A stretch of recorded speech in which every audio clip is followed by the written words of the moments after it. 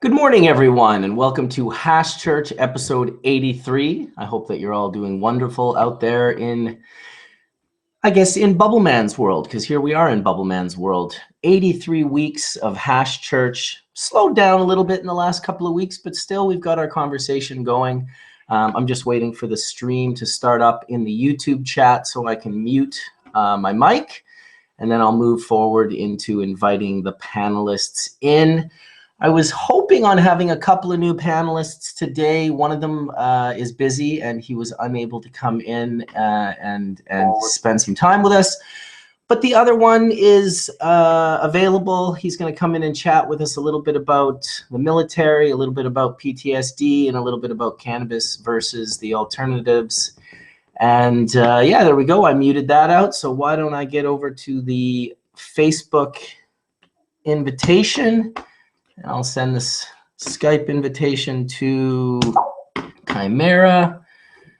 And I think that's it. There we go. 288 people already watching. I got my HQ shirt on today. I want to give a shout out to David, the boys at HQ, Hemp Quarters in Barcelona, Spain. Never stop growing. I think I will. And there's Etienne with his 90 micron shirt. These two shirts go very well together. In fact, we are the inverted versions of one another today. Everything is black and white, apparently. Everything is black and white. 375 people in the room after 1 minute. That's fucking awesome.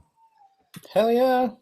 So, latest news, nothing happened at the UN, unfortunately.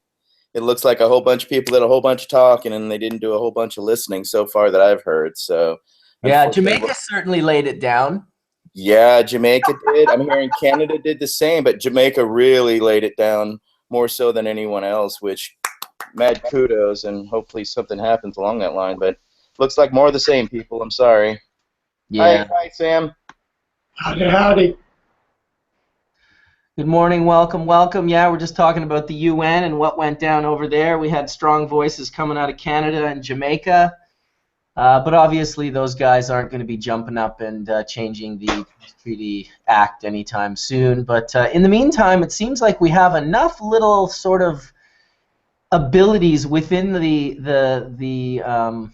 bill, or whatever you want to call it, the treaty, that we're still able to grow hemp. We're still able to do this medical cannabis thing, but it's still got our hands tied in ways that are making things a lot more difficult than they need to be, I would say. Sadly, without a doubt, more of the same. So, yeah, we drive on. Nothing's really changed. How's it going up there with Canada? Any news on Dana Larson's situation? Dana Larson's good to go. I mean, he got out that day. He went and he never stops. I think he's on his way to Australia right now, so he's totally able to still travel and leave the country. I doubt that he'll get any negative outcome of his, charges, especially the judges or the prosecutor wanting to go for a mandatory minimum. I think that was just a thing to say for a little bit of a blog on a paper. But yeah, he came back from all of it and helped organize one of our most successful 420 gatherings ever. There was people saying it was 25,000. Some people said it was 50,000. Some people said it was 100,000. It was a lot of people.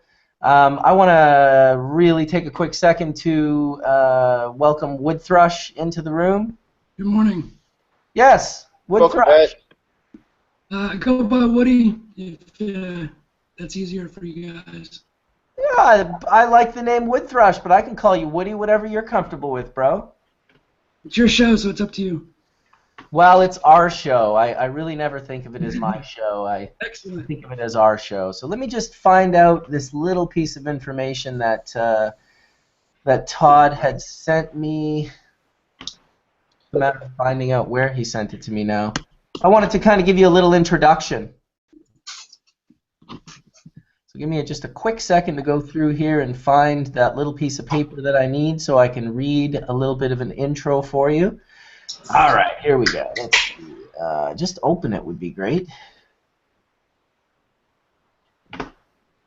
Good morning, John. Hey, good morning, Johnny B.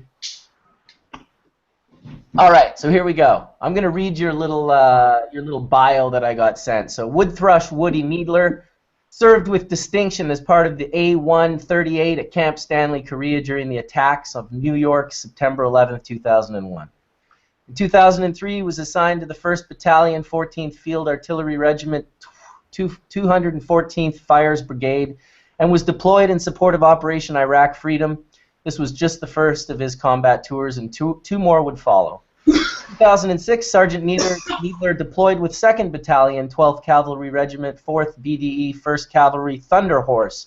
His 3rd combat tour was with the 1st Battalion, 77th Armored Regiment, 4th BDE, 1st Armored Division, Steel Tigers in 2009. After 3 combat tours, Woody was suffering from the effects of PTSD. VA doctors prescribed several different prescription medications to help him cope with the symptoms of PTSD. And not only did these prescription drugs do nothing to help Woody with his condition, they actually made him worse. These drugs, combined with alcohol, too often had Woody considered easing his pain with a bullet. Woody credits a Vietnam veteran who was a close friend with saving his life by driving him to the hospital. After that short stay, Woody made the courageous decision to take control of his medical treatment end of his life by replacing the pills and the alcohol with cannabis. Woody is currently furthering his education by attending Lynn Benton Community College in pursuit of a degree in horticulture from Oregon State University. Woody is passionate about growing in all aspects of his life and helping his fellow veterans find their own path to healing. Woodthrush has what is easily the coolest name of any Grow for Vets team member, and we are proud to have him lead the Grow for Vets Eugene chapter. Awesome, dude. Well, welcome. It was, we spoke briefly some months ago, and it was Todd McCormick who hit me up again the other day. I guess you guys had been speaking, and I'm glad that he did, because we're able to get you in and share your story with us, man. Awesome, and thank you guys so much. Yeah, I moved to Oregon in June, and it has changed my life. The people that I've met here are the most amazing people in the world. Kind and generous for no reason. Yeah, I'm just blessed. Cannabis has blessed my life in more ways than I can count.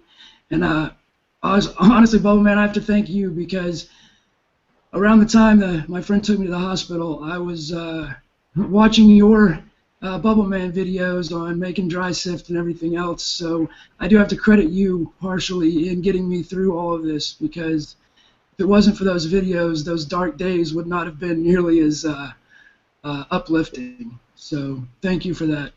Yeah, man, you're most welcome. That's amazing to hear. We never really think that when we're making these videos, it's just not really coming across my mind that it could be helping people out in such an intense time of their life. So that's why we're all here gathering, dude. That's why we wanted to invite you in and have you share your story. Patient stories are always the best. They're the most powerful. A lot of people relate to them that are going through similar things. So I thank you for having the strength to come on our show and share your story. So where did you move from when you moved to Oregon? So I'll give you a little background. I got out of the Army in 2010 at Fort Bliss, Texas. Moved shortly after that to Georgia. I was dual military at the time. That relationship dissolved, so I ended up moving back to Kentucky. Kentucky is where my family and close friends still live, so it was easy for me to go home when I wasn't feeling very good. So I have to credit my family and my friends as well, because if it wasn't for them, I wouldn't be here today. So, Wow. So Kentucky, moved to Colorado for 6 months, moved to Eugene in June, and I plan on staying in Oregon for a while, because it's a really nice place to be. Yeah, it sounds like you found like a really great spot with some incredible people that are willing to go out of their way and really help you out. Can you tell us a little bit about the Grow for Vets? Yes, the mission of Grow for Vets is to help stop the veteran suicides, because the number that's publicized is 22. The number I see most days is 22 vets a day are committing suicide. I think that number is way, way higher than that. So my mission is to give them an alternative, and cannabis, in my mind, is the alternative to the pills and the alcohol. I've been thinking about this lately, and the Army teaches the bottle effect. You bottle up your emotions. They give you a bottle of pills to make you forget that you have emotions, and then they tell you, oh, the only substance you're allowed to use is alcohol. Well, alcohol combined with those pills, combined with depression and PTSD and TBI, ends in suicide. We have to start talking about it. Vets need to get together and talk, because until they do, the suicide rate's not going to change. It's one of the most incredible things to me as a Canadian. What I've always known about America is, from a Canadian standpoint, the generalization of America is that you guys are patriotic and that you don't fuck around when it comes to your military and this whole valor thing and the respect that people have for soldiers going over and fighting for their freedom. It seems to be completely fucking lost when you come back. Oh, definitely. It's insane. There's absolutely nothing for us when we get back. I don't want to say, oh, I sound rude about this at all. You know, I'm very anti-military industrial complex, to say the least. But I'm very pro my neighbors, my friends, my brothers. My best friend is obviously a vet. But, you know, I think no one gets shafted the worst when they go and they think that they're serving their country and they're benefiting us all, and they come home and there's no support. There's no mental support. There's no physical support. There's no moral support. And it's so screwed. I mean, I'm really glad that you are embracing cannabis and trying to build that bridge between you and your fellow service members, because I think it is extremely helpful for all of us emotionally. And what you go through, regardless of where you go, you know, when you come back, there's obviously emotional scars there that you're left to deal with alone, you know, and to think that you found something, you know, this benign herb that doesn't hurt anybody, that can help you guys through depression, through PTSD, through chronic pain, you know, just through even socializing. You know, there's something very therapeutic about sitting down with Etienne and us just sharing a joint, you know, and talking, you know, and to think that you guys found this kind of communal tool is the real reason I wanted you to, you know, come on today and talk. And, you know, bringing us all together is, I think, what cannabis does best. And I'm really glad that you're discovering this and that you're bringing this to people that are in the military, because, you know, I find it ironic, and I'll say it out loud, that we think we're the freest country, we think we're fighting for freedom, yet you can't come home and plant cannabis in your front yard without the United States government and the police and everyone coming and stealing everything you've ever owned. You know, so to me, we don't have any freedom in this country. We just got community, and we got to start acting like it and supporting each other. Well, you called it, Todd, because a country that would send its youth away to war to fight for the freedom, and then when they come back to do nothing but, I mean, I've said it before, it seems like the ultimate case of stolen valor. Forget about pretending to be a soldier and trying to get a free coffee. How about a government that ignores its soldiers and creates an agenda that produces suicides at the rates of 22 to 30 a day? That is astronomically insane. Well, I feel there's two sides of this, too. I think the military-industrial complex sets us all up so that we don't have access to education. Because if we did have access to education, I don't think a lot of people would want to grab arms and go kick in the doors of Iraqi citizens that never invaded them. And on the flip of that, you know, I think they utilize the fact that we're undereducated and we don't have economic opportunities like we should have in America. And that's a large reason why people join the military, you know. And then when they go through it, they realize that they got a bad contract. You know, the United States government expects you to follow your contracts to the letter of the law, but they'll redeploy you, they'll shit all over you, they'll make you sick, they'll bring you home, they won't take care of you. I mean, this is really, to me, the problem that I see with the American military. It's not what the guys are trying to achieve, it's the way they're treated. And not only that, it's how we treat each other. I don't know how your reaction was. I'm also a red leg there, Woody. I'm artillery as well. I was in the 1st Gulf War. And my reaction when I went to the VA and told them about my medical use was for them to say, you're a known drug user, you get no benefits, we can't talk to you or counseling, get out. And I say no, and then they physically removed me from 4 different VA facilities just for mentioning my cannabis. So my question from a different generation is, how did the VA react to you discussing medical cannabis? Well, they didn't kick me out, and they didn't take any of the pills that they had me on away. But my I didn't mention it. I mentioned the use, before, but I didn't mention it really until I got to Oregon, because I knew, just like you said, those were my preconceived notions, that as soon as I say anything about cannabis use, they're going to label me as a drug addict and kick me out. They didn't do that, but what did happen was when I went to the doctor and I was like, I use this to treat my symptoms, he wrote in my record, habitual recreational use or something like that, which makes me a drug addict, because it was his personal view. It had nothing to do with the fact that it was cannabis. Well, it does have everything to do with it. It's cannabis. You know, Woody, I like to call it bureaucratic bigotry. I don't like it, so I'm not going to let you have it. Basically. Right. I like to call it bureaucratic bigotry, because that's what we're dealing with. Yes. Bureaucratic bigotry. And you know what really sucks is the people being bigots towards us are just a bunch of pharmaceutical pill jockeys anyway. Yep. Well, the VA in a whole is a pill jockey now, because they're not treating anything. They're not talking to us. They're not trying to get us to talk, because they want us sedated. They want us out of the limelight. They want us not making a stink. They want us to just disappear. And if 22 of us kill ourselves that day, they're probably fine with that. Yeah, I mean, that's definitely the path to disappearing right there. The only thing I would add to this aspect of the conversation is I'm not exactly sure I guess they're doctors that you're talking about, the VA doctors. And Yes. doctors have been put into a situation where the schooling for doctors is the biggest. The amount of years they have to go to school and the things they have to remember and the studying and the testing.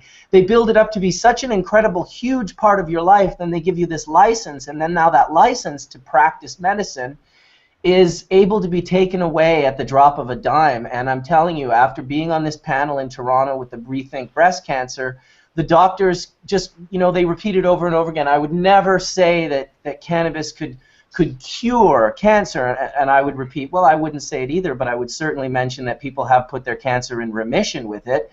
And once again, she said, well, but we could never say that. And she's being honest in the sense, because if she says that, she will have her license taken away, and she will no longer be able to practice medicine. So they've kind of got them by the balls, so to speak. Not honestly, they take an oath, and they really violate it almost instantly, in my humble opinion. I mean, I think if you don't lose your right to free speech when you become a doctor. You maybe lose your right to free speech if you're going to want those pharmaceutical perks and pats on the back that you're going to get. Because if you go out and start speaking any blasphemy, they're going to cut you off like your cancer. Well, you have to also understand that the VA, 80% of the doctors go through the VA, and for the simple fact that they have immediate residency.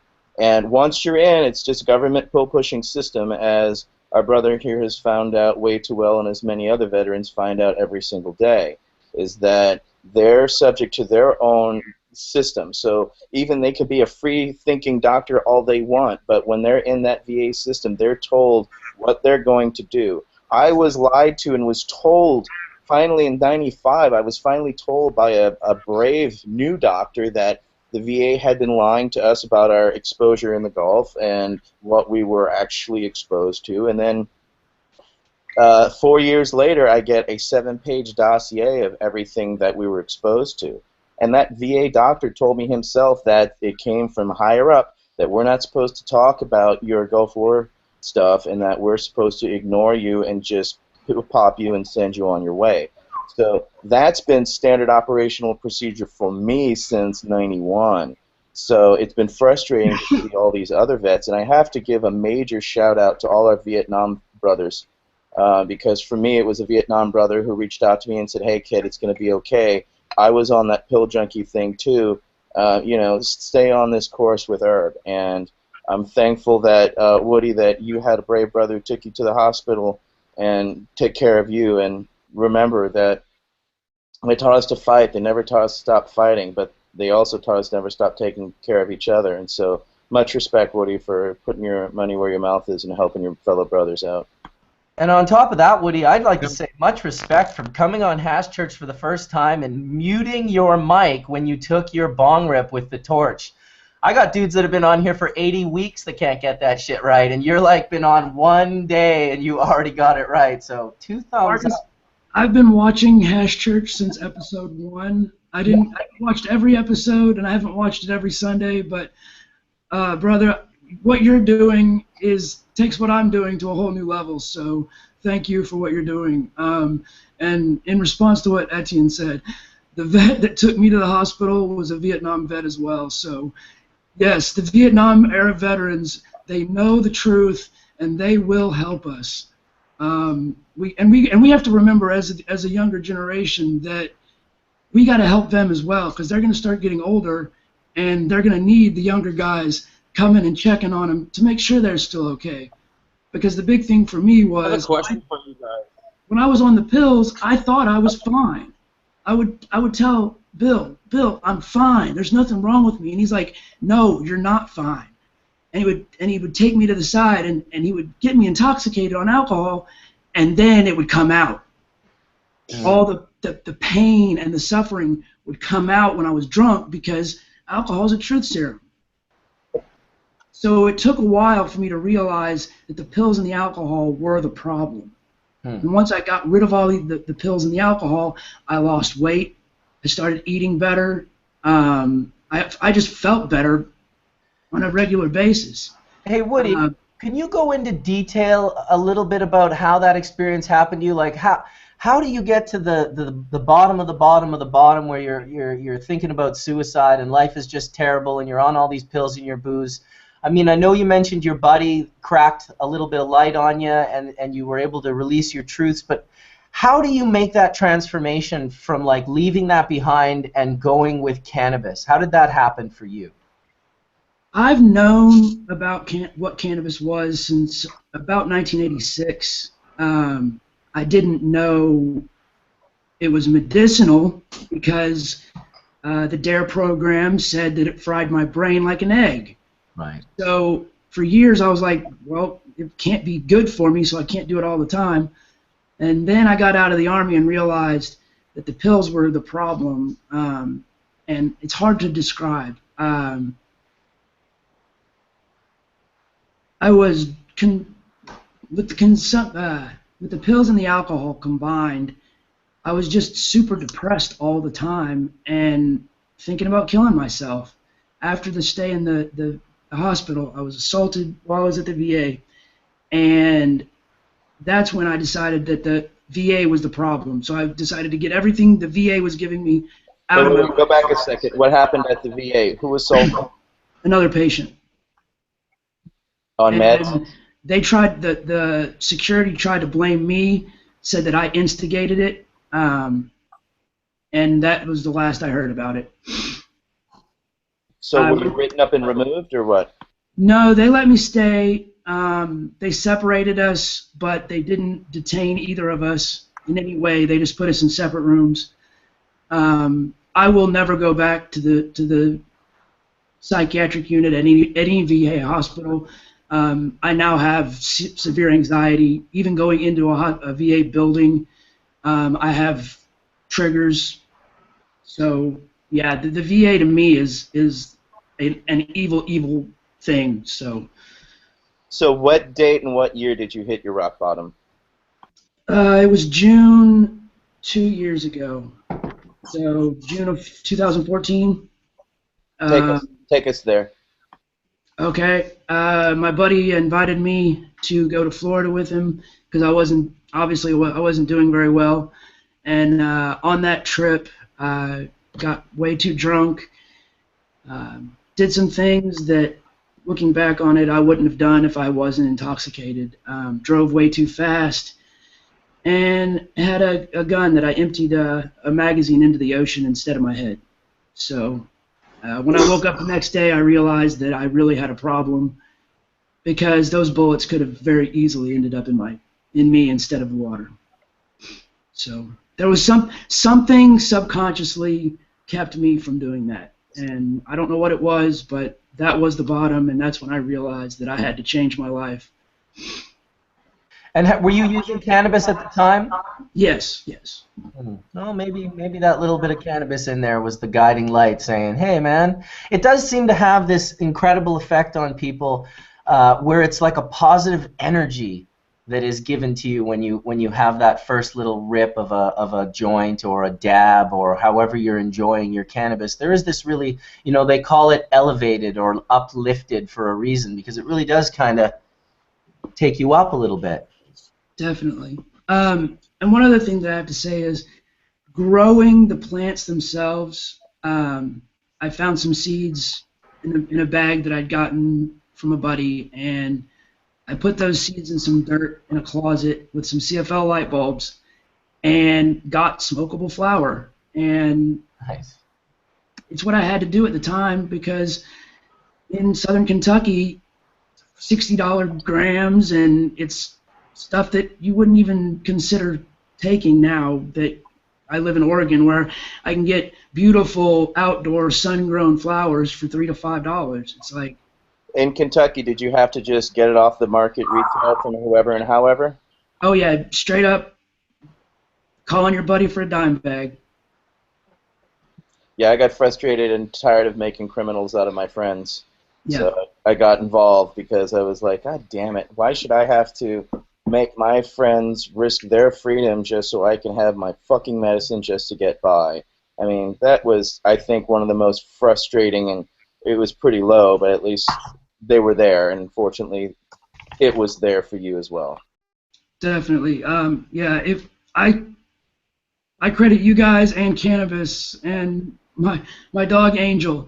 If you look on my Facebook, you'll see pictures of her, and the animals, cannabis, and a good diet are the keys to a healthy life. Nice, right there. Health and happiness and a good little bit of euphoria. And cannabis to take away the pain. Yeah, beautiful. And music. Life would be boring without music, okay? Oh, definitely. You know, Yeah. dare I say this, I think cannabis does more than take away the pain. I think it balances us, you know. I mean, when we're feeling all this, you know, as a kid I started studying martial arts, and it's really a pursuit of balance between your mind, your body, and your spirit. And I think cannabis is a phenomenal tool when it comes to bringing these three into a really wonderful alignment, you know. It seems to allow energy to flow, blocked energy that would otherwise be stuck as an emotional cyst. I think it's one of the reasons why it's so profound for PTSD, is because it's able to get into these traumatic memories and release them from their emotional traumas that they're being held in. And it doesn't release them all, but I've definitely heard some incredible stories of people really, really changing the way their memory works with particularly, you know, very harsh memories.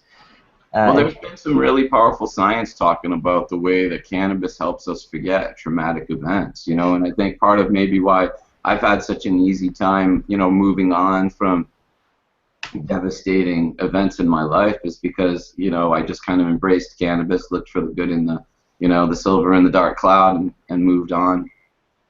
You know, cannabis has helped me. As I'm sitting here listening, and as you were talking, I started really going back to when I got injured and what happened to me, and then I just wanted to know more about the Compensation Act, and then I started Googling the Federal Employees Compensation Act through the Army and stuff like that, and it's really the same kind of thing they do to people being seriously injured because you were at work, you were seriously injured at work, and I'm just seeing a lot of similarities to what I was going through and what you were talking about, and just all those steps of pushing the pharmaceutical drugs and denying stuff like that. And after looking at it, I can see that it's all the same system all around the world. It's just something that they do to people, and it's good on you, man. I had to do the same thing for myself and grab it and do the same thing, but I just wanted to ask that question, but then I started Googling it, and I can see that there's a lot of similarities on how they treat people who have been seriously injured, and that's what happened. You're seriously injured at work, and it's, you know, push the pharmaceutical drugs and try and make it go away. Definitely. Another thing that I've noticed is that the way I'm going to say we as a society treat disabled people is disgusting. Not just physically. It is disgusting. They want the law for, like, my dog. I want her to be a service dog. The law protects that, but they just want it to disappear. Like, they want me to disappear. Like, I don't know how to say it. Let me think like this, you know what I think they don't want in a fucked up way, to be really honest? They don't want you to come home and continue to be a fucking soldier. They don't want you to come home and pursue truth and teach other people the fucking way through the path of darkness. And you know what? And this is what they keep you guys kind of unhealthy for and sick for, because, you know, there was Michael Moore did a movie called Sicko, and it was about the people that have health care in America. And he was interviewing the French health minister, and he asked if he ever thought that we would have socialized medicine like France does. And his answer was astounding. He says, no, because 300 million people would be very difficult to control if they were all healthy. Jesus. And you know what? I think a lot of times comes this. You know, a lot of the greatest peace activists I've ever met have been former servicemen. You know, because they know better than anybody what it looks like, and they don't want to see it. And anyone with a consciousness, anybody with a human heart, anyone with a sense of compassion and empathy doesn't think war is a good idea. You know, all that bravado and shit they show on TV is fucking video game bullshit. Because when you get there, it's real humans really hurting, really going through a fucking wave of crap emotions. And, you know, they bring you home, and I think they disempower you, because if you can continue to put that message out there like Etienne and others I know have. Me and Etienne used to go college to college to college, and I used to hear his anger, college to college to college, every time we get up there and start yelling. And you know what? I really think that that's why they really don't empower you guys, because if you all came back saying we got to rethink this, it'd be game over for them. Yeah. Notice there aren't any ex-military running for president. I don't want to talk about politics. I'm just saying. No doubt. Well, us that have served have a deal of humility and don't have that egomaniacal desire. If anything, as I said earlier, they taught us how to fight, but they never taught us to stop. And I totally agree with Todd. They'd rather keep us completely medicated and sedated and zombified. And as you said earlier, they'd rather not see you. They'd rather keep you medicated so that you didn't come to the VA. And if you show up at the VA, what do? They're like, oh, let's refill that prescription stat so you can get on your way and get medicated. My uncle was literally disappeared from a VA facility in 1981, never to be seen or heard from again. He was paranoid schizophrenic and was put on these pills and was in a nursing home in New Orleans. And he was so medicated, the last time I remember seeing him, he was talking to Ronald Reagan in the air conditioner. Just standing there talking to him. And everyone in this VA nursing home didn't bat a fucking eye. Everybody was doing all their own crazy shit. And they just kept them hidden away so that society doesn't see them, so that we won't feel sorry for these people, but more than anything, so that they don't help these people. And like I lost my uncle. He walked away to never be seen or heard from again. I don't know what happened. As far as we know, I'm not kidding. He was probably eaten by an alligator on his way to our house, because where we lived in New Orleans, there was swamps in between where he was and I was. But regardless, VA lost my uncle. So I learned early on to not have any trust for the VA, and then after my war thinking, oh, I need help, I really need help, and then to show up and then get thrown out and get no help at all whatsoever. I mean, I was fortunate to have cannabis and good friends and good vets along the way to steer me along the way, because I'm not going to lie, I thought about suicide. You know, what's the point of being around if nobody gives a shit about, you know, why you're there? But again, I credit Vietnam vets and other veterans for reaching out, and always reach out for your brothers and sisters, because, you know, they may not look like they're suffering, but god damn, I didn't think I was suffering either. I, like you, I was happily medicated on my pills thinking I was completely fine and okay. And then I'd see myself from my own actions actually seeing what I was doing, going, who the fuck is this person and what the fuck am I doing? Fortunately, cannabis gives you that perspective. And being away from the VA definitely did. Oh, yeah. I wish I'd had a GoPro strapped to my chest for the last 5 years. Those would be some pretty interesting videos. Holy shit, eh?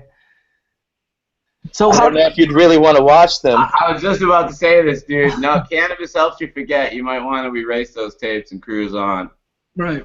I erased a lot of the tapes that were my childhood trauma. You know, it was how I got through cancer 10 times. You know, it's like you gotta, you know, turn the trauma into fertilizer and let it benefit you rather than let it take you down and pull you apart. And I feel like as a gardener, I've learned that the bigger pile of shit I have, the more fertilizer I can make, and the more flowers I can grow. So I don't worry when life throws shit at me. I just turn it into something positive. Definitely. Hey, how did you end up finding these Grow for Vets group? You want to tell us a little bit about them? Yes. I first heard about Grow for Vets when I was in Denver, and I was having a rough time. Just hard to find a job and that stuff. So I didn't really get involved until I got to Oregon. I met some people who run a medicinal farm, and they got invited to support Grow for Vets. Well, I was volunteering with them at the time, and they took me to the Grow for Vets event in Albany, and I started talking with the chapter president for Albany and was like, I'm really interested in this because I want to help other people figure it out like I did. Yeah. So I reached out to the national chapter president, Roger Martin, and we started a conversation, and that led to the Eugene chapter getting started. We've had 2 events, and they're getting better. It seems like we're getting more members at the events. The thing we need is support. We need support from producers and growers and people in the area. We would love to have a chapter in every legal state. Right now, we have How do they get hold of you? They need to know how to get hold of you. People are watching, wondering, okay, you need help. How do I help you? Woody at growforvets.org, www.growforvets.org. The website is big and kind of confusing, so take your time. We do have new web developers at the national level who are supposed to make that more user-friendly. I'm not exactly sure when that will happen, but hopefully. Who would people contact if they were kind of like yourself, interested in getting a chapter started in their state, wanting to do what you're doing, part of coming back from war and suffering from PTSD and wanting to do the exact same thing? Who would they go about getting in touch with for that sort of thing? Roger Martin, and it's Roger at growforvets.org. Send him an email, introduce yourself, let him know where you're from, and start a conversation that way. Or come to find a local chapter that's already established, start going to those meetings, and get to know the people involved. And word of mouth to me seems like the best way to spread cannabis knowledge. So. Absolutely. We're doing it right now. We got 919 or 920 people watching live right now, and I'm sure another 9,000 to 10,000 that will watch this over the course of the next week. So it's good to have those email addresses and websites available to them. You know, one of the things Woody and I were talking about is the CBD being very antidepressive, and this being something that is actually really beneficial to people coming back dealing with emotional problems rather than getting sucked up into a lot of SSRIs and pharmaceutical solutions that are more like pharmaceutical nightmares than they are solutions. So I was wondering, Woody kind of split for a sec, but I was wondering, how much, Grow for Vets was embracing CBD and if it was helping. Did you hear that, Woody? The last part was just I was wondering how much CBD has been helping you guys in Grow for Vets and if it's a topic of conversation. My personal opinion, CBD is part of the whole plant. I don't believe CBD alone does anything more than THC alone does. So personally, I want a full spectrum. I would take 1,000 different phenotypes, grind them all up together, and that would be my personal preference. No doubt, though, but when we're smoking most weed, we're not getting very much CBD because most of the plants that we grow for, whatever medical, recreational THC, the CBD is usually not in it so much because it's kind of a blocker. So if you guys were going to start experimenting with CBD plants, it's still a whole plant. It's just that the other cannabinoids are in lower percentages and the CBD is more prominent. And it's I say it to you like this because I started experimenting with CBDs now that I have them available to me and I know what they are. in the way that, you know, before I do meetings, you know, before I do hash church, maybe I'll dab some now. I find that it does kind of maybe block the THC and clear my head. And I see them like vitamins, you know, they're all in the same vitamin box, but, you know, vitamin E, D, C, they all do slightly different things. So, you know, it's just something I think may be useful, because when we're talking about depression and PTSD and such, it seems that that cannabinoid in particularly has been helping people in clinical research that I've read. I mean, you guys all saw the antidepressive CBD information that just hit a couple weeks back, right? And they were comparing it to SSRIs, saying that SSRIs take sometimes 3 to 4 weeks to work. You got to keep taking them for them to build up, for them to elevate your mood, but CBD works almost instantly. I personally haven't been able to. I haven't had access to material to do that kind of experiment for myself. You know, I think that that's something access, that Grow for Vets could do, is try to work with local dispensaries or, you know, outlets or whatever, because now that, you know, there are places that are testing and bridging the gap of knowledge, it's almost now like bringing the people. You know, back in '97, my goal when I was working on my book, How to Grow Medical Marijuana initially, was to actually give pot to people and let them come back and tell me how it was affecting them for either sleep or pain or restlessness or whatever their condition was, and try to get feedback to feel. And what I was looking for is to find out what the cannabinoid profiles basically led to. You know, did 8 out of 10 people use OG Kush or what have you, that kind of thing? Did haze wake up people like it did to me, that kind of thing? And with you guys doing this, I just think that that's a possibility of almost conducting your own human clinical study where, you know, if you guys find out that particular varieties, like the kids are finding out with epilepsy and stuff, are helping them, you know, there might be your own, you know, dare I say, your own Charlotte's Web, you know, your own Harlequin hemp, you know, your own, you know, cultivar somewhere that really kind of is a very good tool for people that are going through and purging negative memories and trying to get back on the track of positivity. Definitely. I'm not going to say that it cured my PTSD, but I used a the large dose full plant extract. I don't know what they call it, the 60 grams in 60 days. And I definitely feel different now after doing that. And I don't know if it was just the large amount of large amount of cannabinoids that were in my system all the time. I don't know what it did, something, because I definitely feel different now than I did before. Last year I wouldn't be able to be on this show and talk to you guys. I couldn't go out in public. And I think that was one of the reasons why Denver was so bad for me, is because there were so many people there, and it was so busy and so loud and so fast all the time. I never had time to slow down and calm down and actually get past being triggered. After I used the full plant extract, it slowed me down. Physically, mentally, everything. It slowed me down. And then something that would trigger me was now an annoyance, instead of, oh my God, I got to go home and turn the lights off for the next 6 hours. Yeah, that's incredible. 60 grams in 60 days. That's quite the challenge. Use half-gram suppositories, 2 a day. Wow.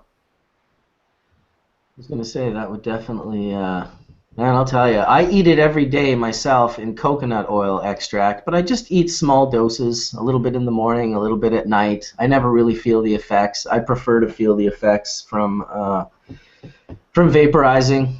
Definitely. Hey, welcome to D420K.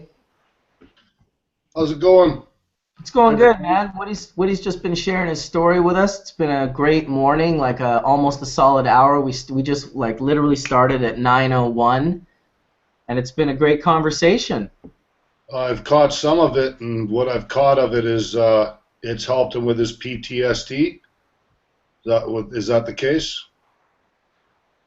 Yeah, I would say that's definitely the case. That's really good. I know. Life in general. We all have friends that suffer anxieties and panic attacks and stuff. Myself, I get them too, and I go through them as well. And when they're happening for me, like I'm fortunate enough that I don't get them from the severities of war and battle and some very, very serious stuff that goes on. I just, just people with normal life problems that go through life and don't deal with things end up having these problems, and it affects their whole life, like, greatly. And I know that the THC, eating the coconut oils, getting high and stuff like that, just recreationally using it as well as, for medicating, it's helped me greatly through my stuff. I don't have to take, there's Paxil, there's Zoloft, there's all kinds of pills that you can get for chemical imbalances that they tell you have it in your brain, and this will help it, but yet you take these things and you can't even fucking get a boner or have a proper shit or any of this sort of stuff, and then you got those problems you're dealing with. And it's a simple thing. And marijuana, another too good to be true fucking thing that's happened yet again. I love the shit. We saw what kind of a person you were in that Mark Wahlberg movie. Marijuana's really changed you, dude. That's right. Yeah, that's funny. Yeah, I'm much nicer now. Hey, let's hear it there, D. Bong rip, everybody. Let's do Woody's it. on it. Woody's like ahead of the game. He's like, yeah, I'm not waiting. Hitting that shit right away. Well, it's good that there's, it's always a good thing to share hope and to, I think it's one of the reasons why I get a little upset with the doctors when they're like, well, we need more data. I heard this quite a few times where it's like, well, yeah, they ate this cannabis and they, no longer suffer from this particular disease, but we need more data. And I asked a doctor in Toronto, I said, well, why is it that when it's a small little kid and they're suffering from seizures and they've had 52 different types of experimental medications and they've never walked or spoken, and then they get a drop of oil and they speak and they walk and they get off of their drugs and they are seizure-free for 30 days. Why is it that that's accepted, but when someone shrinks a tumor in their head or their breast using cannabis, that it's that we need more data, that it's, well, we don't want to say, why do we not want to give people hope? What's up with that? I want to definitely gave me hope. I want to have hope. What's that, Woody? You guys and cannabis definitely gave me hope. So cannabis definitely gives hope. I think so as well. I think it's definitely one of the strong messages that the panel has from all the different places that we come from all the different patient stories that we've had. It always seems to be like, yeah, it's great if it can improve the quality of your life. It's amazing if it can extend your life. But it's just, it's the hope thing that it seems to be the one thing that this, I don't want to say the agenda or whatever it is that seems to create systems like the one that you've suffered through or the one that all of us have suffered through via prohibition or many of the other systems that involve, keeping half the planet starving or other strange things in poverty. It just seems to be the strangest of agendas when cannabis just seems to give hope in people that are trapped in those systems. You just get hope, and it's a powerful thing. Hope. When you're sitting there watching Also, your it can be a dangerous thing to people that don't want us to have it. Right. Yeah. I mean, it's a pretty. I mean, I can't even really wrap my head around the fact that you guys go over and I mean, I know that probably you're not really fighting over there for the freedom of America. There's some deeper things going on, and I won't get into that. But the idea is there that you're like soldiers and that you're like, that everyone's proud of you and you probably get a big send-off and everyone's giving you hugs and kisses and they're like, you're going for our country. And it's just like that should be the shit that happens when you get back.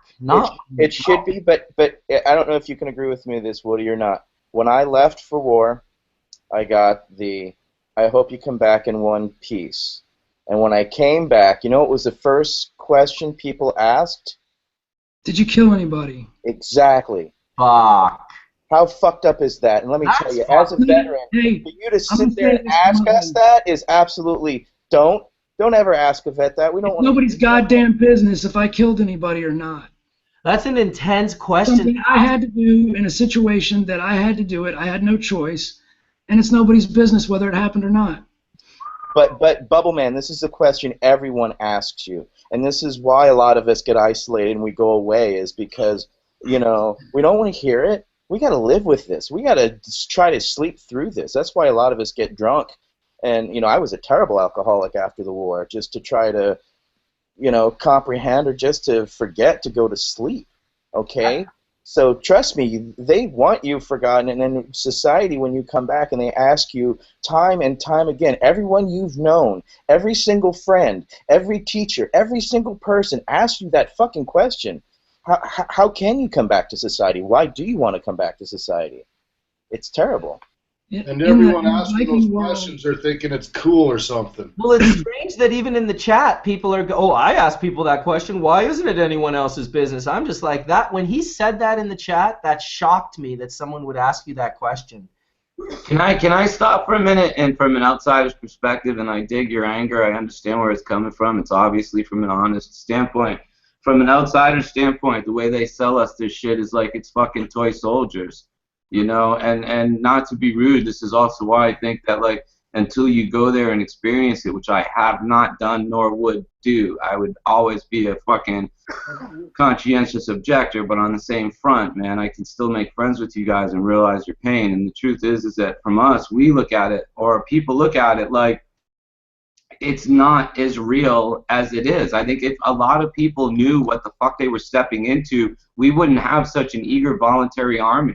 I mean, because you're putting yourselves in such a shitty emotional space when you actually get involved with these people and go and do their deeds. And, you know, and I pity the pain you guys all gotta carry afterwards, you know, but I can also understand why people don't relate at all to you, Etienne, or when they're trying to understand what you went through, because it's that disconnected.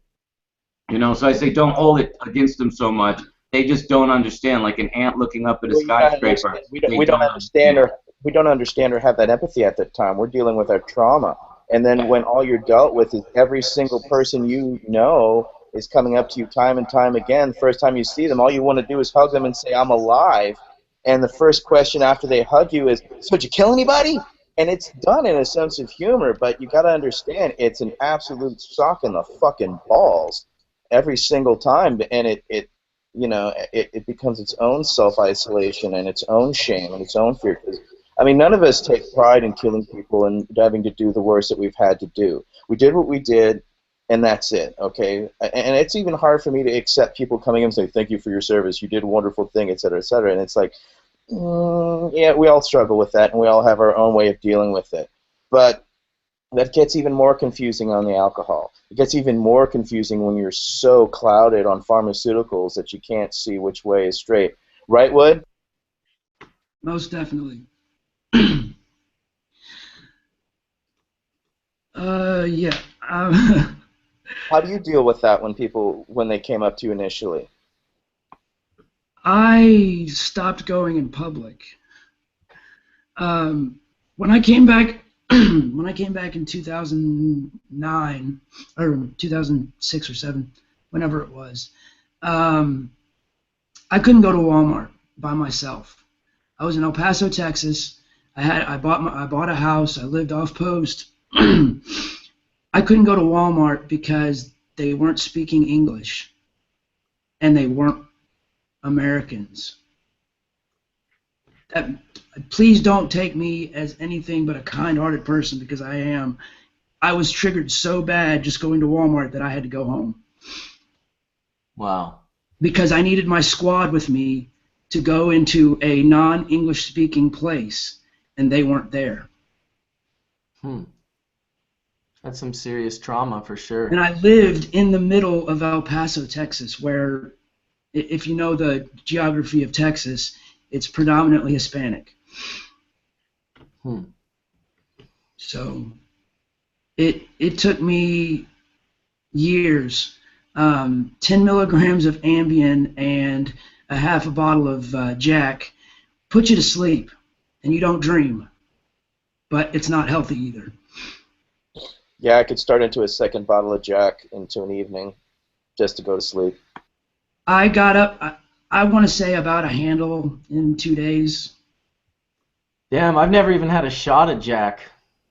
Don't drink it. It's not worth it. Trust me, dude. I figured that out when Motley Crue said it was their drink of choice.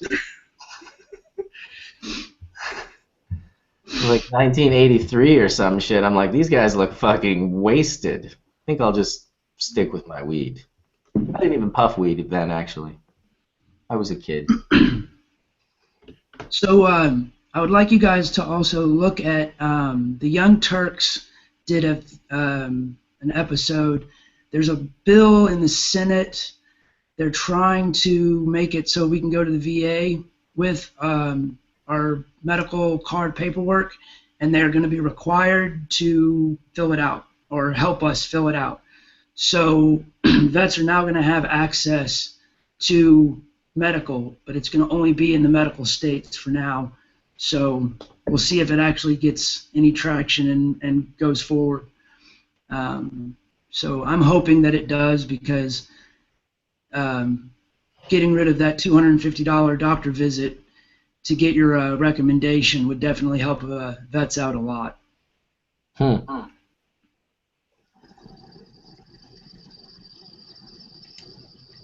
Hey, I just say it right here. I'm really glad you said that, Etienne. A lot of us don't understand where you guys are coming from. And, you know, for you to vocalize how it felt to have that question thrown in your face time and time again, I'm really glad that you shared that with us. I, for one, don't, you know, I don't think anybody wants to hurt the feelings of the people that we're trying to make friends with, if that makes sense. You know, people are trying to talk to you. I don't think they're trying to intentionally hurt your feelings, and they just don't know what they're saying. And that's it. You don't realize at the time, they don't realize what they're saying, because, again, you're just so confused by literally the shock of hearing it. For me, it was from everyone. You hear it time and time again. You think, okay, this person isn't going to be that person. This person is going to accept me for who I am, and then it comes, and it comes, and it does beat you down. I completely agree, and it's sad that we vets feel the need to shun ourselves and to hide because we don't want to hear that question. But as you said, Americans aren't taught that you're not supposed to ask those type of questions. Even from the responses in the chat as stated, you know, people don't know not to ask that. They just think that's part of it, and that's a accepted part of their reality is to ask you that, but it's not. And don't. I would never conceive of asking that question to someone that went to war. Like, it was shocking to hear him say that question in the chat room. I was just like, you can ask someone that? That seems pretty. I don't know. It's obnoxious. I think it's. You would appreciate it if you didn't. Yeah. You know, it just shows the disconnect. We know a lot of us are so numb to it all, and we don't really realize. You know, I really think it's the ant to the skyscraper almost. You know, until you go and you experience it, it's really impossible to fathom. Video games make it so much worse, I think. Oh, you know, it's so weird. You know, I've had friends. One of my good friends is DJ Pooh. He co-wrote Grand Theft Auto 3, and you know, we've had pretty deep talks about, you know, the purpose that they play, you know, and I don't play video games, you know, and his reasoning to me was because you can manifest in your life what people manifest in video games, so you don't need video games, you don't use that as a fantasy, and I got that. But you know, when he said that to me, then it tripped me out, because the way that most all games that like Rockstar Games puts out are first-person shooters. They only had one title in their whole catalog that was not a first-person shooter. And to me, that's not a fantasy that I think we should all be fucking sitting around having, is running around with different tactical weapons shooting other living beings. But they don't.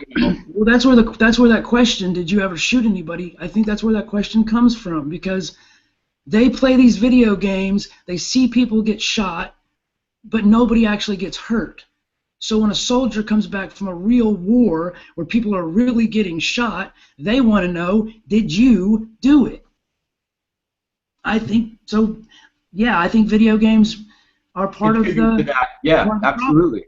The confusion of what's going on. It's the glorification of society. I mean, if you look at, you know, even cartoons nowadays, or even what we grew up to, everything is solved through violence, and so it's inherently indicative in a child because they're raised visually on that perspective. So it's not so surprising that, you know, they're not taught how to actually handle those repercussions or the backside of that, because they're not. It's only glorified the violence itself. And I'm not going to sit here and blame video games.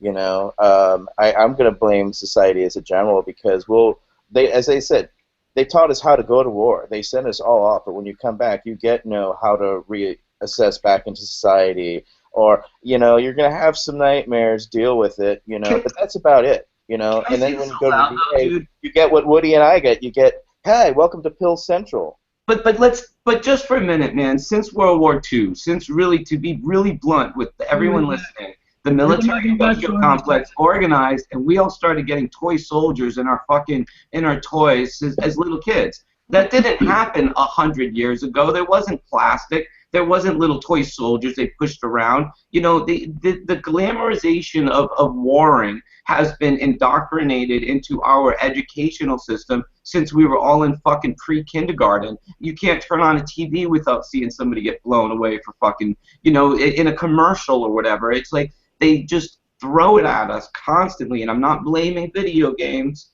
and, you know, because society's part of video games, but when Woody says, man, video games sure don't make it any better, I agree with him. You know what, I think that it's one more spoke in the wheel that fucking could, you know, honestly get looked at, you know. And I'm not saying, oh, ban all video games, but let's be realistic about what they're doing when they're conditioning people to fucking sit there and run around and shoot people, or shoot things, or shoot whatever the fuck's in their video game. And kids are playing these games. Kids way younger than, in my opinion, should be playing video games at all, but I would rather be outside until the sun goes down, personally. My aversion, to be really honest, to video games happened when I was only 12 years old, and I had an actual motorcycle, a TS100 sitting outside, and I went to my friend's house because they wanted a bag of weed. And I went to their house, and they were playing a fucking pretend dirt bike video game in the basement in the dark, and they wanted me to stay there and smoke my weed with them, and I wanted to go ride actual trails because I had an actual motorcycle lead up against their actual house, and I wanted to get the fuck out of this dark basement. And it just, when I saw and I realized that they don't have motorcycles, they can't go do what I'm gonna do, smell gas and mix oil and jump over shit, and this was their outlet, you know. And I hate that, you know, they were doing it with a dirt bike, trying to race each other around a track, which is not unhealthy. But the fact that these guys are trading weapons and going in and wiping places out, it's like, it's a bad thing to meditate on. Like, meditation's powerful, you know, and if you're meditating on murder, I don't see how that benefits society for shit. I get Rockstar Games is balls fucking deep in money, but the reality is how is that making all us, how is that doing anything, you know, good for society? Dare I ask the question? I'd rather ride the dirt bike on the trails myself. I'm with you, dude. But not everybody has a dirt bike. But you can walk those trails just as easy as you can ride a dirt bike on them. Yep. I had a dirt Hiking bike. is one of my, like, being in nature, being out when it's quiet, on a bicycle or walking, to me is one of the most therapeutic things I can do. I'll take my dog and we'll just go walk, and it takes me back to those foot marches in training. Yeah, I'm not forced to do it now, and I don't have 150 pounds on my back, and I'm actually enjoying being in nature as opposed to the forced nature of the military. But that's who I've been since I was a kid. I loved being outside. My friends had video games. We didn't even have a TV. So, yeah, I grew up a very modest childhood, and we didn't have a lot, but we were happy. So, yeah, definitely. Me, dude. We were pretty on the DL too, but my stepdad was a biker. He thought it was cute that the little kid was a biker too. So I got my first bike when I was 8, and they just kept pushing me along. And when I was a little kid, I was in a wheelchair for like 8 months. My left hip, I got tumors in 2 locations, and they broke through, and I couldn't walk, and I had to learn how to walk again. And and I can't. I mean, long hikes or runs doesn't really appeal to me. But jumping on a dirt bike and exploring the wilderness was like a key to freedom. And you can still get the quietness on the dirt bike when you ascend the top of a mountain. You just turn the motor off and then roll down in neutral. It's quite enjoyable. Hey, welcome, Tony. What's up, guys? How you guys doing today? Oh, we've been having some good conversations, smoking some nice bowls. Good chat going on. I think we got almost 1,000 people watching live right now. I used to, I'll tell you a story about motorcycles and video games. I used to, when I grew up, I guess it was from 38, so it's like, I had a couple friends that we grew up kind of in the country and didn't have like cable or anything like that. And I had a friend that had, I would consider him rich. He had a tennis court and a huge pool and like 3-car garage, and his family was from the Philippines, and they were like lawyers and doctors. And they always had like the latest and greatest video games and video game systems before it ever hit the U.S. And I remember going from like Nintendo and Sega and all the different variations, and we just more or less geeked out on like the response, because back then it was like a little different. They were still trying to match a response to your joystick and the graphics. So every time new graphics came out, the closer it got to being real and the closer the controls got, it was kind of like more of a techie, nerdy thing. But I used to, we used to do all kinds of outdoor stuff and play outside, and I also used to play video games. But I remember playing Excite Bike and then having the false impression that I could literally go out there and whoa, on my little mini bike and jump anything and do anything I wanted. So the video games kind of gave me a false reality of where my skill level was actually at. And unfortunately, I had multiple motorcycle accidents and had like the gear shift go into my leg one time. And, Dare I say though, Tony, I think a lot of kids get a false sense of bravado from the video games, the first-person shooters as well. You know, and I mean, you know, people used to talk a lot of trash about did music, you know, Judas Priest when they got sued about influencing the youth. To be honest, I think I was influenced by the music of my childhood. People like Zeppelin, the songs like Friends, you know, those lyrics, you know, anytime somebody needs you, don't let them down, although it grieves you. Someday you'll need someone like they do, looking for what you knew. That shit rocked me as a little kid. You know, listening to Zappa lay incredible poetic knowledge down.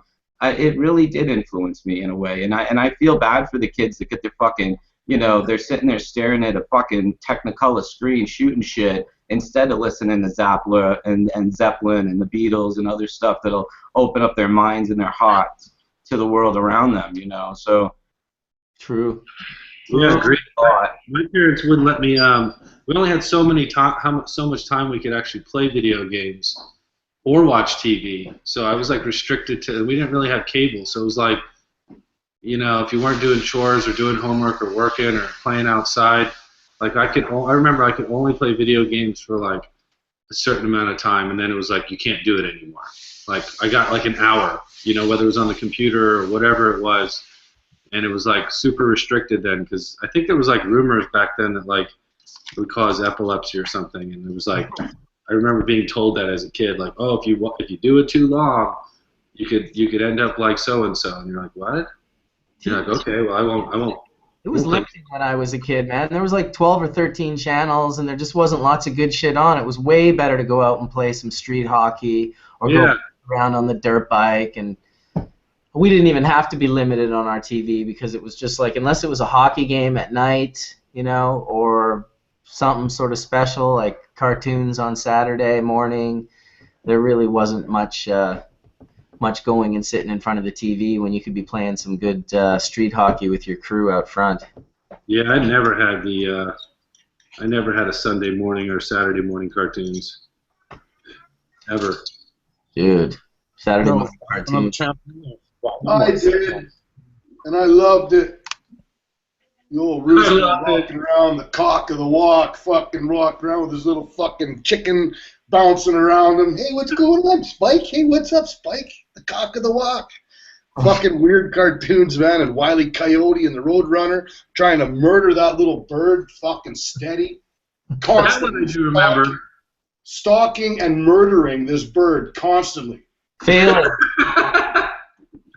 That is true. I remember that one, where the coyote was chasing the Roadrunner all the time, and there was at least 4 or 5 deaths. He ordered a lot of shit from Acme, I'll tell you that much. That's right. Acme was the company for murder tools. Yeah.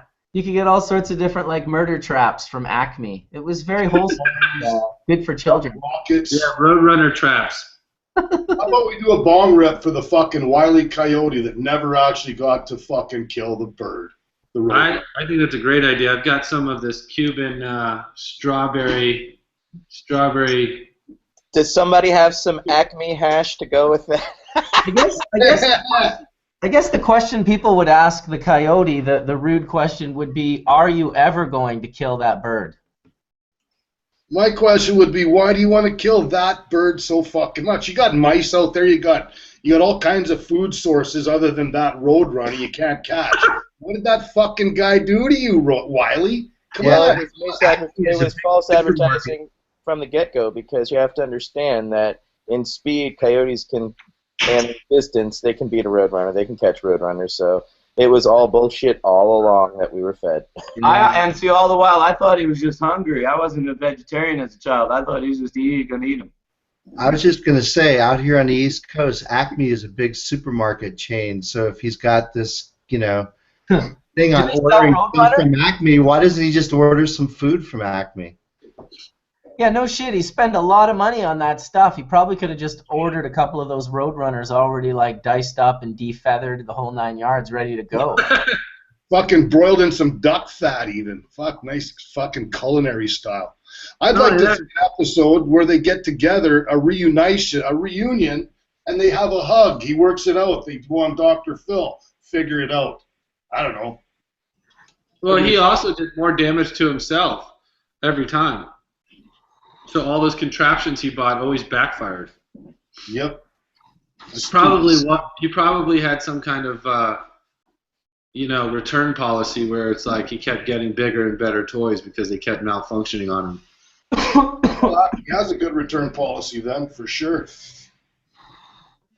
He's like, yeah, I set up the trap the Roadrunner and it backfired and crushed me against the rock. I used Roadrunner guano one time to grow a crop. Grew really, really fast. I don't know, that cartoon made me think I was going to deal with a lot more anvils in my life than I really did. Grew really, really fast. All right, let's do a Roadrunner bong hit. Are you kidding me? He's good. Come on, Acme was just profiting this whole time. Look, every cartoon, Acme was just making poor money off that poor coyote just trying to get some dinner and just got ripped off by bad technology. I mean, what hasn't that taught us? The Acme Rosin Tech Company. False advertising, man. That's what took him down. I want to know, where did that coyote get all of his money from? He got a rich girlfriend. He was sponsored by Acme, guys. Come on now, you know that. He was getting money Warner from Brothers star. It was because all those traps he had had. a cartoon just like Bubbleman, and everyone sent him free shit. Exactly. His YouTube channel. So Acme had a secret agenda. You're saying Acme was behind trying to kill the Roadrunner. Yes, that's exactly what I'm saying. I think Acme didn't want him to die because then they would lose their marketing position. Yeah. What the fuck did this Roadrunner do? Equipment. He was What fast, did that's this it. Roadrunner do? They couldn't catch They had him. a company out to get him, a Wile E. Coyote, everything. That's crazy. My He question wasn't is, so wily. He was Bugs Bunny. where did he get the paint to paint the train tunnel? That's what I want to know. Because he could run through the tunnel, but the coyote couldn't. I think Wiley was a hitman for the cartel, and the Roadrunner did some real nasty shit to them, and that was it. That's why it's so consistent and persistent. Yeah, that cartoon often violated very many fundamental principles of physics. So it's a cartoon, folks. Okay. You mean you can't go off a large cliff with a big spring right back up? Yeah, No? because it's a Mark! two-dimensional world. Spoiled it. It's a cartoon. Like saying Santa Claus ain't real, man. Come on. What? D, Wait, man. Santa Claus isn't real? I guarantee you, Mark, if you take a couple bong rips, it becomes more and more real. Yep. And terp dips. Dip a terp in a bong rip. All right. Fine. I always got like- a whole bunch of Blue River terps here I'm going to fucking take. I really don't think people should be talking that Santa Claus isn't real on Hash Church, because all the kids watching are now going to be really bummed out. Right. I was actually just kidding. I was kidding. I love Santa Claus. I have a question about the terps. Has anybody with triggering symptoms used them to help alleviate those symptoms? Well, I think you're Marijuana Mike on Instagram. No. Oh, somebody asked that. What kind of? So the whole point of why I actually even developed the terpenes was because when I was making the Prana line in capsule and sublingual and topical, two things would happen was, I created categories 1, P1, 2, 3, 4, and now 5. And when you make a raw line, meaning sublinguals and capsules never get decarboxylated, and they're in its THCA form or CBDA form. And a lot of people asked when I first started making them, I did that because I was trying to create the widest range of the cannabinoids and terpenes that were present in the flowers to be able to deliver them to patients without getting them as high that you would experience from, let's say, eating activated THC or even CBD. Those effects are a little bit different. And when Mark and I had this conversation, the more I dove into it, the more it kind of made sense, though, which was when you eat it, you go through it goes through a different type of chemical process in the stomach. There's acids there, and they break things down, and there is a conversion that happens in the gut. And so it makes sense that whether you're eating it raw or active, there's a tremendous amount of beneficial medicinal benefits to that. So I was always a strong believer in capturing the raw form, because I didn't want to single out certain cannabinoids and isolate them and say, okay, we know everything about CBD and THC, because we don't know anything. We know 10% of what we think we know. And so when I was creating the active line, because patients that were smoking a lot of cannabis or using a lot of concentrates, they were looking for different delivery methods, but they enjoyed their medicine and they still wanted to feel the psychoactive response. The problem with that is that when you decarboxylate something at 285 degrees for several hours, you just cook off and bake everything out so that you're not left with any of the terpenes. So essentially you've got, say, activated THC without any modulation. And so that has a different effect when you take the terpenes out. So the process of creating those terpenes started with, how do I preserve those terpenes and reintroduce them into the active line? And so that's what I did. So whether there's active CBD and CBN, I added AC/DC terpenes back into it, or I would add different types of profiles of those cultivars back into categories. So that's how the whole process started medicinally, and then we started introducing them to increase the saturation of terpenes in concentrates and full melt and terp melt and different things, and we started smoking them and vaping them. And then another realization came that, okay, not all terpenes you want to be vaporizing. So how do we extract the least amount of volatile terpenes possible? And when you have a plant that's alive and fresh, and you have something that's like 1% terpenes, you've got 80% monoterpenes, and monoterpenes can be very volatile, and that's the difference between, like, say, cured flowers and fresh frozen in the terpene world. So there's categories of terpenes and how you can extract them and how you can reintroduce them. And so to answer your question, yeah, that is the whole point behind terpenes, is to put them into delivery methods that patients can rely on, giving them, I go from 1 milligram to 50 milligram. So you have to have certain percentages of terpenes in those dosages that can help, with the medicinal aspects. I guess my real question was, do you know of anybody who has effectively used terpenes? The symptoms I have are, like, I get triggered by something subconsciously, and I have a physical response to that.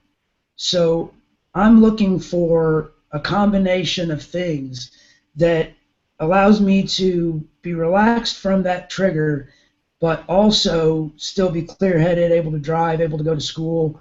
So that's the product that I'm searching for. Yeah, so that's the non-active. So, like, I didn't hear your first part of your question because my dog went completely apeshit because somebody walked in. Could you repeat the first part of that? What you just asked, sorry. It's okay. I get triggered by by stimulus, and I need a product that brings me back down quickly and safely, I guess is what I'm trying to say. Okay, so you're looking for, so this is where it gets real neat. With those different categories, there's ways to dial that in. So are you looking for something that's like a sedative, like a muscle relaxer? You're talking about coming down? Is that what you said? Muscle relaxer, but also that I could stay clear-headed. Okay, so that would be, is this something you want to use during the day? Yes. Okay. Okay, so you could use, so I would shift towards the, so the different, when you're talking about, when people talk about high CBD and low THC or 4-to-1 or 8-to-1, so you have to like kind of dive a little bit deeper into that. So how are they, what flowers are they using in those particular ratios? A lot of people are just decarboxylating those categories, so they're just like, this is CBD. Okay, well, how is that derived? Or this is THC. How is that derived? To me, what that translates to is, okay, what terpene profiles am I going to use with that particular compound? So I make a P3, which is a 1-to-1 that's derived AC/DC, cannatonic, and pair that with OGs and Kushes.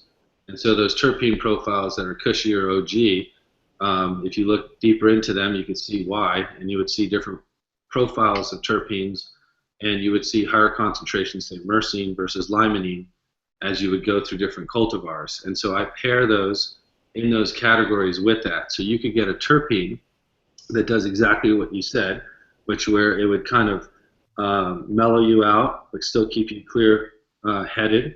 And you could do that. You could do that in a sublingual, the fastest way, and you could do that with a 1-to-1 with the indica and Kushes paired into that 1-to-1. And so think of like CBD OG, CBD Kush versus CBD Jet, CBD Harlequin. Things that would be long, narrow leaf would be paired with those terpenes, and things that would be broad, short leaf would be paired with that. And so if you used a 1-to-1 that was paired with that particular profile, it would mellow you out. It would feel like a slight sedative, but you'd be very clear-headed, you'd be very alert, and you'd still be completely functional. You wouldn't feel like you just ate a brownie or you had something and you get like really heavy behind the eyes. If you did something that was CBD and CBN together, which is like our P4, that's really good in small dosages for like anxiety. So like 2 milligrams under the tongue for like a PTSD or anxiety, or you would do like 10 drops under the tongue for insomnia. And so that one probably, even with a couple drops of CBD and CBN, would feel like something that would help you with anxiety or help you kind of be mellow. but it might not be as clear-headed if you weren't suffering from anxiety. If you were just trying to, you said a stimulant, I didn't know what you meant, but if you were trying to come down from whatever other condition or drug, that would kind of depend, but that's like where you have the flexibility, and that's where I started the whole product line, was so a patient could say, okay, I can pick and choose different categories with different milligrams, with different delivery methods, and I could start as low as a couple milligrams and work my way up to 50 milligrams depending on what your experience with cannabis was. And the raw, you know, every day, even at Harborside, I'm doing training and teaching, and you know, people stay away from, like, they don't know what THCA is. And so I'm like, well, just try the sublingual, this THCA. And no, I don't want to be stoned. And I'm like, well, 2 milligrams of THCA under the tongue isn't going to get you stoned. It's a completely different response. And so, you know, I like the combination of raw, and I like the combination of raw and active. And you just could choose somewhere in there in a 1-to-1, you know, CBD, OG, CBD, Kush paired 1-to-1 with a sublingual and a non-active. And I think you would find that would be what you're describing. Okay. Right now, I just use THC heavy products and just basically keep myself sedated most of the time. And it works. I've learned to live with it, but it would be much more comfortable if I was sitting in class and not trying to stay awake. Yeah, this started, the reason why like the mentality where I started with that was like 4 or 5 years ago. Lots of cancer patients were trying to take Rick Simpson oil, which I don't have anything against it. It's not my position to make a position on it, but it was back then, I don't know what it is now, but back then it was people trying to eat a half gram to a gram a day of activated THC derived from like an ethanol distillation extraction, which really does a great job isolating and activating that THC. And when you're eating that much a day, patients are complaining that they're completely, you know, stoned out of their mind and sedated at home. And so I started creating non-actives in capsule form and in sublingual. And, you know, a lot of those patients in the beginning, I was like, hey, this is experimental. I'm making a whole bunch of different medicine. Let's try it. And the people we were working with were giving it to different patients and friends. We went to kids with epilepsy and brain tumors, cancer patients, autism, MS. We just started giving it away to different categories and you know, trying to take a generalization, observational notes, and seeing what was helping, what wasn't. And the combination of like utilizing non-active cannabinoids in pairing and sequencing during the day and using activated at night is what I currently promote because it gives you a true balance and full spectrum of the plant. You're saying, okay, I'm going to get everything I can in raw form during the day. It's going to give me energy. It's going to give me pain relief. It's going to help, you know, with all kinds of different conditions during the day. And if you're needing the active version, I like taking the active at night because it's going to be heavier. And if you're going to sleep through most of it, that would be the time to do that. So people can have a functioning life, you know, daytime and nighttime, and still be having a good heavy dose of therapeutic cannabinoids. So that's been a hard one to preach for a long time. You know, I definitely agree with everything you just said. And I look forward to being able to get access. That's my biggest problem now is I don't have the space to grow enough to produce my medicine. I'm blessed with friends who I'm able to get it from, but I think a lot of vets are in the same situation I'm in where I want to use cannabis medicine and that's all I want to use. But for a vet who is on a limited income, the only option he really has is to go to the VA and take whatever they'll give him. So. Yeah, I have a vet that Bubbleman was asking about some patients the other day, and I have someone that we helped and we donate medicine to through Harborside through their vet program, that it's like it's a tearjerker, and anyone that understands those kind of conditions, I mean, if you don't understand it within 5 minutes of hearing someone talk about it in their story, it touches you, and you understand it very deeply. And I'd like for him to share his story, because he has a very severe case, and we were able to find something that really profoundly changed him. And it's a combination of inactive during the day and active at night. And I'm really proud of him. He's put something on YouTube, and he wrote a bunch of stories. I think he even wrote the President Obama, like with his like a 3-page or 4-page letter.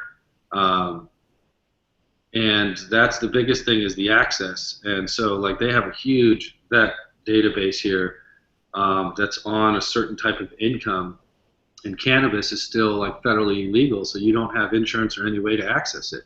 And then if you access it, and they catch you with it, then they kick you out of the program. And it's just like, it's mind blowing. It's like, come on, you know, you enacted someone to sacrifice their life and put their families through everything, and they served the country. They did their duty, and when they come back, the least you could do is grant them access to natural and alternative medicine instead of pharmaceuticals. And look at Prince is another example. Like, I was following his death, and like, oh wow, he was healthy, everything was fine, he was clean. But it seems to be like, from the information I saw, even this morning, was that, you know, he was clean for 8 years. He's got a hip condition. They gave him Percocets for his hip condition, and maybe those perks got the best of him, and his addiction came back. And that's not a solution. You got people dying all year. All year we see people in the press dying from prescription drugs. So at what point does our government allow at least our vets to make those choices for themselves and not be punished for trying a natural alternative that I feel, from seeing the vets that we've worked with, 85, 95% success rate with cannabis in vets. I mean, there's not very, very few vets in comparing to what their alternative is. Success rates are extremely high.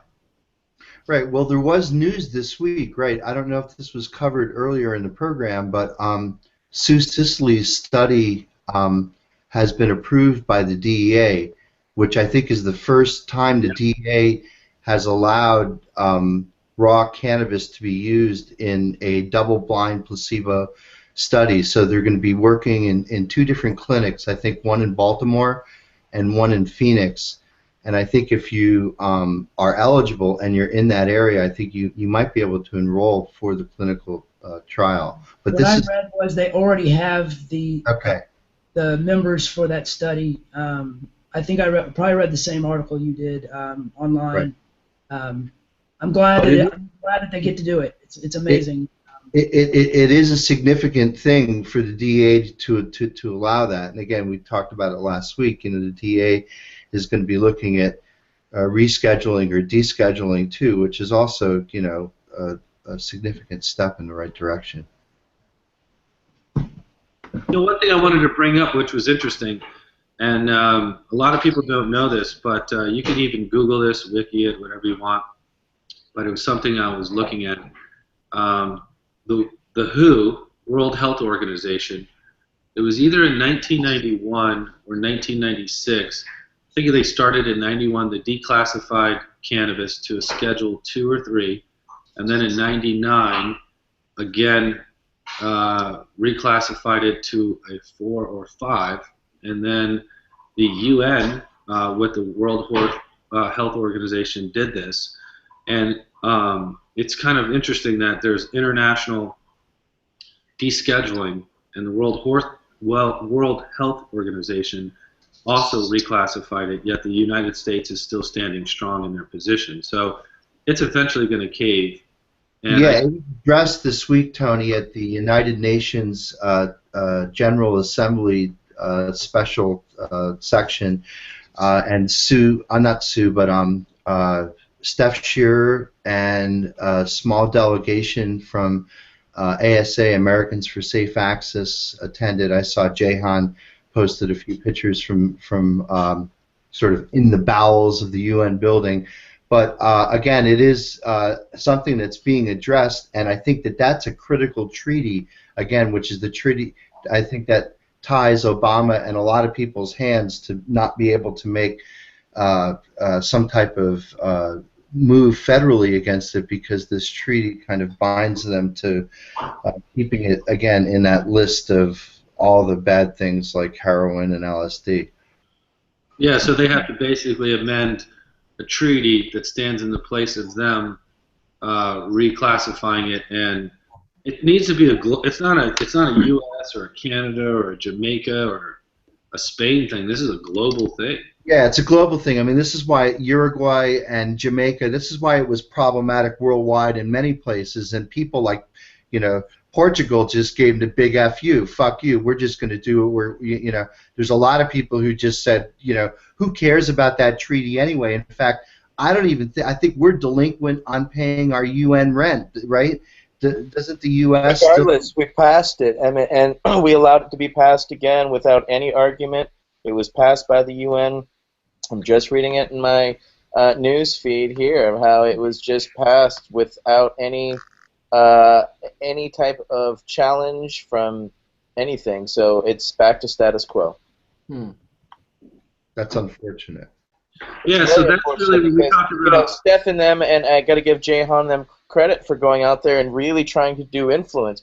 These people dressed up in 1920s prohibition outfits and were passing out prohibition times to educate these people. But in the end, the General Assembly shut any argument down. It was just same old, sadly. Yeah, so I think that's where the key target is. When you talk about targets in different states and countries, it's a global. You need to go. We gotta put our forces together and go that direction, because nothing stops without that. So we've been all in our own little circles of say, okay, we got to get this state to go and that state to go, and the U.S. has to go here, and Jamaica and Uruguay, go for it. Hey, chat room, I like LSD, okay? For the record, it's all good, buddy. What happened? I don't know. I guess I misspoke. Hey, I did want to tell you this, Mark, and I'm not trying to brag or anything, but we did have a moment Friday. My partner flew in because Ernie, my partner at United Cannabis, he was actually married on Dead Tour on 4/20 is his anniversary, and I said, hey, there's rumor that Bob Weir might be coming by the lab, and he goes, no way. And this was like on Monday. I said, yeah, I think there might be a rumor. So he booked a flight to land at 1:30 based on the information that I had, and lo and behold, bro, he showed up on Friday, and I was just like that. I was just like, I thought you were frozen up there. I was literally like, well, you were like, no, and you know what? I broke down the endocannabinoid system like a guitar, and it was interesting because he's really, he's a really fucking cool dude, and when he speaks, it's like real global resonance, if you will. But I was trying. Our mutual friend Asshole Joe was actually at TRI Studios for that Purple Rain that they did. They did a Purple Rain with a couple really well-known reggae stars. With Slightly Stupid too. Asshole Joe was introduced to Bob Weir as one of the most incredible growers on the planet, and Bob immediately is like, "Oh, okay," like you know. I mean, I think that had a very profound impact on how someone's introduced as being the best herb grower on the planet. Obviously, he's not, but that's just how he was introduced. I thought that was funny. Yeah, I saw AJ on his way into the cup on that Sunday too. It was funny. But yeah, no, when Bob was, so I had my 5 minutes of non-fumbling to talk, trying to explain the whole prana system, non-active and active, cannabinoids and terpenes. So the terpenes was interesting because he had different people with him, and I let him smell like orange creamsicle, I let him smell AC/DC, I let them smell really different profiles, red Congolese and a Kush cleaner, and their faces, every time they smelled a different terpene, kind of told it was a story. You could see that their reaction was different, different people that were with him. And so I kind of just tried to do my best and explained it like a guitar. I said, well, there's 12 chromatic notes that you can play, and all the music we listen to is, for the most part, all the music that we all listen to is those 12 chromatic notes, and they're just played differently. And there's different expressions and different ways that we play those notes. And I said, so if the cannabinoids were like those 12 chromatic notes, and you as the player and the effects that you put behind those notes were the terpenes, that would be an explanation of what's going on. I think there's a different musical analogy, and that is like the terpenes. When you say terpenes from a strain, you're really smelling an orchestra. It's like listening to an orchestra. So each individual molecule can be an instrument in the orchestra. So you have your violas, your violin, your cellos, your bass fiddles. I mean, then you have your woodwinds and you have your brass, and all of that creates, again, the sensation when our olfactory senses these terpenes, and we taste them, whether we're either sensing it by touching real flower or smelling the flower itself, or, which is a very different sensation than actually vaping. It's so cool if you can take out the individual, not notes, but I would say individual instruments, and each instrument would be an individual molecule. Like myrcene might be your, chair one violin, which is what you're going to hear the most, because chair one is right there, right in front of the audience, and it's going to be loud above all the other violins that are there. But it's kind of like what you hear when chair one violin is not there. So when myrcene's not there, what else sort of creates that musical landscape that myrcene is living in? And so I think it's like, I like to think of it as like the orchestra, and you could break it down. Like if you want to try to reconstruct cannabis terpenes, and you want to try to take that chair one violin, and you want to take the cello, that would be something more deep like caryophyllene, and you want to start adding all those terpenes together, yeah, you could probably come up with a quartet or a smaller representation of the orchestra, and that orchestra might be missing the trumpets, or it might be missing, but you're really getting like the main essence, which is that first couple notes when the orchestra starts playing. But I think the orchestra, to sort of have that analogy over the top of, say, the cannabis terpenes, and then the instruments being the individual molecules themselves, is a cool analogy. Well, that terpene that I just took was friggin' delicious. Afgoo. No. Yeah, Bubbleman, you got to try this sometime. So this is, if you take like, 100 drops, 80 drops or so, 100 drops, yeah, and you put in, a couple grams of rosin, and you just shake it up. Even with the 10 drops, you could put a half a gram in there. Just shake it up and like literally just kind of stir it in and mix it in. But one thing I've noticed, this is what I've been doing. Some people at the cup, this was, by the way, this was all I brought to the cannabis cup. This was filled to the top. This, and I think I had a little bit of hash on me, but not much. I just brought this because I tried to go light and just hang out, and literally it's one drop at a time. And what's cool about this is this was like around 11 to 12 milligrams per drop. So this is more than 50%. If you went by weight, I did 2.25 grams of cheese rosin and little over 2 mils of Jack Frost terpenes, and this was kind of filled up to the top. And so you could get like a feel of 170 drops at about 1,500 milligrams. What was the starting color of the liquids? Were they clear? What's up? Was the starting color of the liquids clear? Yeah, all the terpenes are clear. Yeah, so what the colors from the hash? Yeah, the colors from the hash. So it could get like light blonde. It gets darker and darker as you add more to it. It's still clear. It's kind of hard to see if I put my hand behind it. It's still very fluid, right? It's just really strong. So what we've been doing is yesterday was a little event, and I've been doing this. You just... I've been doing this. You take one drop. Yeah. You can put it on somebody's hand. You lick it, right?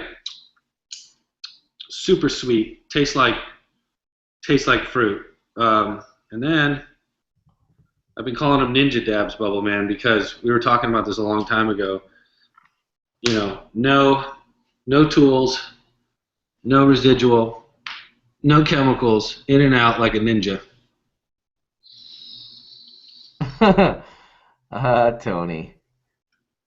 I like the pinky placement. That's so awesome. He was over here with a friend of ours, and he did the same thing. Tony, he did 85 drops of terpenes with 2 grams of rosin, 1/4 gram of 99.9% heads, and 1/4 gram of something else. He's calling it elephant tranquilizer. I still have the dropper right here from him. We were fucking hitting this shit like, oh my god, so tasty. It was unreal. It was our 420. It was awesome. It was like, yeah, it's funny. It's, yeah, just tasty as tasty. Have you guys tried to eat it yet? No. Have you tried it on an elephant? That's the more interesting question. Do you know any elephants? The stuff is just awesome, right? It's just like another level. But I mean, it was funny because he was making it last church. He's like, "What you guys are talking about?" Even the 10-drop vials. We were at this little event, 420 Wellness, a really cool event, and they're asking, "Well, how do you use the terpenes?" And I'm like, I took a vial and I took somebody's rosin. I'm like, well, you could do the terpenes on their own. I was like, but I suggest mixing them, and I showed them like this was like a terp rosin. So this is like probably a half a drop to a gram in with some rosin. And I said you could do that, because everybody's making rosin and different things. You could add it to your own extract. You could add it to a pen. You could add it to this or that. And then everyone asked me, well, what's in that vial? What's that about? Literally every single person. And there was I was like, oh, that's advanced. That's advanced stuff. And then every single person was like, well, let me have a drop of that stuff first. And the reaction on it's really cool. So, I was taking like a 1/4 gram, putting them into the 10 drops that I had there. And, even with that, you could create a thicker concentration. You could get it down to where it's more like a dabbable solution too, But, yeah, I would strongly advise doing what you just said, combining the two. I had Cuban try it, and I was like, look, man, I'm willing to work for Ninja Dabs. He's like, what do you mean? I'm like, this isn't a retail thing. I'm not trying to sell it. I just want to, like, get some of your product. We'll do a split. You can have yours. I could have a vial. I was like, I just want to get... So you could even make the rosin and give it back to me. I just want to have a bunch of these because it's just super tasty to do it that way. Yeah, the whole 85 drops of terpenes. You'd think it's probably going to be pretty tasty. That's just outrageous. It's another level. Cuban says he's down. The funny part about this is you say once Brian left, he went down to the bottom of the Airbnb and he went and took a piss about 2 a.m. and he had actually put it in his little waistband. And when he got home, he had realized that he lost it, came back with a flashlight and found it in the bushes. Yeah. Glad he didn't lose it. So, yeah, what I'm doing, Bubbleman, just you see this little dropper? We are we're going to start including them in with the terps with a long vial, because I want the dropper to have its own case, and nothing better than the vial. Right. But if you try to take the dropper, and you asked me this before, this special kind of lid with a little cone in there is what you need to have for the terpenes.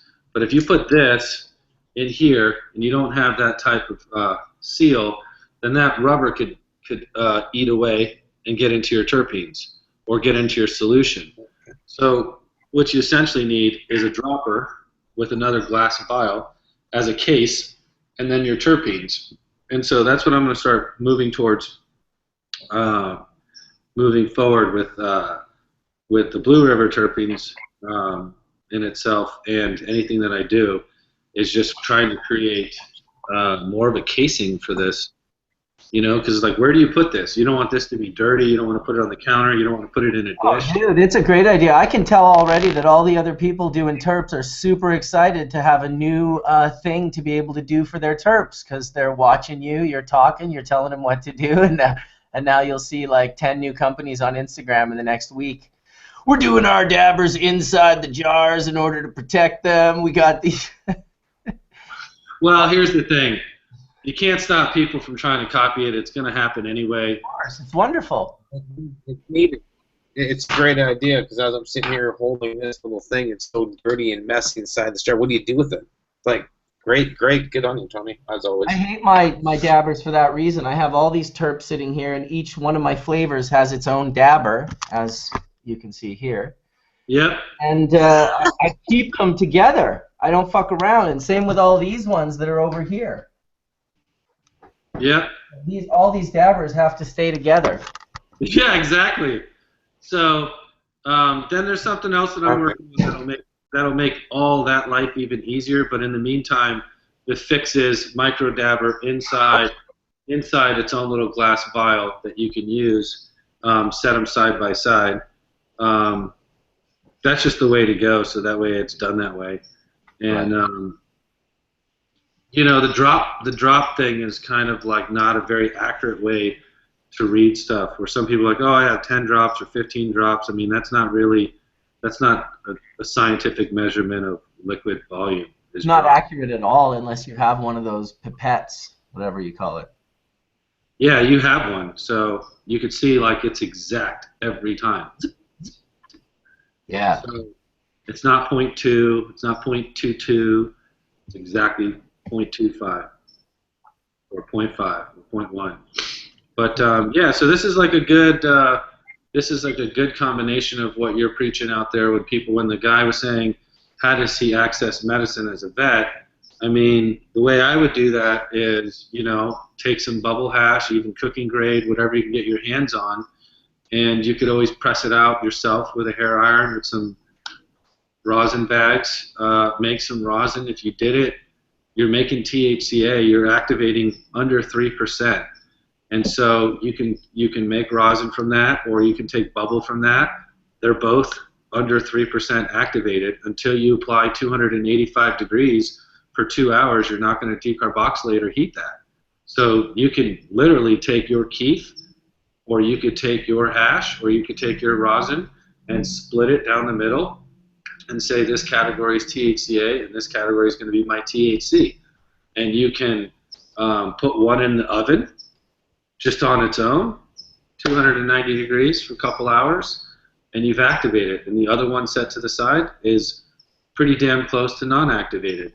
And so you could take those two side by side. You can put them into, you know, any substrate. You can put it into coconut oil. You can warm up some coconut oil and infuse it into coconut oil, like Bubbleman and John were talking about making caps that way, or just making butters or making different foods.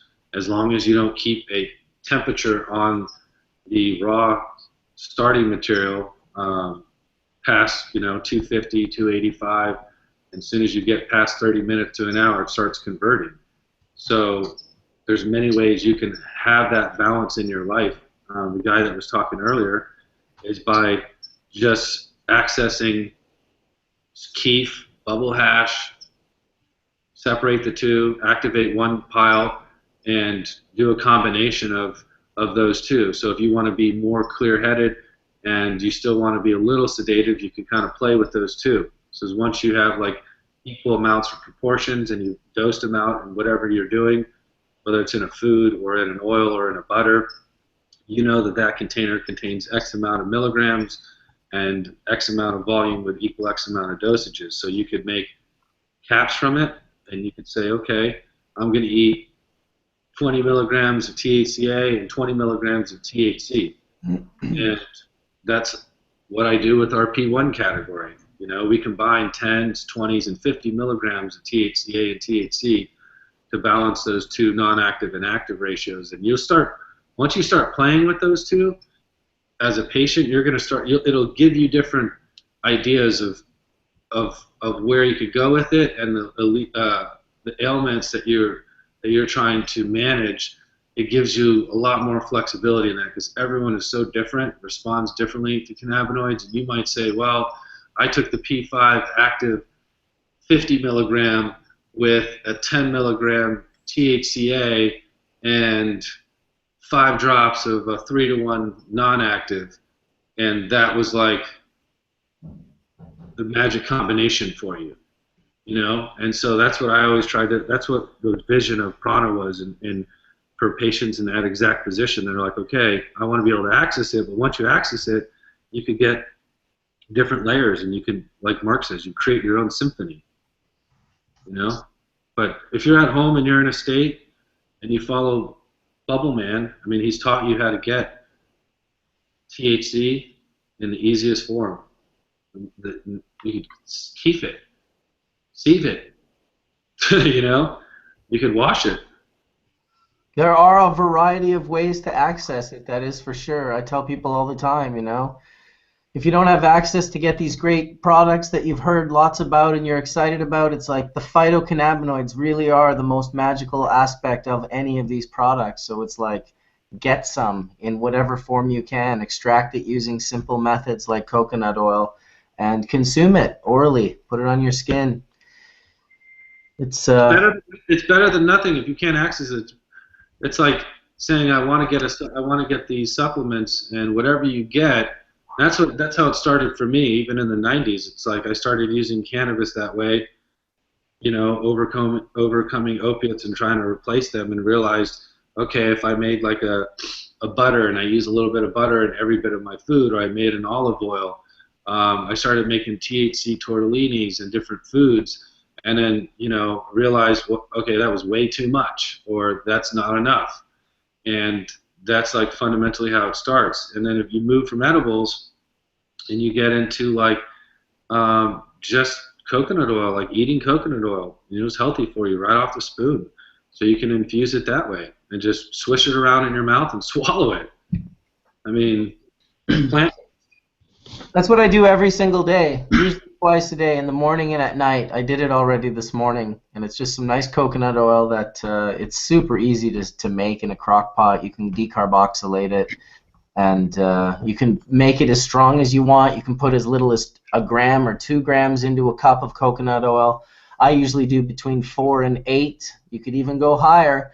It just depends on what kind of a concentration and what kind of a dose you want, but it's pretty darn easy to do. Even if you didn't have hash, you could even do it with cannabis. It does come out a lot greener and have a much stronger sort of taste that I'm not really akin to, but I prefer really nice clean hashes, and then it comes out golden and it has a nice taste. We need to start recording this data. What's that, Woody? We need to record the data. You said sometimes you use more or less depending on how you want to make it.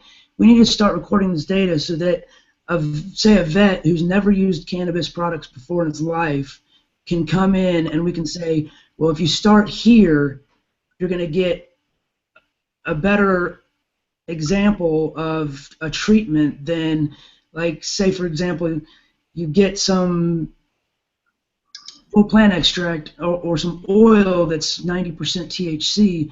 The first time a vet with PTSD takes that, it might freak him out, and he never touches it again because it was too much. Yeah. So we need to start as a community. Start with microdosing. That's why they got to start with microdosing, 1 milligram drops at a time.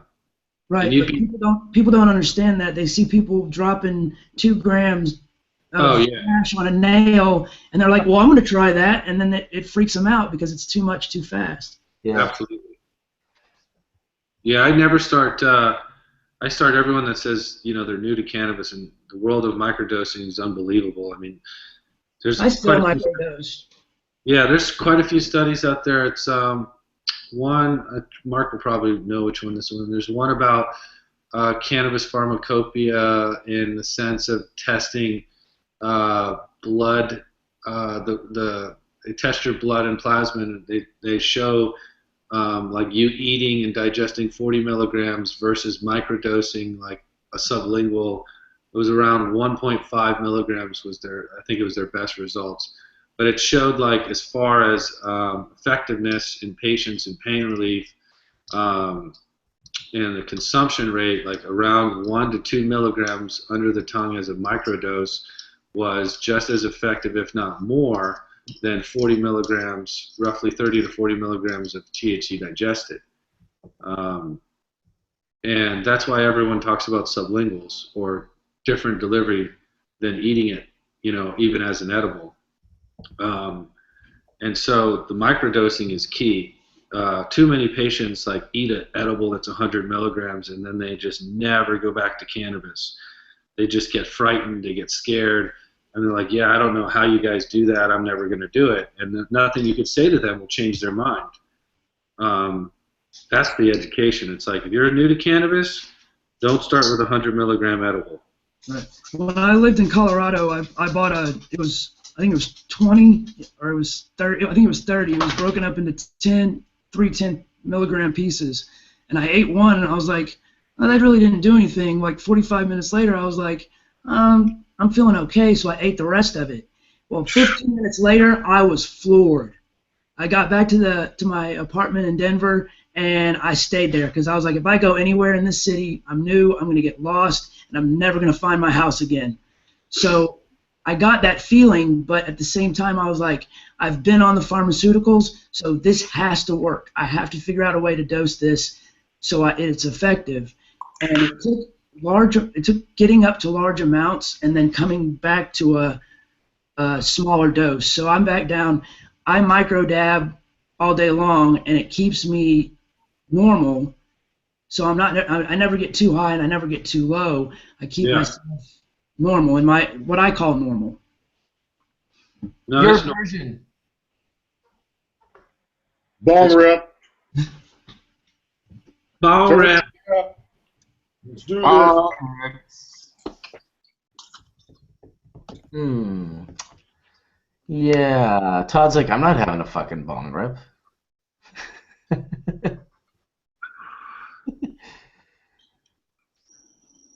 It's good discussion today. There's a lot, to always talk about.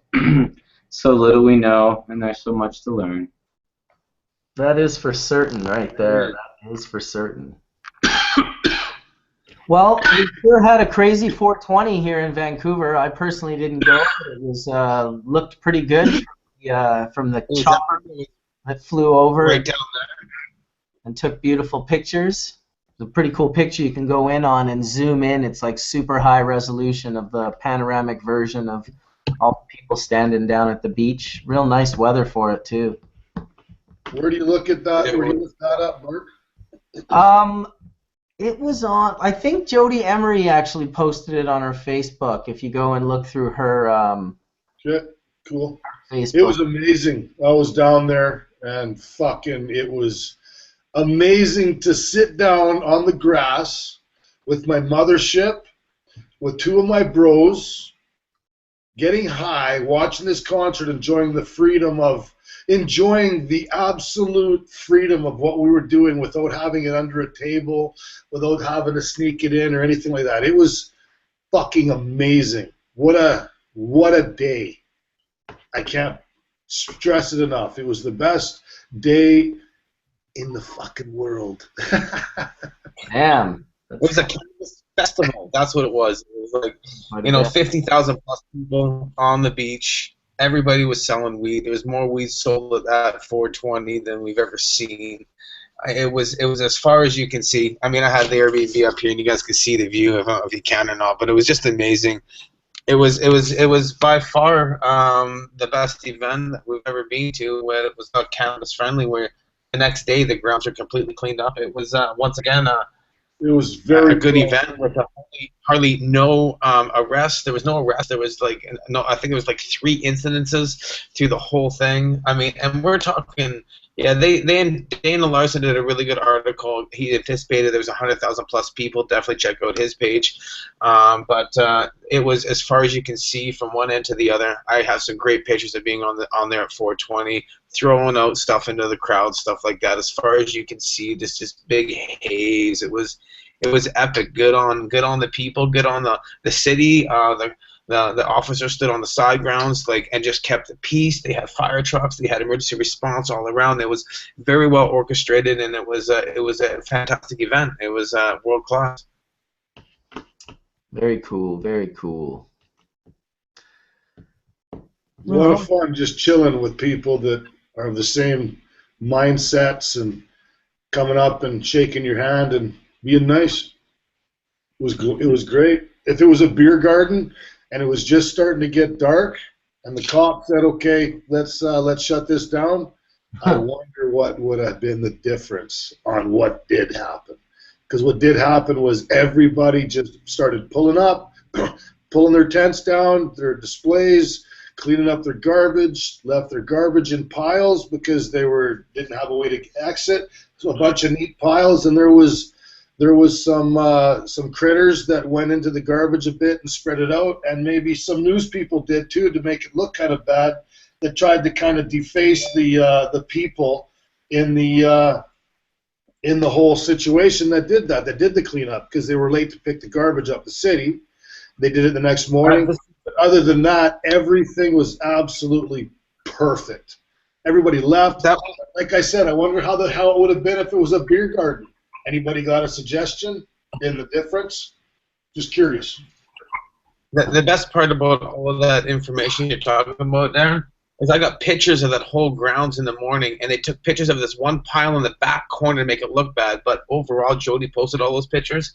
The grounds looked amazing. I got full pictures, and I posted it and stuff like that. So they took pictures of one pile that everybody dug into in the back corner. It was really bad publicity, but you know what? That never happened. It was just an amazing propaganda.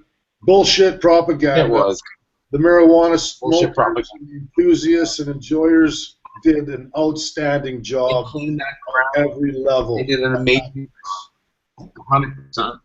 For sure. Everybody was out there cleaning up, and I saw them in the morning with metal detectors going over the whole beach between 6, 7, 8 a.m. There was nobody out there doing anything else. They were just metal detectors looking for anything and everything. You know what I mean? It was fully scoured. But on that note, can't wait till next awesome. year. How was everybody? Yeah, how was everybody's 420? Well, mine wasn't like the best day ever in the whole world, but I had a pretty good day. I sat on my deck. I enjoyed the sun, puffed a few bowls. Just I chilled out. It was too busy in the city for me. I wanted to hang out at home and be in the quiet and the relaxation. I may have done a 420 live. I can't remember if I did one that day or not. Still good. We missed you down there, Mark. Well, you were there I flew in that morning. I flew in from Toronto that morning. It was like a 4 hour and 20-minute flight, actually, which was kind of funny. A bit long. The pilot announced it. He's like, our flight will be 4 hours and 20 minutes today. Kind of made me laugh. I always have 420 flight things go on. Okay? I pay $4.20 at drive-thrus, or get $4.20 and change at fucking places, and it's $4.20. What kind of fucking places are you going to? Like, are these the type of places that you go to fuck, or are they just the? No, $4.20. No, I was Subway, go in and get your breakfast wrap. It's $4.20. $4.20 change. I have a pop. What are you talking about? What do we don't have a clue what we're talking about. This is it's all just sort of a flow of hash church, you know. Well, 420. I apologize. I didn't come to Vancouver. I didn't realize it was on a Wednesday. Kind of screwed me up, but Don't have a calendar or what? my 420 was not anything like John's. I had a very good 420, but I actually worked a 12-hour shift. Damn. I did absolutely nothing special. Came home and smoked as much hash as I could until I couldn't remember the day. That's doable. Yeah. Have you tried the strawberry banana goo terps yet? I want to say yes, but I think it was the strawberry mind warp that I actually was trying. Yeah, you didn't try the strawberry banana goo. No, I don't think I have either. And I've got like 30 plus terp flavors right now. So the strawberry banana goo is a strawberry banana crossed with this goo. Yeah. And it's always testing above 27%. I say 27 because I don't want to tell you that it tested 30 or 31. Because I lower the average, but it definitely tests very high. It always hits good. Yeah, it always produces really clear, clean, shatter-like hash rosin. It's really expensive. I haven't been able to get any to do anything with it, but the guy that grows it, he was interested in doing one of these things because we ended up running some terpenes from it, and it's like, I mean, this is like 3,100, 2,800 a pound type of stuff. They get it all day long. It's just insane. So it takes the strawberry banana and it's crossed with this goo. And bro, it is like crazy good. This is the flower rosin from it.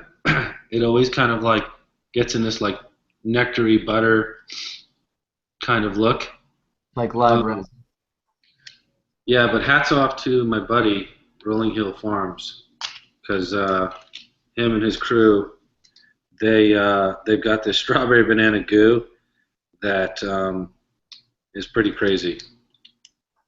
I've had the strawberry banana many times, and it's really, really good, but somehow crossing it with this goo takes it into a whole nother direction. I'll have to get you some on the next round so Canada could try. Well, we're never opposed to such a thing. We're never opposed to such a thing. Canadians are so friendly. Fucking right, see? Sorry about that. Fucking right. Fucking A right we are. I don't know. I can't wait till they get like digital smell technology. So like if I said, hey world, I wanted you to smell this strawberry banana goo, and you always know like the ones that like gravitate to you, like we were talking about this, I always smoke the best shit I have first. And the three that I have is, I have this orange cheese terp rosin that we were doing. Then this strawberry, look at this Cuban. It's almost gone. The strawberry cookies that Cuban did. And this strawberry banana goo. I wish we could hit a button. I could just be like, hey, Etienne, check this out. And I could just hit a button and it would scan the smell. Like in a little square box that sits by the computer. I just put it in its little vacuum seal chamber. Scan. You just hit the scan button. It scans the smell. And then it puts it out there like a file. And then everybody could download it. And you could have like some kind of, you know, diffuser that's attached to your computer that would mimic that digital smell. Because it releases it in the air. There's got to be that technology soon. Glass. You need a replicator like what they used to have on Star Trek, right? Yeah, man. I mean, I remember in like the late 90s or early 2000, there was a group that had a digital smell diffuser that worked like that. So you could like be on the internet and you could smell different things or colognes, and it was like it was the first start of the technology, and then it disappeared. So I don't know if like some big companies just like bought out the technology and was like no, or what happened to them. But there was, that technology was starting in early 2000, and it just hasn't popped up again. Well, I mean, they do have machines like there's robotic peptide synthesizers, right? So a peptide is just a chain of amino acids, which is what we're made out of, right? It's proteins are basically folded up chains of peptides, and peptides essentially are just amino acids. And so there's machines that have all the 20 amino acids in little, either cartridges or little bottles of solution that you have to put into the machine, and then you could just program into the machine a peptide sequence that's either natural or non-natural, and the machine will basically just go through and make it. So can you do that for scents and fragrances? I'll bet. It's just liquid, robotic liquid handling. I'm sure it could be done, but again, for everybody to have that at home, you'd have to have basically a little machine that's got all the little starting terpenes, and you'd have to have little bottles of terpenes in your terpene machine so it could read this code to understand what the fragrance that you're trying to dial into it is. Here's a fragrance area. I think there could be a mechanism where you upload certain things. Turn on your camera, Rob. Huh? Sorry, Tone. I'm giving tech support to our guest.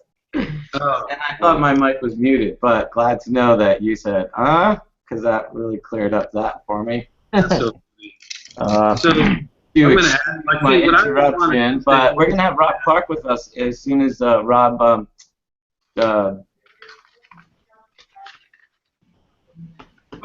he gets his. About this. I have to go push a button. I'll be right back. I actually met with Rob about a month ago. Nice. I wish. Woody? There's an event in Eugene called the Science Hub, I believe. It's the last Tuesday of the month. It's a free to the community event, and Rob was a guest speaker at it, and I got to meet him afterwards. And yeah, I definitely like the vibes he's giving off. Yeah, Rob's good people for certain. Not only is he just a plethora of knowledge, he is also a good human being on top of that, which can't say all my heroes have been in the day, but I'm proud to have him as one, as well as his kindness and his generosity, his always willingness to share information. Also even question his own thoughts, There's not many people who are that well educated who will still go, you know what? I may be wrong in that line of thinking. Let's look at the data. Because we were talking yesterday how they were finding, everyone has the XY chromosome, and the X is always the dominant. And he was talking about, in cannabis, it's not that. The Y is the dominant. And so we were discussing yesterday, if that's the case with the genome of cannabis, if the Y is dominant and larger than the X, then what is the Y chromosome carrying? Because the X chromosome being larger in humans is the case that it's carrying something else. So now we're wondering, now has a whole set of new data to even be explored or thought about, is why is it the Y chromosome larger and what is actually attached? Sam, you have any insight on that in any way, shape, or form?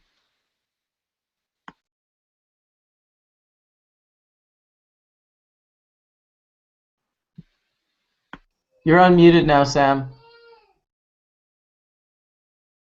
Maybe he's not in the room. Sam, did you hear me? Oh well. C'est la vie. But it's still it's one of those things in research that now has to be contemplated, and now we have to figure out. Oh, okay. Well, why does cannabis genetics do this? Why is it doing this? Because that's a very fascinating piece of science that someone's gonna somebody may be watching here, may be like, hey, I'll be the one to actually run with that one. So yeah, Rob was discussing that recent breakdown, because I don't know if you guys saw the Philos project released that information this week. I posted on Hash Church and want him to talk about that, because that's rather exciting, at least where they're pointing people in a general direction.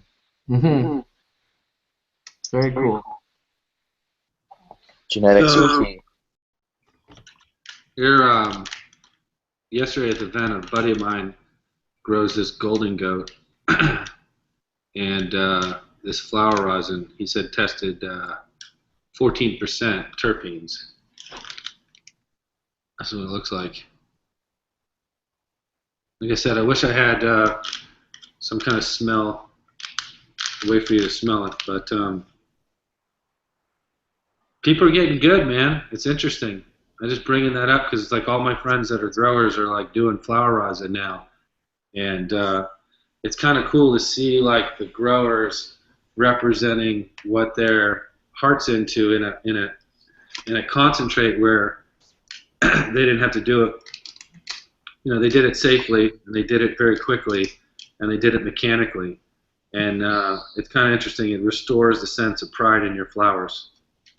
I would have to say I would give a shout out to my friend Kevy Kev, old friend from West Virginia back in the day. He's out here growing, and he brought me up. He does, I think it's ITAL extracts, just really good stuff. And he brought me some resin the other day, and it was phenomenal of what people are taking the knowledge and are really pushing the boundaries. You know, it wasn't as sexy as that there, Bubbleman, but it was quite delicious. I'm going to just give a shout out to Kevy Kev, because I was going to represent his shirt today, but my car got broken into, and somebody stole his concentrates and the shirt that he gave me. So, yeah, it happens. You know, we live in Oakland. It happens. Wow. Ghettos. Yeah. So, what lab tested that, Tony? you know, it was steep hill. But I will tell you that I dabbed it yesterday, and I've done the lemon pie came from him that we did terpenes, the Long Valley Royal Kush is from him, and we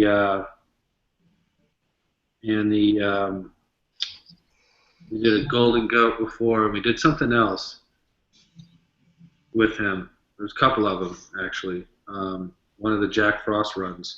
He's a good friend of mine with High Noon.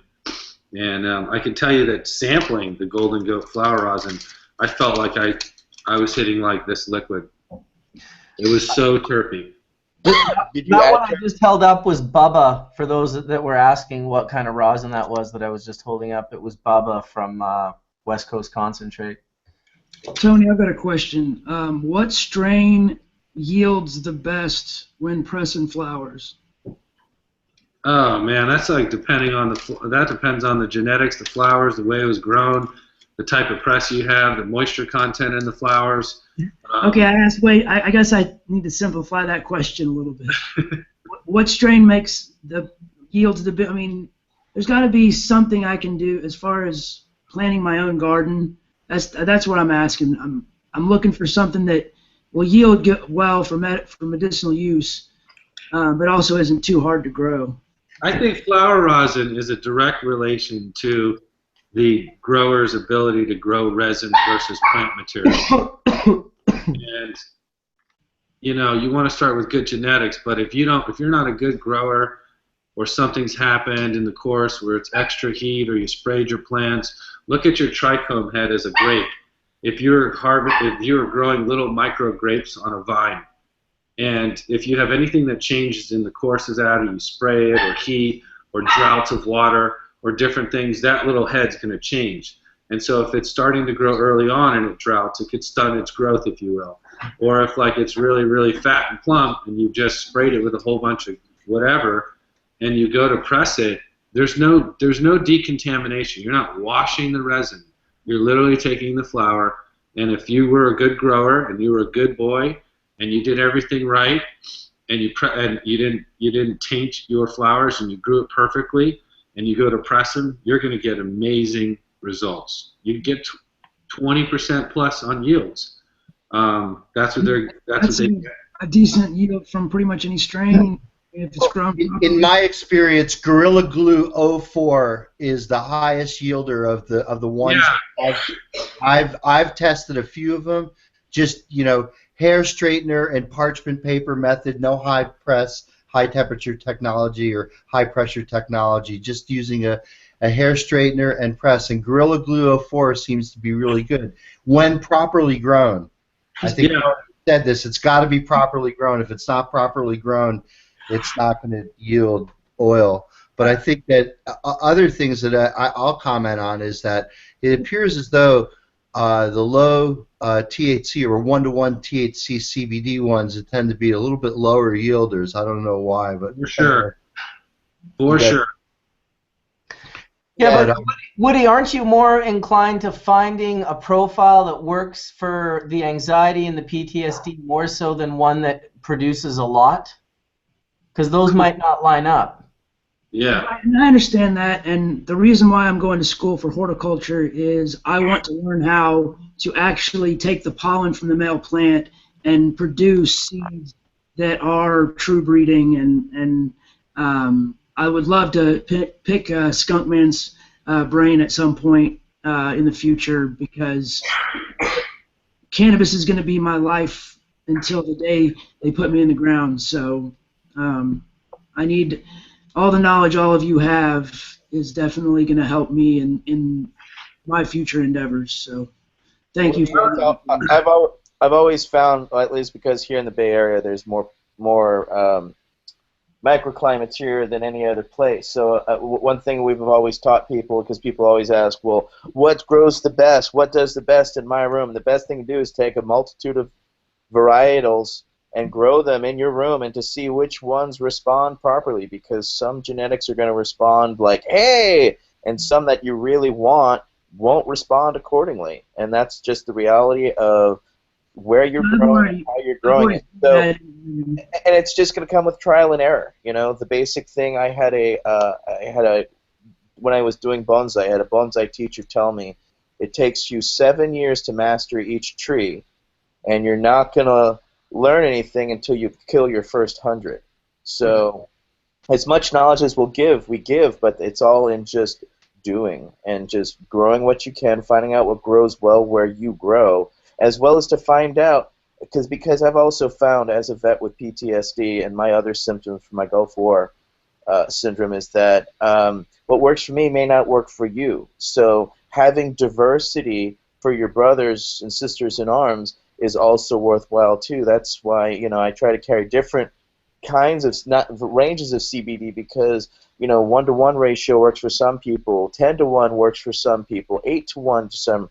So yes, use that knowledge and to learn how to craft proper genetics that can graft, as you were talking about earlier, that whole spectrum. I'm a big fan of the full spectrum of cannabis. That's why I mix my own hashes and everything together. I'll take all of them and put them together, because I get some effects from one, some effects from the other.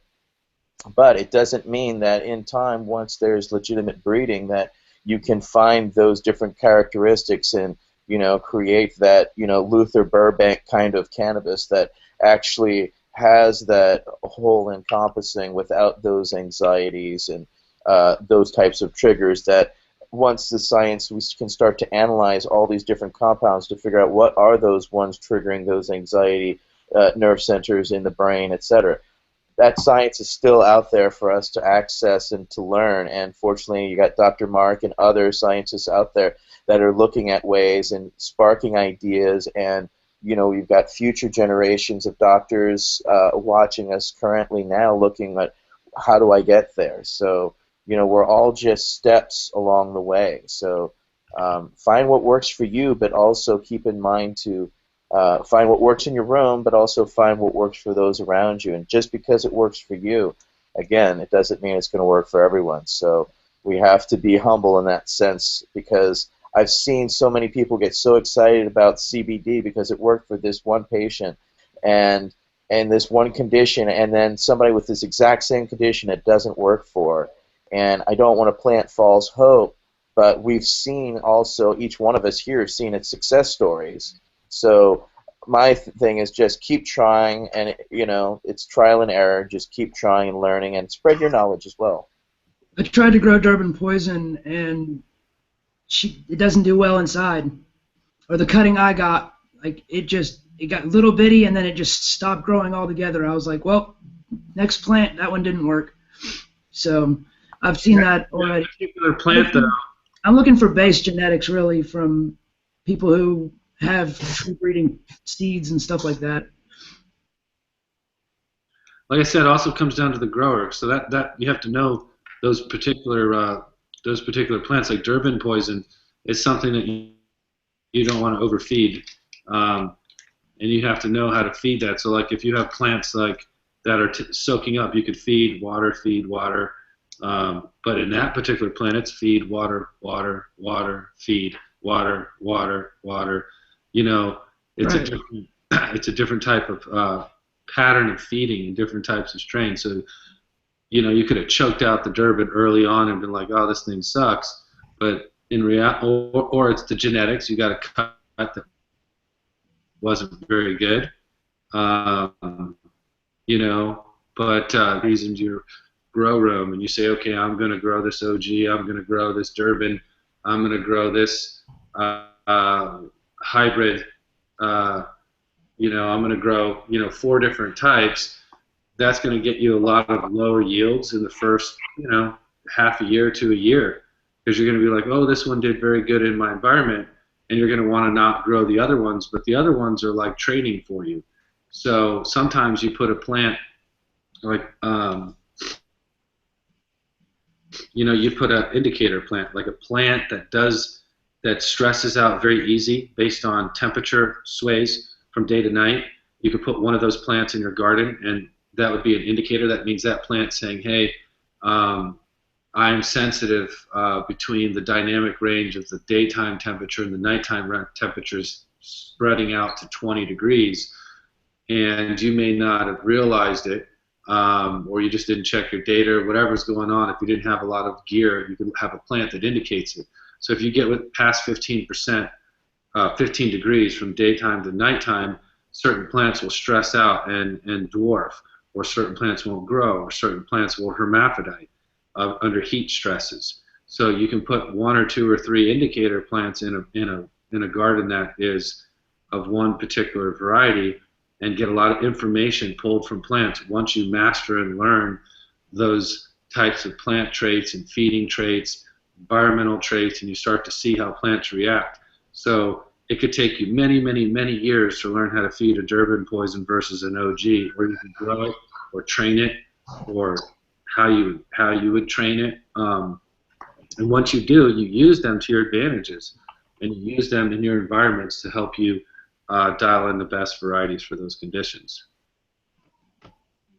Could take you 10 years, man. Oh, definitely. I've got 4 years of college, so it'll get me halfway there anyway. So I think we need to do a bong rip, because I'm gonna do a full spectrum, like you just said, Etienne. This is Golden Goat flower rosin, and Going for the full cannabinoid spectrum there, eh? yeah, this is Golden Goat flower rosin from High Noon, Strawberry Banana Goo from Rolling Hill, Cheese Bomb and Orange Cheese Bomb MTG, and then Cuban Strawberry Cookies. All in probably a good. This could be a 0.3. This might make me drool. You got some Bubbleman brand on there? Yeah, this is the orange. Orange creamsicle terps with the cheese bomb, never touch freeze dried rosin. Pretty clean, pretty greasy. Well, we're ready to watch you drool, man. Are you guys not going to take a hit? Of course, I got my bong right here, bro. What? What are you smoking on? What What are you smoking on? Me? Okay, I I'm got gonna smoke on. I'm gonna grab a little piece of this Bubba rosin. Let's see that again. Jesus, is that so? Are they doing fresh frozen runs? They do hash and flower rosin, so it depends on. They're definitely doing fresh frozen for a lot of their bubble. Yeah. And then I'm gonna put in some of this green crack God as well. So Tony, I took my mix, which is approximately 400 different varieties, and then I added a chip of each one of these. So how you like them apples? But I don't have any of your terps, though. Need some terps. I like them. This is sick looking glass. Okay, got some West Coast bubble here. 7390, couple of different mixes. All right, so we'll take a little of that. Take a little of this. What do you got over there, D420? I've got some D420K's full melt dry sift too. I'm gonna put a little of that on there too. Some of that ice. The other people are coming up too. Didn't get that. I'm unfortunately Hey, Rob. Obama Kush show because it's what I've got. Looks like Rob just joined us. You know what it was? Everybody started talking about all the hash that we had, and he was like, wait a minute, I got to pop on and see what's going on. What the hell's going on over there? Whew. Looks like he's over at Todd's. Yep. He's muted. Let's see if I can unmute him. He's not showing muted, though. No, he's showing muted. Is he? Yeah, he was muted. Can you unmute? Hello, Robert. One moment. I'll be there. You're there. You're there. Why am I not? You're there. We hear you. Hi, Rob. Etienne. Hope you're enjoying the hash. Oh my God, this is There it ridiculous. is. Come on, Darrin said. Bong rip. I couldn't get my mute fucking done. Bong rip, mother lovers. Let's do this. Many flavors, much goodness. Welcome, Rob. Double, Hi triple guys, dabbing. how are you? We are well. How are you, sir? I'm all right. Checking it out. Get a little help on my new laptop from Techie Todd. I woke up on actually at midnight on April Fool's. My bootleg operating system went down. It serves me right. So anyway, now I'm getting back online for real, not Thai style. It's always nice to get that new laptop. Oh yeah, it is. God bless Costco.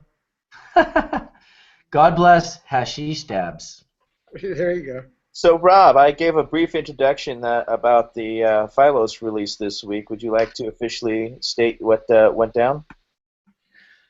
Yeah, pretty interesting. They got some good publicity. The New York Times isn't bad. But, yeah, they've released what's the first few hundred, over 500, 600 or 800 different samples that are from 6 different states, legal dispensary samples. So it's basically a sampling of what people commonly use in the states today.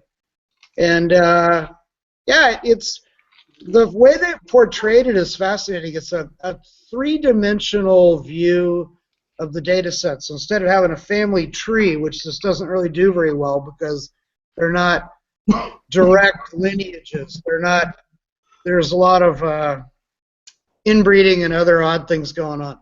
So you're left with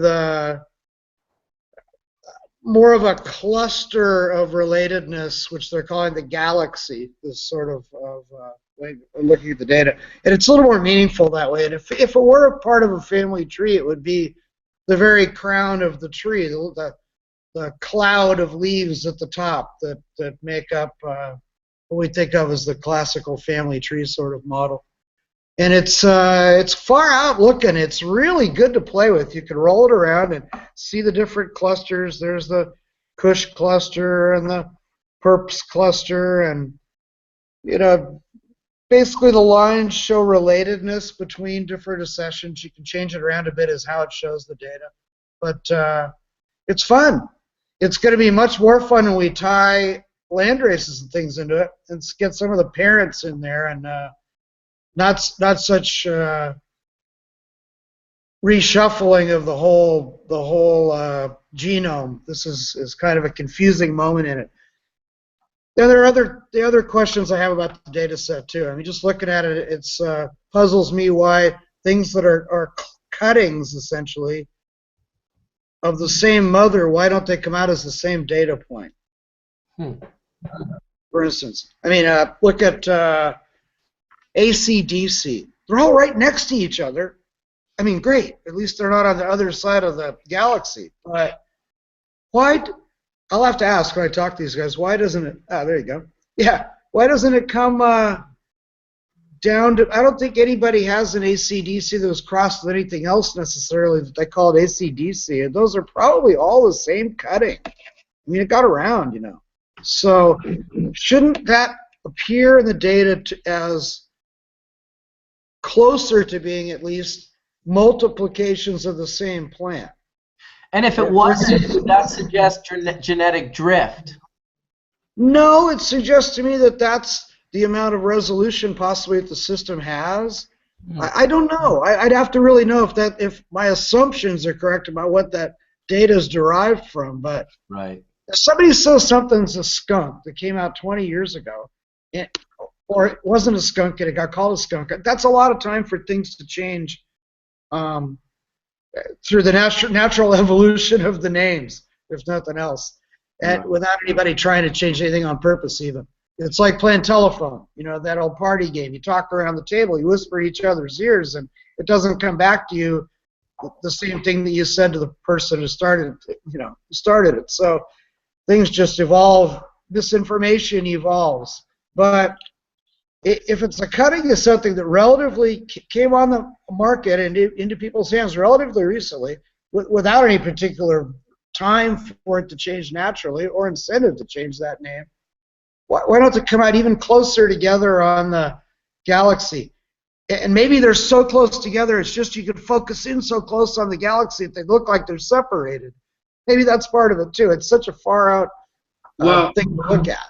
What that might, besides the genetic drifting, Bubbleman, what that says to me is, what if the plant grows in a consciousness, meaning if there's 5,000 of the plants of AC/DC in a field, and you've handpicked plants side by side, spot checking that field every so often, and you saw different variations, maybe the plant's responding in a more of a global.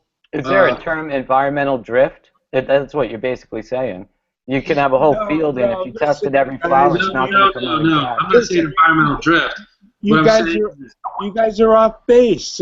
We're talking DNA here, and you're talking phenotypic expression. So, you know, it's really not the same thing. Thank you for clarifying. Yeah, I'm talking not the environment changing it, but more as the plant. Could the plant possibly, and it sounds far-fetched, but is the plant possibly creating a pattern? Let's say it has a DNA and it puts it out there and it creates a pattern of compounds and terpene profiles or whatever based on how that entire grid is growing on the side of a mountain versus that plant in point A 300 feet away where point B is. You see what I'm saying? Tony, if they're clones, the DNA should be the same. So you're getting data of a plant side by side that's different. No, I'm not. I'm saying if they're clones, the DNA should be the same. Yeah, but what I'm asking is a single plant living on its own expressing that DNA, or is there any possibility that 100 of them together work in a symbiotic expression of that one DNA that's inherently in all of them? Not that I know of, but I'm willing to learn if there is some proof of this. So what you're talking about is epigenetic effects, or possibly could be. There's the genes telling the plants what to do, and there's the environment telling the plants how to express what they're programmed to do. And possibly growing in a group is an epigenetic effect on the genes that they all share as a common clone. Epigenetics are not really inherited, though, are they, Rob? No, not in most cases, at least, unless, no, they're not. Not in the terms we're talking about now. That this is genotype and phenotype, as you were saying. You know, can populations have effects on phenotype? Absolutely. Look at a hemp field compared to the same field grown for seed. So if you had a test score of an AC/DC of the same genetic clone grown in a field that were close by each other and showed your data and the DNA that they were. You're saying the DNA is different in what you saw? So the DNA is going to be the same. The expression of that DNA will vary. Exactly. And wherever that ACDC cutting was grown. I'm also assuming that those weren't samples from the same plant. They're samples from the same clone. They probably grew in however many ACDs are on there. DCs are on there, half a dozen or more. They probably grew in a half a dozen or more different environments. But that shouldn't change the DNA, it seems to me. So what does explain it? And maybe they're not so distant. I mean, that chart is so far out. It is like exploring the universe. You can jump in there and get really close to one of the nodes, and everything else looks really far away, except things that are really close, so they seem to have distance between them. So it's kind of like looking at a road map without having the little bar at the bottom that says a mile is as long as your thumbnail. It's kind of, without that, it's with a scale. Without the scale, it's kind of difficult to see what's going on just in real quantitative terms. But qualitatively and just position-wise and stuff, it's far out. And it's really refreshing to me to see that things do clump together pretty much. Things are the same sort of names clumped together.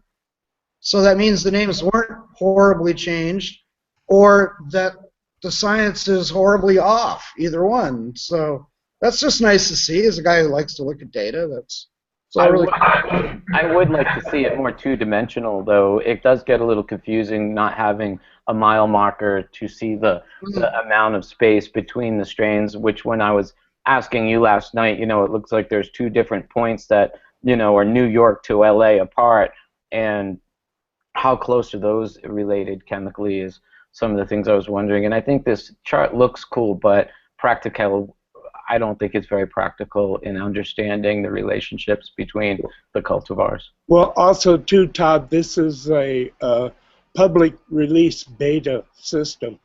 There's actually a more involved system that if you have the Philos login, you can get into. And I'm hoping in the future that everybody who's submitted a sample will be able to log into the more involved constellation versus the galaxy. I totally understand then, as they make the data public and they can put, the understandings and the notations to what it is, the conclusions they're coming to will bring a lot more. People who have contributed samples have a sample number, but yet they don't know what it is because the sample numbers are not keyed into the galaxy system. Right. And it's a very good chance that most of the things that you've collected and I've collected for them aren't in that data set at all. That's a data set that they've assembled quite a while ago, analytically, and they've been working on it as a data set for quite some time. So it's a test as much of the galaxy concept of organizing data and portraying it as it is a test of the data. It's really is a work in progress. And I like it. It'll be a lot more practical when it's more diverse. You don't see Chinese hemp in there, and you don't see land races, or drug land races particularly, and you don't see a lot of things that are lacking as far as the ancestors of what is in the data set. So yeah, it'll just get better and better as it goes on. But it's amazing to me, as closely related as all these things truly are, that you see clustering and separation and see this sort of data at all. So it'd be a real bummer if we didn't see that. Hey, Rob, did you talk to Chimera about what you were talking to me yesterday about the XY chromosome? Oh, yeah, I was just I was looking at a little bit at the XY inheritance in cannabis, and let me just refresh people on a little bit of basic botany here. Cannabis, we consider it to be naturally to be a dioecious plant. That means it has male flowers on one plant, female flowers on the other plant. Most plants, most flowers have male and female organs in the same flower. Okay, and dioecious plants are 10% or less of flowering plants. But it arises all over the plant kingdom, but not at a very high percentage in total. And along with that comes wind pollination rather than insect pollination. They tend to be not linked entirely, but related. And on top of that, you have XY inheritance, which is only in about 6% of plants. So also spread around a lot, over the hundreds of plant families there. The XY inheritance is in 150 of them or something. But not very common overall, 6%, 7%, something like that. So in most XY sexual inheritance, which is in mammals and all mammals and lots of other organisms too, but certainly not all organisms. There's many ways of determining sex. The X chromosomes are larger than the Y chromosome. The Y chromosome is usually a little tiny, sort of a placeholder, especially in humans. Things like color blindness or male pattern baldness, as it's called. It's expressed more in males because they're recessive genes. In females, they're the carriers, but there's no opposing allele really on the Y chromosome, so they're just expressed as recessive alleles, single recessive alleles. That's not the case in cannabis, oddly enough. Or not oddly enough, it's a very interesting plant. But the Y chromosome, as it turns out, both sex chromosomes in cannabis are larger than the autosomes, the chromosomes that don't determine sex, the majority of the other 18 chromosomes in cannabis, the other 9 pairs. But the X is larger than the autosomes by far, and the Y is either slightly larger or slightly smaller than the X, I forget. But it's interesting that they're blown out of size to begin with, and that the Y chromosome is not just little dot of DNA that doesn't have anything except nonsense information. The human, for instance, they can use, I don't think you could do this with cannabis, but with humans, they use the Y chromosome to be able to determine how far back in our past there was a mutation. And then we see in different gene pools of humans whether they share these mutations or not. And if they do, that means they were related from a time when that mutation appeared. Now, the only way they could do time in humans is that they use Y male chromosome DNA. There isn't a whole lot of it, but what's there doesn't carry very many genes. It doesn't carry information that is selected for by the environment, or in the case of plants, by humans as well. It's not nonsense DNA, but it's more just, say, placeholder DNA. They're introns that don't have any real message to them, or not much. So in humans, those mutations are random. They're just happen, okay? And they happen, random mutations happen at a relatively known frequency. Okay, so when they see these mutations, they can get a time estimate onto it. Well, cannabis probably wouldn't work at all. I don't even know if it's been tried in plants, but the Y chromosome in cannabis is huge. Now, it's just a question, but is there information in this giant Y chromosome? And if there is, what's the evolutionary effect of us basically making males' Y chromosomes optional? Just a question. But this is fascinating to me. I hope some genetics guys weigh in. Mark is just smiling away in the middle here. But yeah, it's like an appendix. yeah. Are we supposed to have it or what? I don't know. Just cut it out and see if it still works. But there's got to be some environmental or evolutionary explanation, if not a cause and effect, at least, with some kind of explanation for why it's ended up that way. And I think that's just fabulous. We just don't understand it. No. Well, so much we don't understand. Well, maybe Ryan does, though. Yeah. Hey, welcome, Chimera. Oh, I can't hear him. He's muted. Hi, guy. He's not muted. That's weird. He's talking. Can't hear you. Huh. You know, every time I've ever seen that happen, you pretty much got to close your browser, like completely close it, like auto force close it. Yeah. Come back real quick. Close that shit up. And he's got something to say too, so we need. Yeah, I knew he did. You know, I was like, he had been so quiet, and I bet he was even trying to talk during the times that I thought he was quiet. It's really no problem because I pretty much know everything that Chimera knows. So Perfect. I hope that the alternative is not true, though, Sam. Does he know everything that you know?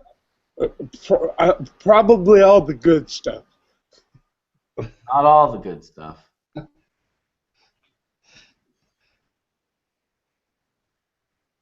Well, we're just having a quick little break. So what is next for Philos, Rob, since that was just released by New York Times? What's the next release or next step? You're muted. I don't really know would be the fair answer to that, but what I hope to see him do is to use more of the landrace samples and unique bits of DNA that have been supplied to him recently, and see how those fit into a bigger picture. As I've been saying, this is all, you know, current release stuff. It's not anything that's historically different. So, hey, there's Chimera again. Let's try again. Hey, we hear you. All right. So obviously I missed the thread that you guys were talking about, but I'll just jump in on that Y chromosome topic.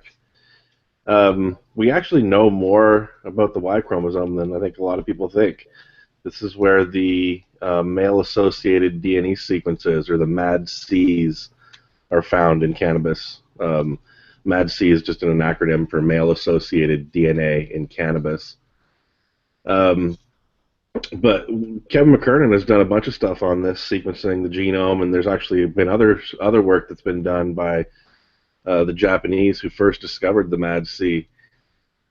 And it seems that the MADC is found on the Y chromosome, but it seems that the Y chromosome actually has what's called a pseudo-autosomal region. So the autosomes are the chromosomes that aren't the sex chromosomes. I guess that's the definition. So in humans, pairs 1 to 22 and pair 23, as Rob is saying, is the sex chromosomes, and in humans they're smaller. But in cannabis, there's 10 pairs. So pairs 1 to 9 are the autosomes, and the sex chromosomes are the 10th pair, which in cannabis are an X and a Y. And if you have an X and a Y, then the plant is a male, and that's pretty much 50% of the population inherits that condition in regular seeds. But the X and the Y, because they have this what's called a pseudo-autosomal region, it means you can think of it as two pieces of DNA that actually cross over, and they can exchange little bits of DNA. And it seems to indicate that at one point in time the Y chromosome was actually an X chromosome, and the sequence information seems to show that. So it seems that the Y chromosome evolved out of the X chromosome. Now, why that happened, it's hard to say, but one thing that they do know when they've been sequencing out these plants is that those MADC sequences, or the male-associated DNA sequences, seem to be what are called retrotransposons, or jumping genes. Some of you might have heard of these things. They're little pieces of DNA that actually jumps around in the genome, and they evolve from what we think might have been RNA or DNA viruses, so little pieces of DNA that just self-replicated.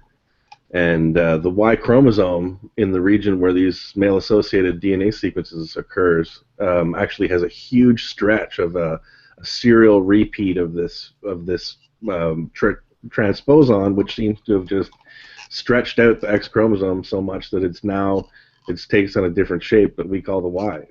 But it seems to be that they both evolved from the same place. So it's interesting. What rates have been associated with these MAD-C sequences? I mean, what male-associated traits? Just their morphology or other things? Just their existence, just male's existence. So like their maleness. All male traits, yeah, their maleness. Yeah. And so you were talking before about our, you know, in humans, there's very little information on that Y chromosome, right? We don't know what the situation was with cannabis. There's a debate in the scientific community about what's called whether it's an XY system, which means essentially, you know, there's an X and a Y chromosome condition leads to being a male plant. Is it actually a Y trigger? Is the trigger on the Y, or is it something about the X to autosome balance? So it's like maybe that for, you know, one X chromosome to 20 autosomes, or 18 autosomes, as you're saying, is what causes the condition. So it's really, is the trigger on the Y or not on the Y? And we don't, I guess we just don't have enough information on what the genes mean on the chromosomes in cannabis yet. Mm-hmm. But I think what probably happened is when the males evolved, when that Y chromosome thing happened, where that, you know, retrotransposon kind of hijacked the Y chromosome, that created the occurrence of male plants. So how did cannabis, how did it reproduce before that point in time, right? And which probably means that it was through intersex, or through plants that were slightly what we call hermaphroditic, right? So, and that also or even perfect. Transgender plants. Yeah, I don't know about perfect flowers though, because I'm not saying so either. I'm just saying perhaps. Yeah, a perfect flower, for those that don't know, is essentially a flower that has male and female parts on the same flower, and that's actually really uncommon in cannabis. No, it's very rare with cannabis. It's true. Yeah, you might see male and female flowers mixed together is a little more common, but actually coming out of the same plant or the same flower is pretty rare, and so that's why the term hermaphrodite, when applied to cannabis, is actually wrong, because a hermaphrodite flower is a male and female flower on the same flower. So really, we should call it intersex. Can I ask, guys, how closely do humans and does cannabis and humans breed in similarities? I read once that it didn't. I was wondering if you guys could elaborate on that. Yeah, well, when that whole thing happened and the Y chromosome was jacked and these males popped up, that really that changed the breeding style a lot, I think. So that really led to what's called, you know, cannabis and humans are what's called obligate outcrossers. So they're obliged to outcross to a different individual to make seed. I mean, you know, none of us on the panel here can have a child on our own. Obviously, you have to have a different individual that is present. And so what that does is it creates a situation where you're always crossing to other, right? So, for example, true breeding or these recessive genes are less likely to come up to be seen, but they do happen when you self, right? Tony asked that many years ago, or not many episodes ago, about what's the weirdest thing I ever saw when inbreeding, and I actually saw a photo just recently of someone that had grown out an S1 line from the sweet skunk, and it had, I think I showed it to Sam online, it had pistils that they split on the ends. They looked like little split hairs on the end of the pistils. Yeah, that was quite Frankenstein-y. Yeah. But again, just a weird trait that comes out through selfing, right? And in plants, it's not necessarily a bad thing, but in humans, a lot of those weird little traits, they end up being, you know, well, lethal. So that's why we don't inbreed. I mean, you know, it's not such a social taboo about inbreeding humans. That's probably a learned behavior that we went through. Like at one point in time, people did inbreed, and they realized, oh wow, look at all these weird genetic traits that are popping out, or sicknesses. Don't do that. With cannabis, when we did 3 or 4 cell generations, it became all but unusable. I mean, it was really, really, really bad. It was functionally sterile and all kinds of problems. It was vigorless. Yeah, it was. We never did it to the 5th generation, did we, Rob?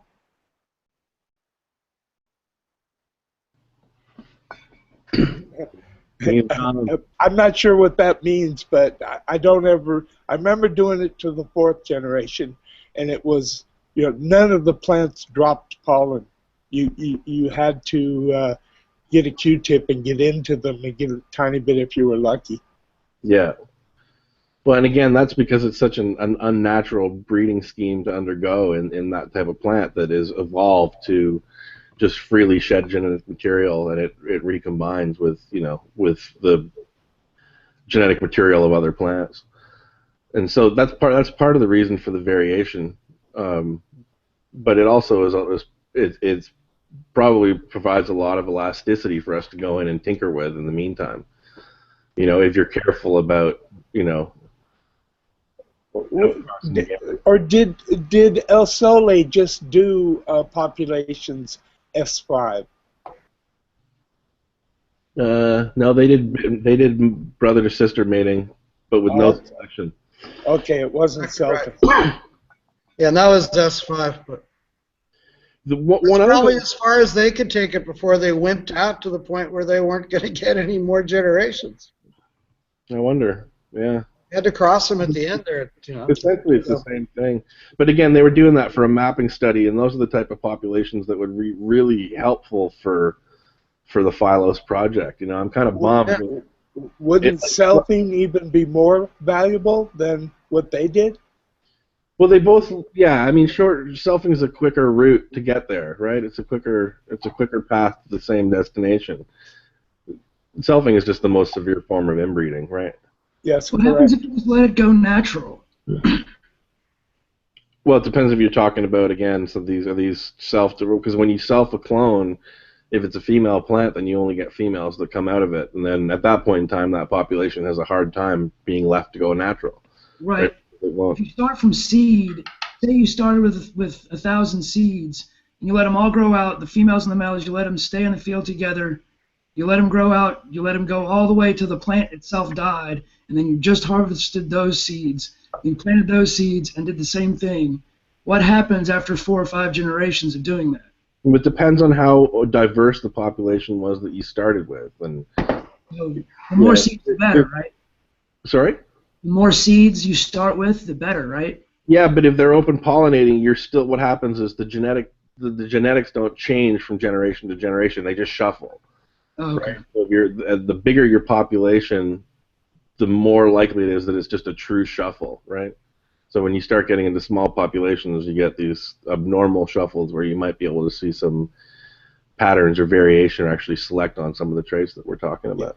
And not only that, without the hand of man to maintain a drug variety, it will deteriorate and become leafier, less resinous, etc., etc. So the feral stuff I found in Kentucky in 1990 would have been something that had gotten out, the seeds reproduced themselves, and I found it out in the woods. I can't say what it escaped from, but cause there was a lot of hemp cultivation in Kentucky pre-1937. True. So I really can't say what it is. But you can look at it. All you have to do is GC it, and you can tell if it's got more THC or more CBD. Then that lets you know whether it's escaped from a drug population or a hemp population. It was one thing I wanted. Are the seeds large or small? I'm pretty sure they're it's a broadleaf variety. I've grown it out a couple times. It does weird things. One time the plant grew straight up and had the flowers literally coming off the main stem, no side branching at all. So I was like, okay, that's weird. And then there's like 3 or 4 other weird genetic traits. So I'm thinking that it's been growing feral by itself for generations. Weird. Cool. Interesting. The seeds are large or small seeds? They're what I would say large. I've never really seen a small, what I would consider a small cannabis seed. What you can do is weigh them and see how many there are to the gram. Okay. Yeah. Or count 100 and weigh that, either way. Does it get you high? Oh, yeah. I'd say it's the THC variety. Right? I suspect so. I'll get some of the flowers tested, and I'll let you guys know. Doesn't sound like feral hemp particularly. No.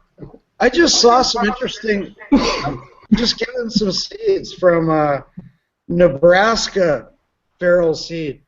And this person had grown it a number of years, just selecting nice plants, but not trying to do anything with the cannabinoid ratios. It's very high in CBD and very low in THC, but it came out of a Nebraska ditch, 10 years ago. The Manchurian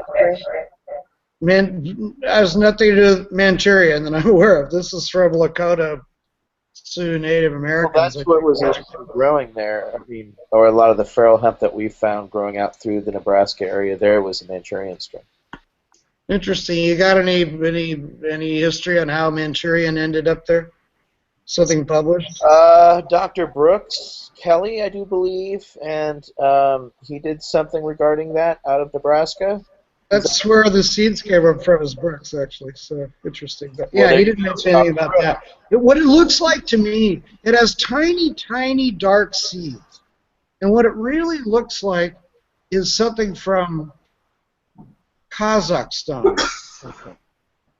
It's very narrow-leafed, I'm sure, from what just talking with him, and it's very small seeds, not as small as wild seeds, but much more like wild seeds than like anything cultivated for any reason. And some of them even have the funny little caruncle, it was called back in the day, the little excision layer at the bottom of the seed. They're all very tiny excision layers anyway, and some of them even have that little flange at the bottom. So it's interesting. I mean, if all this is feral sativa, European hemp, whether it's gone across the Atlantic to Nebraska or whether it's gone to Central Asia, it could all look very similar. Now, what Woodthrush is talking about is something that sounds completely different. Larger seeds and broader leaves and not high CBD, low THC, and something different. But hey, maybe something escaped from damn hippies back in the 60s. More than likely. Well, I said the same thing at the same time, Woody, but I had my mic muted, and I heard your voice, but I moved my lips and said it. It was that was weird. Yeah, trippy. Jinx, nice conversation we're having here today. What's that, Etienne? I said, Jinx, you owe each other a bong hit. Yes, I always owe bong rips. I owe everyone a bong rip. If you see me on the street, please make sure you stop me to get your free bong rip. Everyone in the whole world that's watching right now. In fact, if you see anyone on the panel, make sure you stop them and say, hey, I see that you're with your family and everything, but do you think it's cool if you just set up your dab rig and we just do a quick dab? I've never tried a terp dip, and I just, I hear your baby's crying. I understand your kids don't look happy and your wife seems to be a bit pissed off, but just a small dab, it would mean the world to me. Look, Sam is dancing. Sam is dancing. It's just the excitement of thinking of all the people who are going to be stopping me. Welcome back, Todd. Double Todd. Hey, Etienne, what was that thing? It was from Cut? The two videos you showed me last night, they were screaming. The old people smoking, old ladies smoking. Oh, it was the fathers giving advice on dabs and grandmothers doing pot for the first time. Yeah. Those are classic. I showed in those videos, which are hilarious. It's true. Those are classics. I just saw the dads giving advice doing dabs the other day. Has that been out a bit? What's that? The dads doing dabs, giving advice. Yeah, I just saw that. I just saw that as well. I saw the grandmas doing dabs a while ago, and that was a pretty good classic. I like that they were all like eating chips and nachos like 20 minutes after they were doing dabs. I also saw the one where grandmas do like lean, which was kind of not as enjoyable as the pot one. They were like drinking that like weird cough medicine syrupy, get all waxed out shit. Doesn't this stuff have codeine in it? Yeah, exactly. Yeah, I don't get that, man. No I don't thanks. get that lean shit. I don't get it either. But the pot ones were pretty cool. They were pretty funny. Rob, we can't hear you. You're on mute. So Rob what's the lean? Dextromethorphan? Is that the... Yes, you called it. That's exactly what it is. Robitussin with codeine. I think codeine's kind of out of it these days. They restrict that stuff too much. But DXM is a soporific. If you get blasted enough on it, you're semi-psychedelic, and it's in all of them. When we were in the Army, you go in with an upper respiratory infection, and they hand you a bottle of Robitussin with codeine in it for years. Some tussin. That's what Chris Rock's mums used for everything. Just rub a little tussin on that. It'll be fine. Stuff is terrible. Yeah, the military is with the Tussin as well as the Motrin 800s. I mean, they'll just throw those through you like M&Ms. I was in Iraq, and they put me on Ambien because I couldn't sleep. 10 milligrams off the bat. They didn't even start off slow. They just said, here, get some sleep. It works, too. The problem is you start abusing it really quick. You just want to get to sleep faster and faster and faster, and the next thing you know, you're doing all kinds of things you swore you never would. Damn. Cannabis all the way. Yeah, it's a slippery slope. Next to cannabis too. That's worth a bong hit, bong rip. It's always with a bong rip. Broken arm, put some tussin on it. Exactly. These guys know. They've listened to Chris Rock. Classic shit. Classic shit. Yeah, Elixir says Ambien made his grandma have delusions of water running down the walls and shadows turning into burglars. Stay away from that shit. I don't have any experience with these pharmaceutical drugs. I've always just had like a very strong spider sense that has urged me to not take them, to stay away from them as best as I can. And even when I most recently, I guess a few years back, broke my collarbone very badly, like it disengaged and moved quite a bit. It was wicked painful. And the girl was like, you need painkillers. And I'm like, yeah, I don't really do painkillers. And she's like, no, you don't understand. Like, you're in shock right now. You're going to be in so much pain. You need to take painkillers. And I didn't need to take painkillers.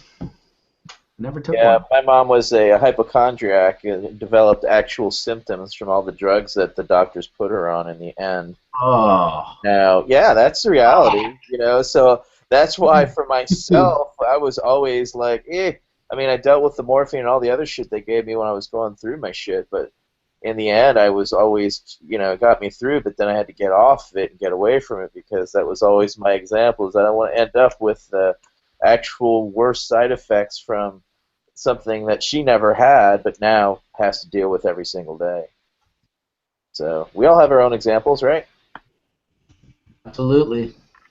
Absolutely. Another second dog to make an appearance on Hash Church. Earlier, Woody had his dog on there. I meant to say hello, pup, but I guess we got into some deep conversation, and it moved on. Nice. You give it. Yes, What's that, Woody? She is the one thing that's been with me through all of this. I got her pretty soon after I was getting into the heavier stuff, and she got me through it. So, it's awesome. Yes, animals are an essential part of healing. And they also have endocannabinoid systems and can benefit from phytocannabinoids as well as essential amino acids. Can we get with some veterinarians and find out actual good dosage? Angel accidentally ate some of my coconut oil one night, and she slept for a while. I bet you she slept. They metabolize much faster than we do. And they snap out. It's amazing. Literally, as soon as she couldn't feel it anymore, it was gone. She was back to being what she always is, and I was like, that's insane. And how long was that? It was about 24 hours. She got a good. Yeah. Did your dog get locked up, like jaw lock up and stuff? No, she was just completely like relaxed and just slept. Yeah, she didn't get any kind of like. She didn't get too much. It just knocked her out. Yeah, Yeah. I've known a dog to eat 24 brownies and was up for 3 days. Yeah. So you gotta be careful on what the food is, much less, at least it was only coconut oil and a little bit, But I've known people to have adverse reactions, and then they take their dogs to the vet, and the vet's like, nothing we can do, they just gotta ride it out, Yeah, you can give them, if you catch them when they eat it right away, you can tablespoons of hydrogen peroxide, force feed it hydrogen peroxide, and it'll actually regurgitate any of the chocolate or brownie or like the edible. It's a safe, easy way to do it. I've experienced it with my dog in the past. She ate 600 milligrams, and she's 10 pounds. She was locked up for many. What did you put in a dropper? How did you administer it? Oh, I did. You mean the hydrogen peroxide? Yes. Open the mouth with a spoon and put it right into her mouth. And then close her mouth and then make her swallow it. Angel's about 50 pounds. I don't want to do that. Also, be careful about what strength hydrogen peroxide you use, and we should put that caveat in there. Yeah, well. Stuff in the brown bottle from the drugstore. Yeah, but don't be using the stuff from your grocery store because it's right. You can also use charcoal, and you know what else is really good too? It's more for diarrhea in dogs, but that's pumpkin. Like you keep a can of pumpkin around. Really? They'll just eat the pumpkin and. I give my dog pumpkin on a daily as a supplement. Yeah, it's fibrous and it sucks the water up. So we had a vet tell us that at one point in time. But yeah, definitely charcoal is good. It absorbs cannabinoids. It's pretty sticky stuff. Well, just like we try to keep our medicine out of the hands of children, we should also try to keep it from getting too much in our pets as well. Nobody wants to do that. It just happens when the dogs get in it. I just thought I should let people know that we're not doing this on purpose. Absolutely. Yeah, no, absolutely. With dogs, you'd be probably more worried about them getting large doses of chocolate in these edibles than the actual milligrams of THC. Definitely. Yeah. Well, you want to keep it low, very low. The chocolate that they're selling at the store is mostly refined sugar anyway. I've been given a dog at our house of 15 to be 15 years old next month. He's a black lab, German Shepherd cross probably. Nobody really knows. He's a mutt. But Murphy's just old, He's stiff. He doesn't seem to get around all that well anymore, but he's in control. He's just driving everybody nuts, getting up, needing to do things all the time. So I started giving him, almost 3 weeks ago, about 15 milligrams of CBD in coconut oil twice a day, just in his food twice a day. And he seems to be a little lighter in his step, is what I'd say. And he's less troublesome at night. He doesn't want to go out as often, and he comes back in quicker. And he's just, he's getting to the dog bowl first instead of the 8-year-old. Totally food-driven chocolate lab who's almost always there first, and now Murphy's beating him to feeding time, and just that's the only proof that I've seen. Good for that. Yeah. It's a positive dog patient story. We should have him on Hash Church, Rob. We'll get him his own box and his own computer, so he can sit on the panel. Awesome. This is a good product. That's a nice thing about Colorado, and I don't know if people watch it internationally really get it, but Colorado is one of the states that has adult use, which they call recreational, and they also have their medicinal program that started it all off. And it's interesting to see how regulation comes in and how people interpret regulations, but they have a huge industry there growing CBD because basically hemp is determined as legally as being cannabis that's below 0.3% THC. Doesn't say anything about how much CBD can be in it. So in Europe they insist there be 3 times as much CBD as THC. But as you know, it's not particularly regulated. So they're growing Harlequin, ACDC, these kind of varieties that are really just drug varieties, Afghan drug varieties with an upside-down profile, way more CBD than THC instead of the other way around. And they have all these products, hence my friend's dog being able to be experimented on. But yeah, they have a lot of these things available. And they're not supposed to ship from over state lines. None of this cannabis products are supposed to be shipped over state lines. But nobody's caring about it. So we'll see a lot of veterinary products coming up here that, you know, widespread out there. That's big potential industry there for certain. Yeah.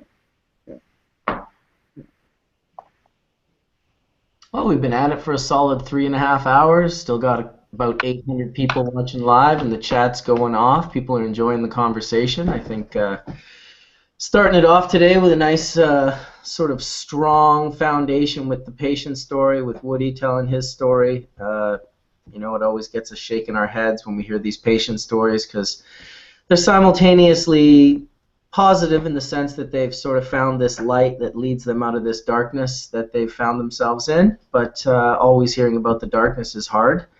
You wonder sometimes, especially when it seems like it's not just an accident, but you literally got like cast into this situation. So it's nice to share with our audience the hope that people are getting out of these situations. They're getting off pharmaceutical drugs. They're finding an energy associated with cannabis that is positive and takes away suicidal thoughts and removes negative memories and stimulates appetite and stimulates good sleep. And it's just sort of the main thing that we really love. The foundation of Hash Church is knowing that people are using it for all of these wonderful reasons. And I'm a proponent of using it for recreational reasons. I think that there's as many values to be found in there if we were actually able to look at them and study them. It's almost a preventative of needing to use cannabis as a medicine is to use cannabis prior as a recreational. So what if we call it social instead of recreational? I think that's a better term.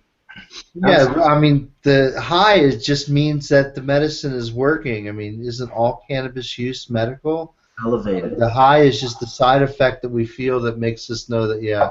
Right, so there's social use. I say adult use. I mean, not to be rude, a 14-year-old kid can have recreational use. I know I did it. But adult uses, there's so many items that we have. Cars are adult use, guns are adult use. You know, we don't totally cleanse the 7-Eleven of porn and alcohol and cigarettes and gasoline and lighters because they're all adult use items. True enough. Like just make sure that you're an adult when you're buying it. Seems like as good a way as any. Never stop growing. I want to show you guys something on terpenes if you want to check something out here on my screen. I can't tell again. Damn. So this is from a presentation that Mark Lewis gave at CanMed at Harvard last week or the week before. And this is some of the work that they're doing down at NAPRO. Is there any way you can make that any bigger, or is that as big? Let me see.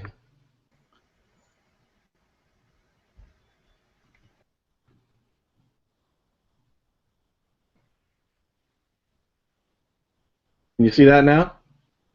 It's better. You can't make out the names on the left of the charts, but we can see the graphs clearly. I can tell you what they are. So they're color-coded by... these are actually terpenes that are color-coded. It just helps in the visual presentation. So terpinolene is at the top in red, but they're pretty intuitive. Like limonene is yellow, right, for lemons, limes. Pinenes are green. You have fenchol is that kind of turquoise color, and then you have terpineol, beta-caryophyllene. Linalool is purple, beta-caryophyllene is blue, and myrcene is purple or maroon. Are these of concentrates or are these of flour? No, these are from flour. So this is GCFID of flower. Now it doesn't have all the terpenes. Napro's only looking at I think 17 of them, which are the ones that are really known to have pharmacological actions in the body. So it's actually what dictates the entourage. So a lot of these other ones, like we were looking at last week, like guaiol and valencine, are not in these analysis. But you can see that all these ones have a similar pattern, right? They all have plus or minus the same terpenes in them, okay? Now, is this a cross range of genetics, or is this just one representative sample that we know for sure, or do we know for sure these genetics are really what they say they are? Is this no, these are really what they say they are. These were collected off the hill and grown in a standard. No, you have a variety called classic crypto. That's known, and classic perps in Old Amsterdam. Yeah, like crypto and perps. The classic was a designation that they gave them for a certain quality of flower. But yeah, crypto and perps, and I mean, you can go and check out the perps, and not only the perps that looks like this one, but Granddaddy perps and some of the other ones that are around California also have that same print, that same phytoprint or that same fingerprint to them. Mm-hmm. Not all blue dreams have this one. This is the most common one, though, with the high myrcene. The one that we looked at last week was actually a high pinene plant, and that's the other phenotype of blue dream that's found in California. But you can see how these things, like you know, this type of thing, if both plants are named blue dream, that could lead to 2 dots on the Philos galaxy. But anyway, this is one flavor class. You can see that the top terpenes or at least the suite of terpenes are the same in each, so across the top line and along the bottom line, right? Like along the top line, they're each high limonene, then beta-caryophyllene, and then myrcene, right? And on the bottom, they're pinene and myrcene. Anyway, I just wanted to show you that because it looks at like it's. Here's the one I really wanted to show you. So these are the more general flavor class that Napro has come up with. That seems to all plants kind of seem to fit into one of these fingerprints. Okay, so these are like the archetype prints, right? You can see you have like a high limonene class or a high terpinolene class, or high beta-caryophyllene class. And everything that you're going to look at pretty much falls into one of these classes. And this is based on a survey of like many samples, like hundreds of samples being run through from California dispensaries, and then compared with each other. So beta-caryophyllene are like the chem dogs and the cushes and all that stuff is in the beta-caryophyllene dominant class, whereas things like we looked at last week, like AFGU, is in the myrcene dominant class. Hey Ryan, what are some of these percentages? So like when we look at the terpinolene one on the top, what's the percentage of terpinolene there? Well, this is in milligrams. I have to let me see. Well, go ahead. Just give me the number. Was it milligrams per gram or 1.2%? Yeah, 1.2% in that sample. 1.2%. You got to remember, flowers average 1 to 3% terpene. Yeah. So that's not off. They're showing 1% with all the nuances like that. This is. I didn't see the presentation, but I downloaded this back from the link I put on the left. He's actually done some really incredible work here on all of this stuff, from inputs to standard deviations, what's found in populations, all that kind of shit. But here, this is the one. Right, so this is averages taken across like these standardized cultivation conditions, and you can see that they measured total cannabinoids and total terpenes also, right? And you can see across all these cultivars that it changes based on the gardening practices, right? Which we know, it's just this is science that backs it up. As it should, right? Yeah. But Mark, I really suggest that you check this out. This is what I was telling you about. Yeah, no, this is really cool. Can you post the link? Is that the link that you posted? Yeah. Okay, cool, yeah. It's in there. His name's Mark Lewis, and their company name is Napro Research. But this is all their work, and the presentation that was given at CanMed. But it's really impressive. It's really, really impressive work. Looks great. Thanks for sharing, man. Yeah, no worries. It's really interesting stuff because it gets to the heart of all these questions that we've been asking, like, are these fingerprints stable? You know, what are the, like you were asking last week, Mark, what are the standard deviation of the line? What are the error bars? All that kind of stuff. And they do all this stuff. So it's going to be a really impressive paper when they present it. And they're just an R&D company? Out of California, yeah. Well, I think they actually have clients all over the states, but cool. I'll have to look them up. Well, you can see people are getting pretty serious about this and starting to do some pretty incredible gatherings of information and knowledge. That looked pretty stellar. Yeah, well, with the terpene classes that we were looking at there, that one shot group, you actually, when you start screening enough of these plants, you realize that they all start to fall in. They're not identical. The fingerprints aren't identical, but there's definite shapes or groupings that are all kind of the same. And yeah, it's really a different way to look at the plant as opposed to, you know, names. At some point in time, all the names become meaningless when you see that it's like, oh, this is just like one of these types, you know. I'm sure there are subtle differences in the terpenes, but well, one of the things that was difficult about the Kane Labs research from Colorado was that they did try to overlay cannabinoid and terpene data over their genome data set. And in my mind, it more confused things than it did resolve things. But that's partly because they throw the terpenes in there without interpreting the terpenes. If you took one of those charts you passed over in there was a portrayal of the groupings of these in 2 dimensions. It starts to look like a family tree, you know, and you have your limonene-rich group and these other ones, and some outliers, but then it starts to look like systematic organization of some sort, which you could use for taxonomy or other purposes. I find that really interesting. Once we can use that sort of way of interpreting the terpene data and come up with more common data sets that people can share, then it gives you a right or wrong, a way to look at things. It's like having an evolution hypothesis, but it's neat that they all tie together so well and start to add to each other. And they can. If you just make a smattering of just a cursory approach to doing it, it can confuse things a lot. But the terpenes, there's a lot of them.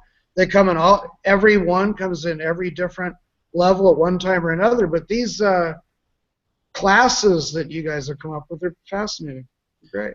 Yeah, well, and this is I don't know if you can see this, but I put another one up, another screen up. It's another slide from the presentation, and this is one cultivar, okay, that's been run through, again, the standard cultivation conditions where you can vary inputs, right? You can vary nutrient regimes or what kind of feed they're getting and what they're not getting. And you can see that this clone actually came out with all these different, so see where it says CLM here, where my mouse is going over? Yeah. That's the class.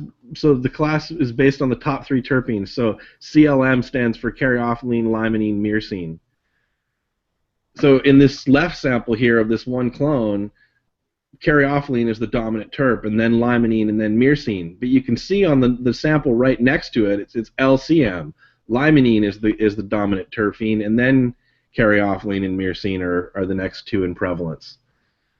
Okay, so the point that I'm trying to make here is that even the same clone can actually show a slightly different terpene profile. Although the terpenes that actually make up that variety are the same, you can see that the levels between them can change based on cultivation conditions, right? The levels between them, but not the prevalence of the three main terpenoids. They're still the same. Would that be drift? What?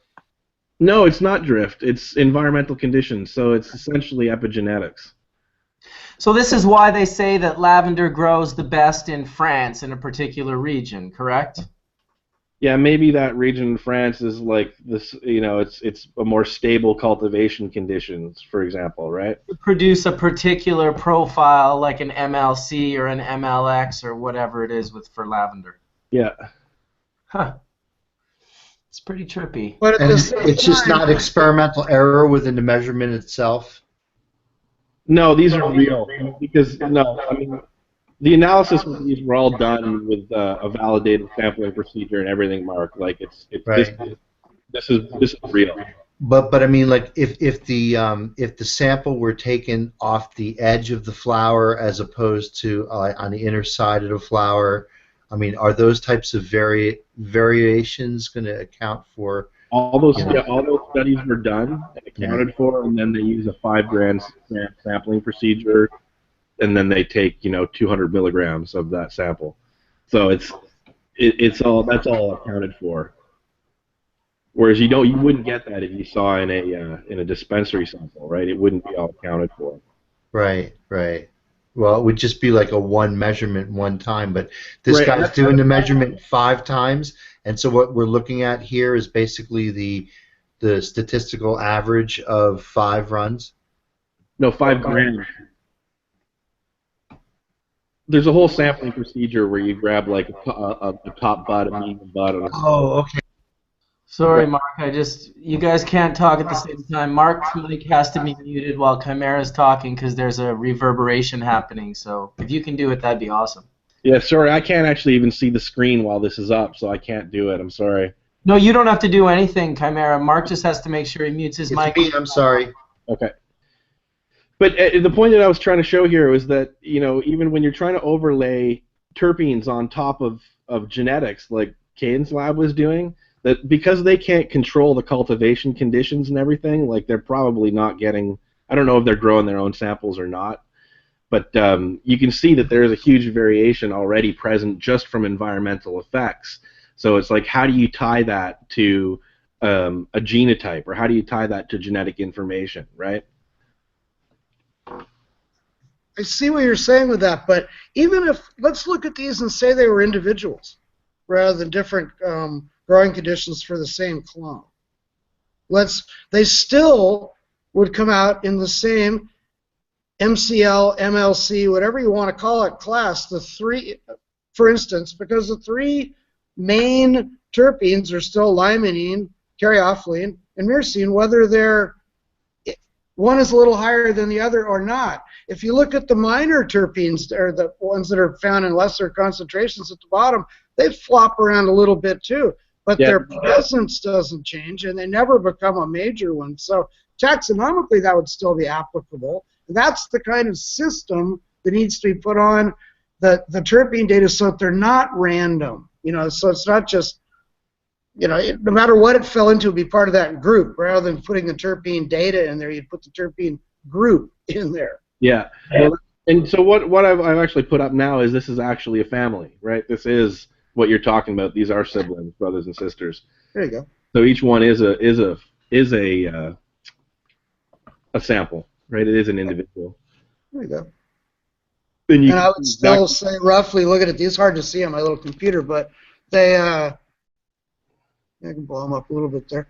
Yeah, they still look like they're roughly the same profile, if you will, the same class, terpene class. Yeah, they all are, terpinolene dominant with myrcene and beta-caryophyllene, and some of them have a little bit of osamine. Yeah, there you go. So, anyway, this is out there if you guys look it up online. Great stuff. We'll try to get it posted in the Hash Church group. For those of you that aren't in the Hash Church group, it is a private group. You can go join that group, and it's an easy place to communicate with the panel between the week of Hash Churches happening, and it's a good place for us to post these little things that you want to go back over the course of the next couple of weeks and check out to see. So that's definitely It's like it's already been posted, Mark. There you go. So I'm just going to Thanks for sharing this stuff with us. You know how long I've been waiting to see this, and how long Sam's been waiting to see this, and it's really nice that it got out there. I still wait for a paper on it and more data and things to look at, but these summary charts are cool. Yeah, he's doing a paper, and this one is also from, I don't know if you can see it, but it's up now, but this is from Josh Wurzer's presentation, also in Canamed, and these are some of the things that we were talking about last week. So this is cannabinoids. The orange line, I don't know if you can see this orange line or not. Yeah. So the orange line is the Emerald Cup samples, and then the green line is the October samples that came into the lab. And here they're measuring terpenes. So, or total terpenes. Total cannabinoids, it says. Or these are total cannabinoids. Sorry, the next one's terpenes. But yeah, so October mean for the just the weed that was in the market was 20.4%, and the Emerald Cup mean was 21.1%. And here's THC, CBD, and then here's the terpene. Is this terpenes? No, that's also. Yeah, okay. So this is the cannabinoids of the Emerald Cup winners versus the overall. So the winners are the orange, and the overall is the green. And you can see that the real difference is in the terpenes. So the terpenes, the orange are the winners, and the green is the average of the overall.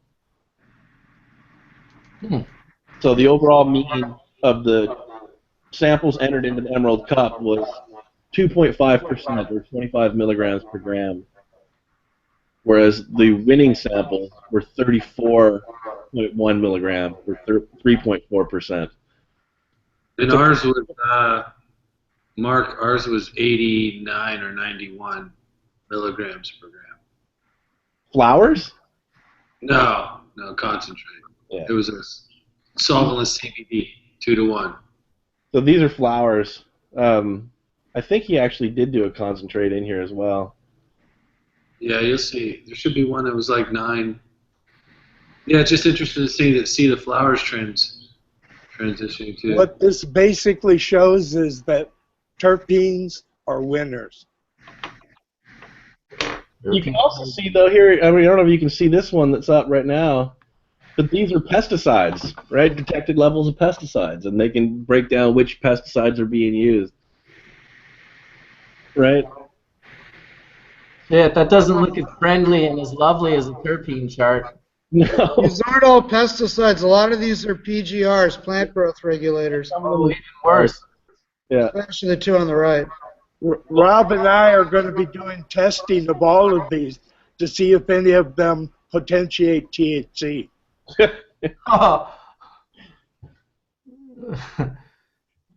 Anyhow, good shout out to those two labs. They're both doing really interesting work down in California. Sure. Yeah. And I thank them both for sharing their stuff with us, with the public, because it's really where everybody gets to learn from. Absolutely. Yeah, we definitely got to get some of those guys on one of these days. I know they're busy, but it'll work out one of these days. Yeah, well, and there's all sorts of groups that are doing it now, too. I mean, you know, the workshop now up in Washington and these other guys down in California.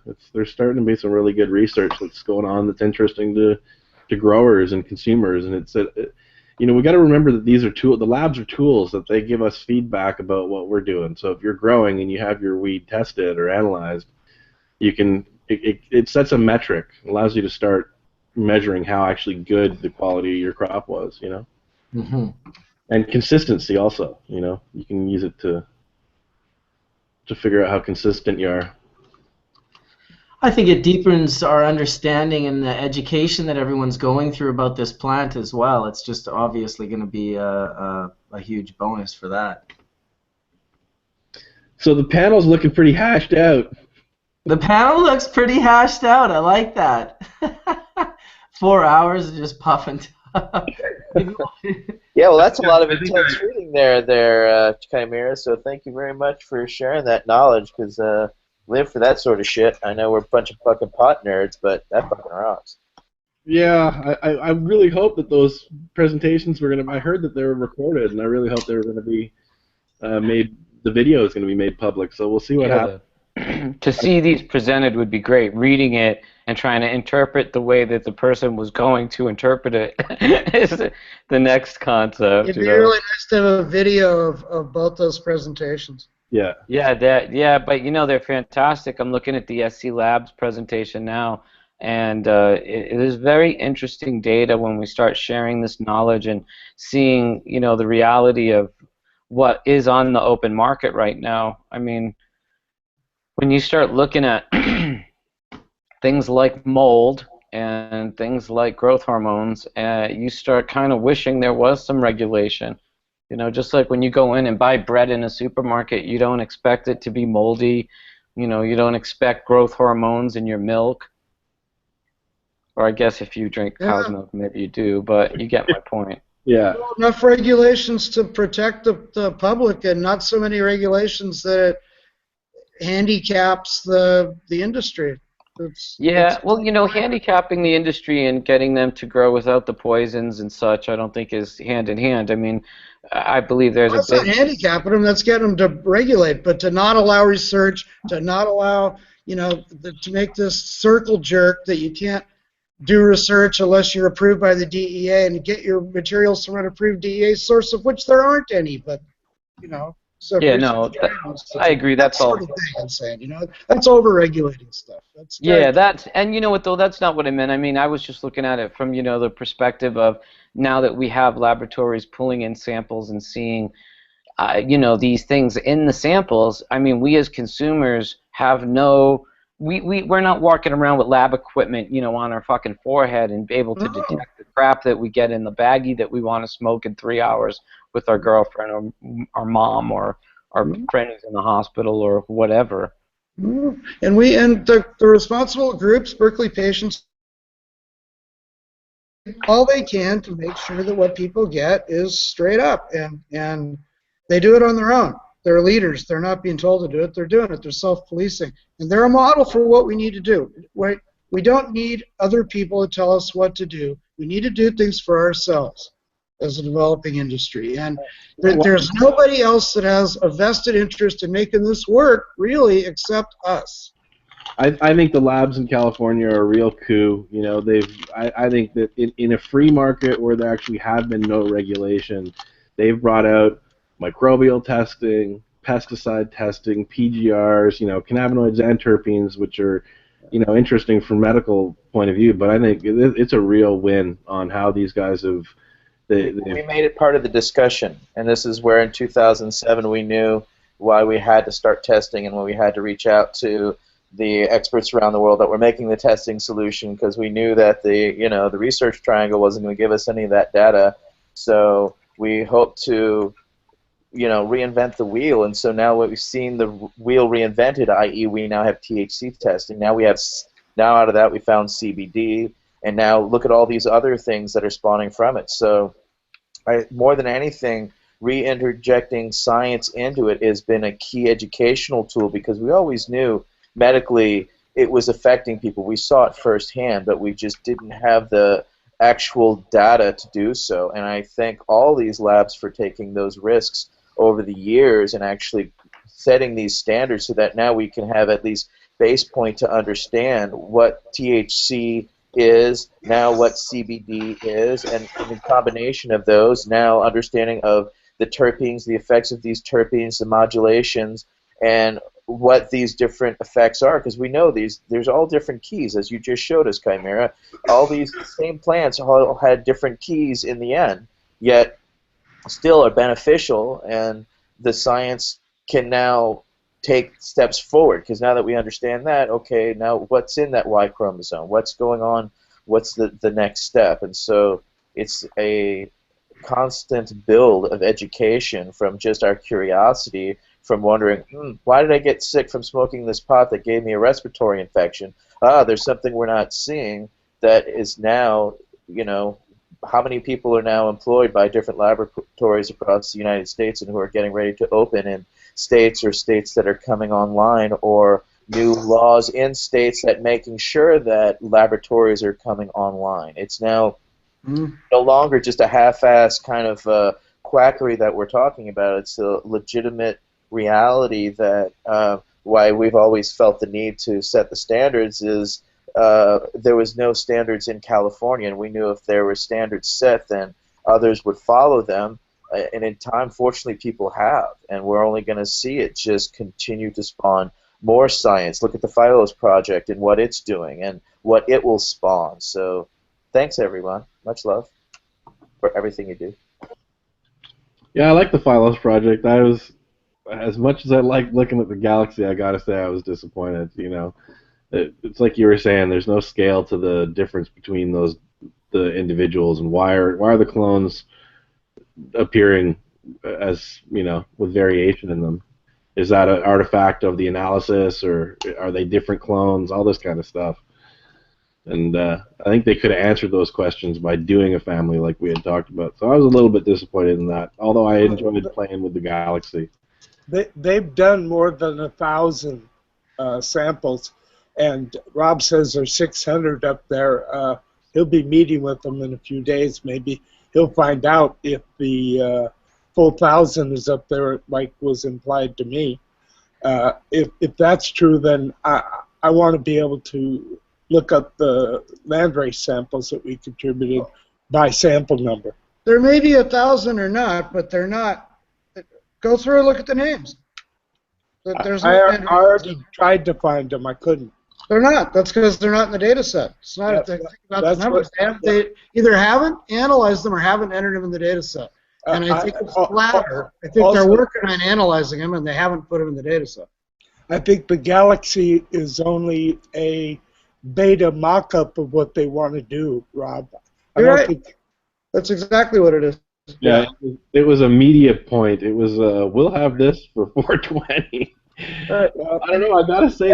Everybody else is publishing papers, so Philos needs to, you know, keep its flag flying. Yeah. Absolutely. Absolutely. Well, a bunch of people timed announcements on 420 this year. I thought it was pretty interesting that that's becoming the new announce date, but the government of Canada, as far as I'm concerned, won them all with its 420 announcement. Yeah, dude, for sure. Yeah, I thought that was pretty funny. Yeah. Using the UN to announce your legalization on 420, I mean, that's pretty epic. It's great. Someone has a sense of humor. Yeah, I think there was something in Jamaica that happened that way as well. I can't remember what it was. It was one of their milestones that they did on like Bob's birthday at 420 or something. Like it was like a double whammy. It was some ridiculous like, wow, that's well. I did see Gypsy on 420. Nice. We got to get Gypsy on Hash Church. Holy shit. He was pretty well off. He was a bit spaced out, and he didn't really want to smoke, and then he did, and then he was even more spaced out. Damn. Yeah, for those of you that don't know, of course, Gypsy Nirvana, he's a longtime friend of myself and many of the people on the panel. He's a pretty wild guy that sort of started the seed boutique thing, and it kind of grew really big and fast, and he sold a lot of seeds, and at one point his success led him to the Philippines, where he was living a nice life, and he ended up getting thrown into a jail there and held for an extradition warrant or something that never came. They held him for like 2.5 years, and now he's freshly out. So definitely be good to have him come on Hash Church and share his story. It's crazy to think that he just fucking just disappeared for 2.5 years. In this day and age. Yeah, I don't know. Just kind of blew me away. I was like, what do you mean he's like in a prison waiting extradition? Extradition is some pretty crazy shit when you're a traveler. You don't want to be. Hey, I wouldn't mind if we wrap, because now Chimera, you got me looking at all these damn reports, and I was looking at the pesticides, and I wouldn't mind Rob, Sam, or Chimera, any of you guys really, like some of these things, like I'm gonna stumble over the pronunciation of some of these damn pesticides, but they seem very prevalent, and I was just wondering, what are they and how dangerous are they? Like, where do some of these things come from? If we start at the right, paclobutrazol is a PGR. It's a plant growth regulator. It's also, I believe, it has some carcinogenic properties. And it gets concentrated in rosin, I'm pretty sure. Can someone click on Todd's screen so that it becomes the main one? Or there we go. I just click on his, I guess. There we go. I have it on Todd's as well, so it's recording like that. Okay. The next one over from the right is myclobutanil, which is Eagle 20, or a product they sell in Canada as Nova, but myclobutanil is the active ingredient. And that's what turns into one of these cyanide-containing compounds when it's combusted. So that one's a major bummer to be finding in your sample for sure. High number on that one. Damn. I can't remember what bifenazate is, but it's I think it's a spider mite thing. And then spiromesifin is Forbid-4F, which is a lipid inhibitor that they're using as a miticide nowadays. And then imidacloprid is also a pretty nasty... Neonic insecticide. The neonic, exactly. It's the one that's kind of implicated in doing in the bees. That's surprising to see. Certainly something you don't want to be having in your concentrate or incinerating at high temperature. All those nitrogens, it'll decompose. Okay, then I have a question here. Then when they're saying that total failed samples 49.3%, can you tell me what that means? That doesn't mean out of 10 samples, 49.3 of them failed, or out of 1,000, or whatever the percentage is. It means out of 1,000, 493 failed.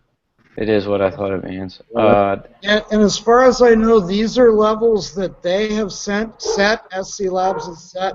They're not binding, but when their customers or they are curious themselves and analyze for pesticides, that's failing is failing according to them. And that's not saying the state is going to have higher or lower levels or whatever, but it's frightening any way you look at it. They're not out of line. Okay, at what level are they finding these pesticides in there? Are these in parts per million? Well, that's the thing, is these are pass or fails, so it's like they're failing. You can look up their results on their website. It tells you exactly what the levels are for a pass fail for any particular. Well, that's pretty much how I feel about it. It's pass or fail. If you're using this goddamn shit, even if it's from ignorance, it's still wrong.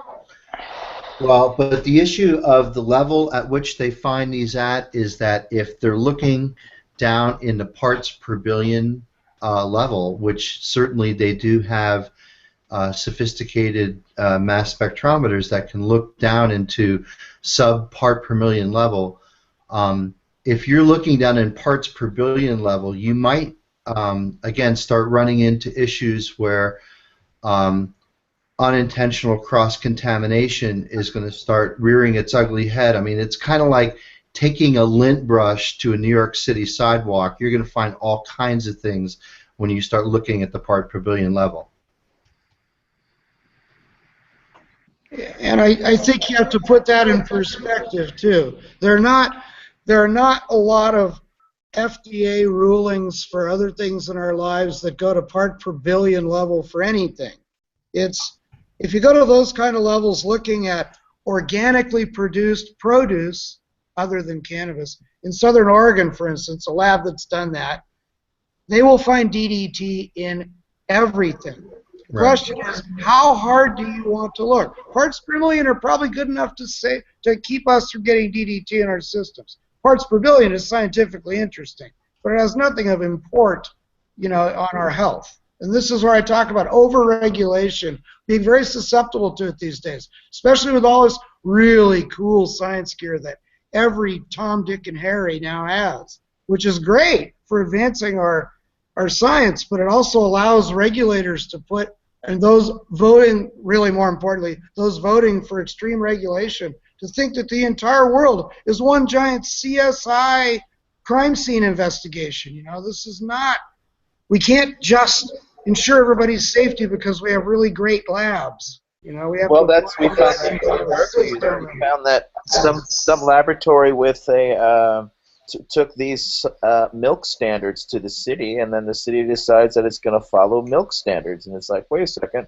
we're not dealing with milk here. So yes, that's one of the realities that we've already had to face with trying to just discuss the idea of science or regulation in that resolve, and they were going to make that as actual science until we interjected and told them otherwise. So it's, again, due diligence and working with laboratories as well as working with your policymakers, because it is key. Otherwise, you will find yourself in a most precarious situation, you know. Because they don't know what they're talking about. We are the experts, people, but even we as the experts still, there's a lot that we don't know, and that's why we're relying on science to quantify it so that we're not just talking out our ass anymore, that we're actually bringing up real data to back that up.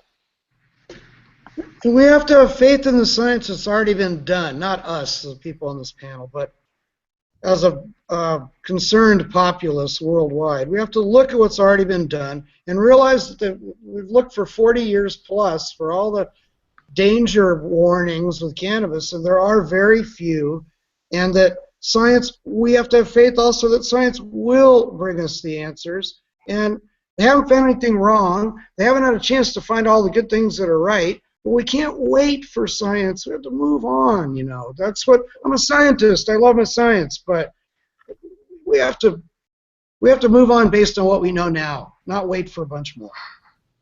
Yeah, well, and I mean, again, come back to the lab. It's a good job for these labs for showing us all the stuff that's in these products, you know. Yeah. A lot of the excitement about terpenes and all these other things are coming for even, like, you know, even insecticides and pesticides and fungicides. We wouldn't know if the stuff was in the meds if we weren't looking. So. What year was Steep Hill set up? Was that 2005? I'm not sure.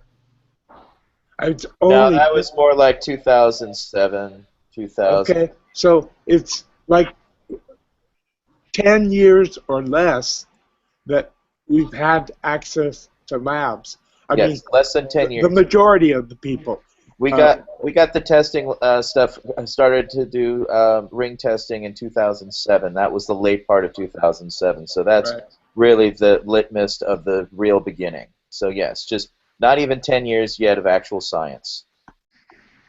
Well, Rob and I were a bit luckier because we had GC and HPLC for the last 25 years with our lab. So we had a breeding advantage, especially when we were breeding for terpenes and cannabinoids. And cannabinoids, too. I mean, someone was saying online the other day that science hasn't made cannabis any better. It's like, you wouldn't know anything about terpenes, you wouldn't know anything about cannabinoids, you wouldn't know anything about CBG dominant or CBD varieties or type 2 plants or any of that stuff without science. You know?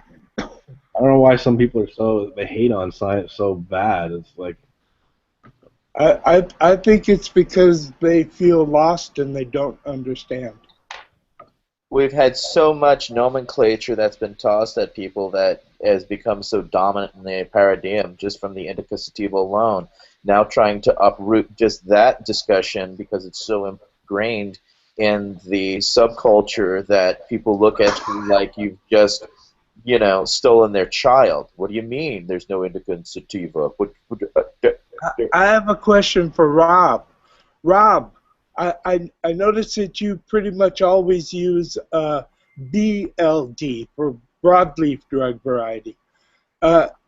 Didn't Carl Hillick first use WLD? Yeah, he did. We decided not to use that because WLD in all standard Mendelian genetics project means wild wild Nope, I understand. That's why we left it out. So that was the change we made. And basically, I've omitted by now, although they're all explained in the book, for practicality reasons, I've omitted several different classifications that Carl had there. They just don't lay into what's going on in the world today, really. So try to simplify it a little bit. Whether it's BLD or WLD, I totally agree with all the rest. Yeah, yeah. No, yeah, it was just to avoid some confusion there. And you're the only one who ever noticed, except Carl, I'm sure, but he never mentioned it. Todd and I had a conversation about it, actually, where I was like, I'm pretty sure it's WLD, and he's like, no, dude, it's BLD. And I'm like, well, why the fuck why did I think it was WLD? Then I've always used WLD because that was Carl. Yeah, right, exactly. And those conversations I had with you are why I thought it was WLD when all of a sudden it became BLD on Hash Church. I was like, it was a whole mess. The English language is such a mess anyway. As soon as you say broad leaf, which we did in the book, it should be broad leaflet to begin with. And then when you say broadleaf, then immediately your editor wants to take the hyphen out and make it broadleaf, like broadleaf deciduous forest. So it didn't exactly go as smoothly as one might hope. The whole nomenclature thing is I might as well get it out now. I was going to send you guys an email, but we've been bashing around whether to say variety, cultivar, varietal, or strain. Well, a lot of us think of strains as being bacteria or whatever, and fungi and viruses, and that might be their primary thing that pops into mind. But in the plant world, strain is actually the word we should be using for these varieties of plants we have out there now. That's for a simple reason. We can call them cultivars once they're into commercial production, possibly.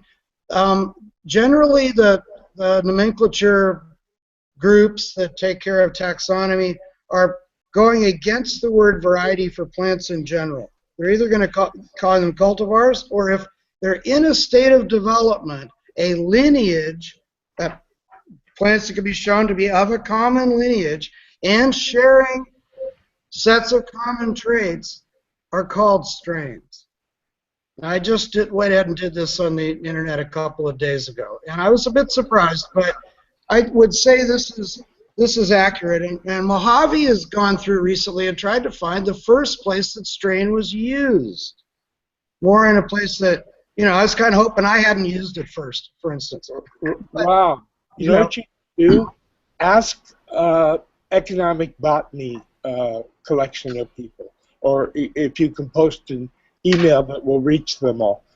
I think botanists would disagree, but maybe no, David. I'm looking this up as botanical definitions from Oxford, Merriam-Webster, Wikipedia, all of them. No, from the dictionaries, I found the same thing, but when I talk to botanists, they disagree. Yeah, it's my understanding. That's because botanists also make the mistake of thinking it really only applies to other things. We're talking about cultivated plants. Maybe these botanists should be economic botanists. Yeah, but nobody grows strains of wheat, though. I mean, Rob, my understanding was that the International Society for Nomenclature and Plants abandoned strain in like the early 70s. No, they didn't. They still accept it, and it's rice strains in particular. Rice is divided into strains, as an example. And not that many other things are. They don't like the term variety. That's the one that they're expunging at the moment, or trying to, and they're replacing it with cultivar when they're a little farther along in their development and not showing their uniqueness, not just their commonality, which is much more what we have in strains of cannabis at the moment, or varieties. What about the land race? They're also not chasing out the term varietal, which really is only used by the grape industry. But they're not so down on that. But that might be a way for us to use another term also besides strain, because there really isn't much confusion there with other whole groups of organisms, which is your only beef, or botanists' only beef with this, is they're confusing us with lower life forms. Is a bit of the problem, but it's really, when you look at the definitions of these words, that's how we're supposed to use words. You know, it doesn't mean that you can go to the online street dictionary and get a slang thing for it if you want, which would probably tell you that strain is now what everybody uses in the cannabis world, because that's how they judge their definitions, is amount of usage. And back to how we used it, probably strain unders was the first. Just to throw that out there. I don't know, man. I don't agree with that. A lot of that stuff. I mean, words mean things because they mean things, right? They're symbols for a definition of something. And what happens is when society starts changing the meaning of words, or we accept a different definition of it, then that word means a whole bunch of different things. That's exactly my point. But variety is one that's actually a legal term, right? It's not. That's why they don't like it, is because it actually has a legal connotation to it.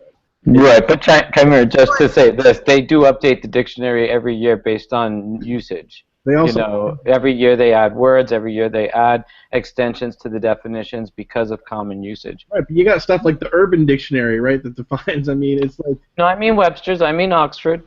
Yeah. What about the Oxford Dictionary? That's not a botanist reference book. There you go. There's different dictionary. There's like a botany dictionary, you know.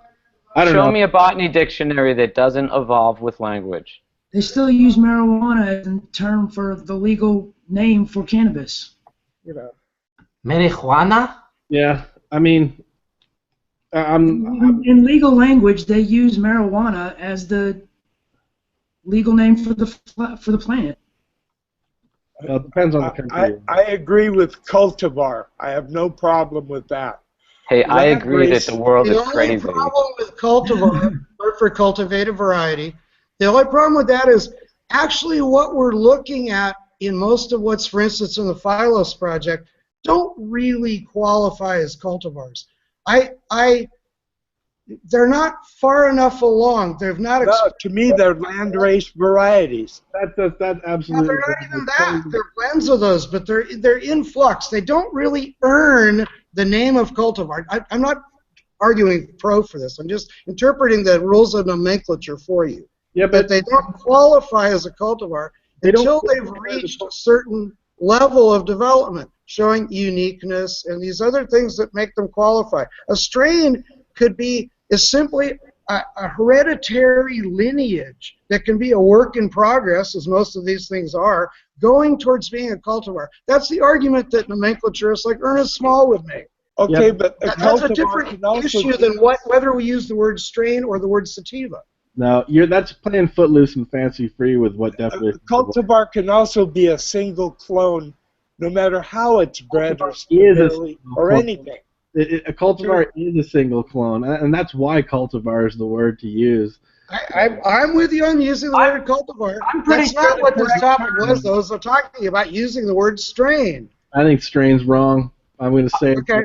Well, go read the definitions in the botany dictionary before you come to that conclusion, because I thought day before yesterday it was wrong too. But I went and looked it up. I'm being the devil's advocate here. Go look it up. Well, send me your links. I mean, I have looked at it. Rob, you're the one that got me to use Calyx for 30 years. Oh, I know. We do change our minds. Absolutely.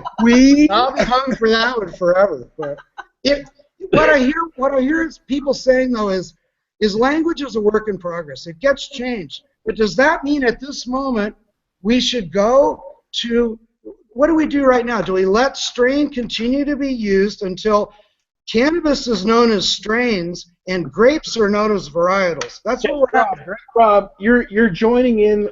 Everybody got it wrong, and you're essentially walking along the parade of everybody celebrating that they're wrong. It's like I'm being the devil's advocate here for sure, man. I'm winding you up. It's like mano a mano. You know what I mean? Everybody thinks that mano a mano. Let's fight mano a mano, right? They think it means man to man. It doesn't. It means hand to hand.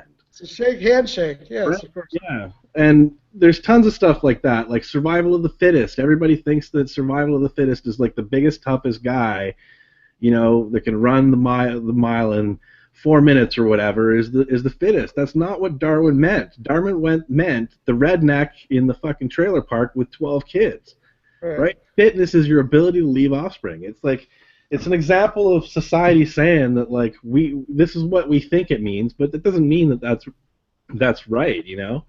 I don't know. I'm not of the boat. That's exactly the ride because everybody else believes that it means something that it doesn't. Why don't we correct them? Because it's Well, hard? we could add to it and we could correct it, but look and see how inclusive the term is to begin with. I mean, a bigger battle for us would be trying to try to recognize the nomenclature that's been around and at least not call drug varieties sativas. But that will become that has become the common definition for it now, and will probably remain so. Probably strain will remain right where it is, and so will sativa. To be realistic about this, I'm not a lexicographer or I don't really study etymologies, but things do come into common usage, just like you mentioned. Eventually, are you saying, Rob, that it will be sativa? Narrow-leaf drug varieties? In my own cynical way, what I'm saying is, yes, if I wish to communicate with anybody else about what's called narrow-leaf drug cannabis by me, or narrow-leaflet drug cannabis, or things that descended from India, or whatever you want to call it, or my God, you could even call it indica, that's nobody's going to know what the hell I'm talking about. Well, it's confusing now. I try not to use the word sativa unless I'm talking about hemp, but I use Me too. I use equatorial. I think equatorial is a good word that actually describes that set of plants. Yeah, that's what I've always said, near the equator. Can I ask a question? Smart guys, you're also smart. Wait a minute. Hold on, I got a question, smart guy. Like cannabis is a cognate of cannabis. Are there other examples of words that were derived from any of the cannabis words that we know? Words are important. I agree with you guys. But I agree with the evolution, so I agree with both of you right now, which is really why I'm laughing.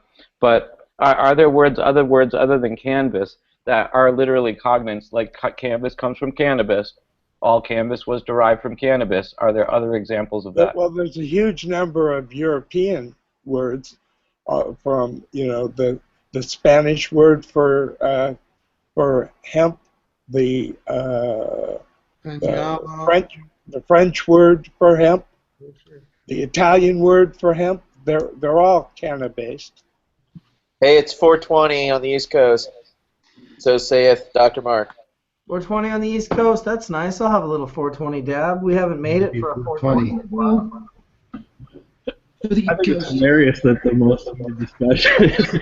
Well, I think it's really cool that, we're having this. I think that science is an evolution, and I think, one of the most amusing conversations I had when I got out of prison was Rob sitting me down and saying, okay, remember everything I taught you about sativa and indica and afghanica? And I said, yeah, because it was in the 90s. He goes, okay, we don't believe that anymore. This is what we believe now. And I thought it was really funny, because this is the evolution of thought, and applying what we know now to be true is kind of the beauty of our evolution. And it was a funny thing to hear. It made more sense when I come out of, with the way that we explain it now about northern varieties and equatorial varieties. It makes way more sense to me as a grower than it did before. To use, words of utility to describe the way something grew or affected you. So, I like. If our understanding of science doesn't change, then we're not learning nothing.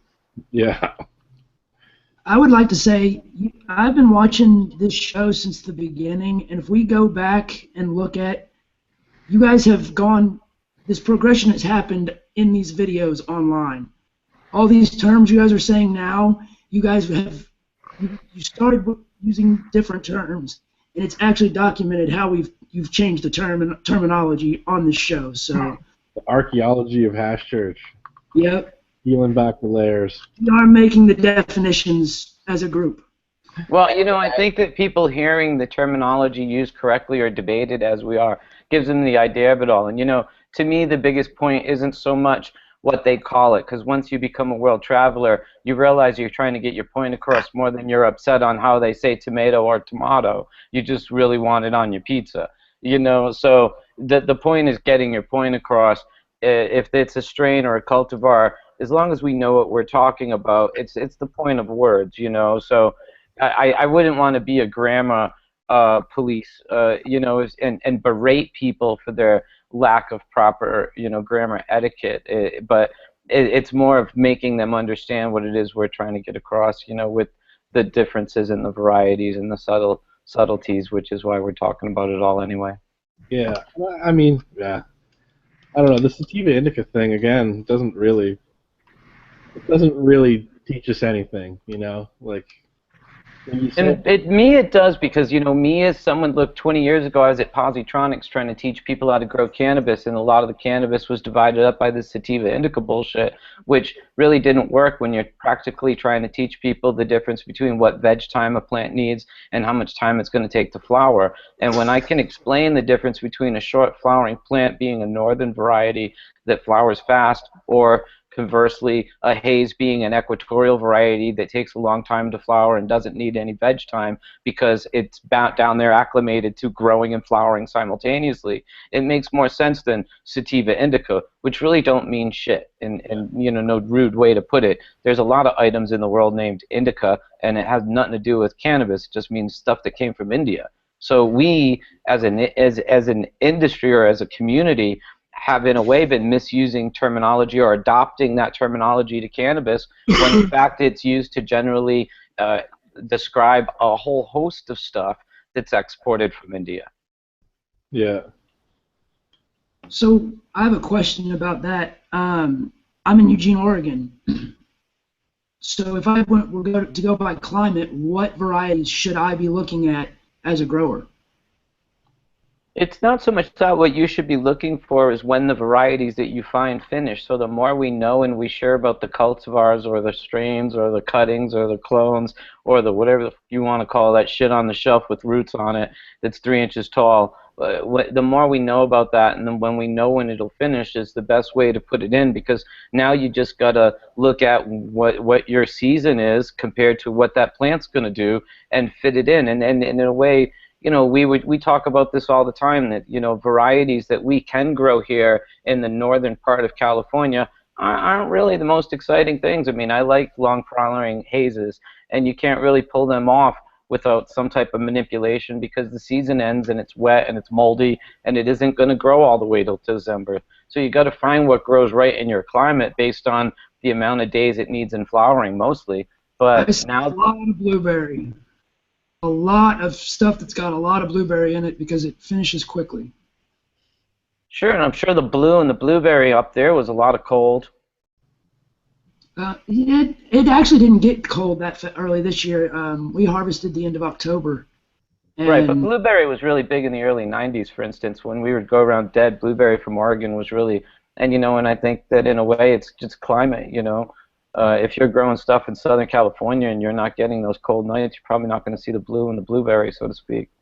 You know, it's environmental as much as it is genetic. I mean, or not really. It's two things, but plants that are, you know, like Ken's Granddaddy Purple might not go purple if it's in, you know, a perfect warm climate and doesn't really see cold temperatures. Might not express that. What causes that, Chimera or Rob? What causes a plant to decide, oh, it's cold outside, I'm going to change my color? It's a switch, just a genetic switch, and some plants have a more sensitive switch, or some are sensitive to temperature and some aren't, you know. So does a darker plant absorb more light and thus, you know, kind of get more heat out of what would be a colder situation? Is it a way of turning up its temperature? I don't think so. I don't think so.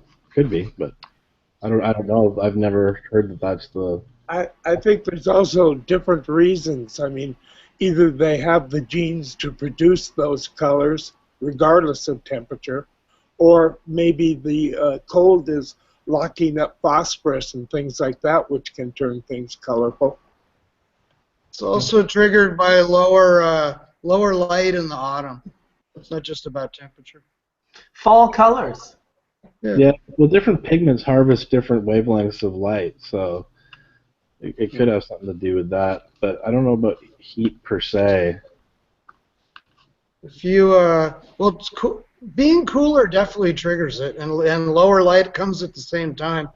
So yeah, it's hard to separate the two, I suppose. But warm grow rooms don't produce purple plants, and well, they don't. No, there's genetically purple ones that will be purple. Oh, absolutely. Yeah, it's weird. But they still won't come on till the autumn. I mean, they're very rarely purple when they pop out of the ground. that's probably less common, but they usually have purple stems as maintained clones. Yeah, I've seen pictures of purple coming out of the ground too. I've seen them. So I think it's just a variety thing. It's like that's going to be a trait that varies across all this huge selection of DNA that we play with. There's just usually triggers to these kind of. They're genetic, of course, but there's usually a trigger that makes things happen. So they're developmental or temperature-wise or whatever. Yeah. Again, anything to do with purple plants. If you have a plant you know is going purple, it's going to go purple in the stems. Take a piece of electrician's tape and wind it around the stem before it starts to turn purple, or just when it begins to. You'll get a nice green spiral right down the stem when you take the tape off. So the anthocyanin pigment is triggered by the being seen by the exposure to the sun. So as Premier is saying, it's another way of getting different wavelengths of light possible. Yeah, it's the autumn tree. It's not like that on every plant, but I think that's a really cool thing. I've got some great pictures of that. I showed Jorge that in the garden in San Francisco, and he'd never seen it before, and it blew me away that he'd never seen that. Right. What happens if people use the plant tie tape that doesn't let any light through? Yeah. That's where you first see it, but yeah. Oh, those diamond twist tags, they show it pretty well too. And even branches that lie on top of each other. When you're harvesting, you take a branch away, you can see. It's melanin in the skin. In that case, it's a way to protect from DNA damage, or maybe it's to harvest light. But it's just it's a gene. So any gene is going to have variation in the signal, and it's possible that there's a mutant that is just always on purple, right? One thing that I found common about purple varieties was the original haze back in the 70s. The purple haze was probably the strongest, but it wasn't as clear and as high. It was more, physical and low dope, but it was still the strongest weed I've ever smoked. What do you think, Rob? It's definitely some of the strongest weed around. You can still taste a little bit of it even in these modern things sometimes. Yeah. Nice. I always prefer the green ones. Hey guys, is CBD found in equatorial varieties, or is that something that is devoid of CBD? And are all equatorial varieties necessarily hempish? I guess that's two kind of huge questions. What do you mean? Because people look at narrow leaflet drug varieties and they think hempish, you know what I mean, or more related to industrial varieties. In a sense, and I had somebody trying to tell me that CBD was in NL5 by Hayes the other day, and I totally disagreed. I mean, when I had my Super Silver Haze tested, or my Neville's Haze tested, it didn't have any CBD in it. I grew an equatorial variety 20 years ago, and it really didn't have CBD. Not a lot amount of THC, but it was definitely a THC variety. It was a drug variety. I think CBD probably pops up every now and again in all varieties. But if you look at the averages from seizures, for instance, from the DEA stuff that the University of Mississippi looked at over the years, basically, and everybody else's stuff from the Brits and everybody else, basically things that came from narrow leaflet drug varieties or more equatorial drug varieties, which are only said to be related to sativas because they have narrow leaves. That's it. Whether you're looking at lay definitions or whatever, but they are later maturing, and they tend to be their own group, and that's the way that's basically gone through till today. But it's all different ways to look at it. My other question was this: is there any varieties that have CBN, or is CBN just something that is degrading from THC? It's a degradation product. And a lot of the samples that DEA analyzed and stuff did have it because it had been in shipment and then in storage and then whatever before they ever got it. But and when you look at those samples, back to that a bit, basically there wasn't much CBD in much of anything. It pops up now and again, but apparently landrace breeders all over the world of the narrow leaflet drug variety breeders, equatorial breeders, although most of them don't live at the equator. I mean, semi-tropical might be a little better term, but anyway, they didn't have much CBD. You know, there are occasional plants that did, but on average they don't, and that's how small. And these people came up with their classifications is really based on that. After the time when a lot of this research was done is when Afghan showed up, and it's what brought us back CBD in large portion. It'd be nice to know more about what Lebanese and Turkish always had plenty of CBD in it. For instance, another hash producing area, sieved hash producing area. I'd like to know more about the old Moroccan, and maybe too late to know, but that'd be interesting. But yeah, do these varieties have a lot of CBD? I imagine they did. The feral varieties almost always have CBD. Sometimes it's the predominant terpenes or predominant cannabinoids. So, Rob, all dry sift has CBD because the growers and the farmers are not selecting for THC. They're selecting for resin. Absolutely. And I suspect that the Moroccan would show the same, and Lebanese, but I don't really know because I don't have the data. But, yeah. But you've done the bioassaying. Yeah, the problem is that CBD for me just makes the dope seem not quite as good as I'd like it. Right. I mean, I just know that from using this stuff straight. I just visited Colorado. You want to do a little experiment on your own body? Go to Colorado. They have all this tobacco, dudes. This is less than 0.3% THC, relatively high terpene, and some of it quite high CBD. That's kind of the point. But stuff, and oh my God, Mark's been there. He's chuckling back there. It's a disaster for people who just like to get high. It's horrible. But good medicine that it may be, but different strokes for different folks. Hey, I got to share with you the new song that this hash church has inspired. It's called Purple Strain. Purple strain, purple strain. Purple strain, purple strain. Purple strain, purple strain.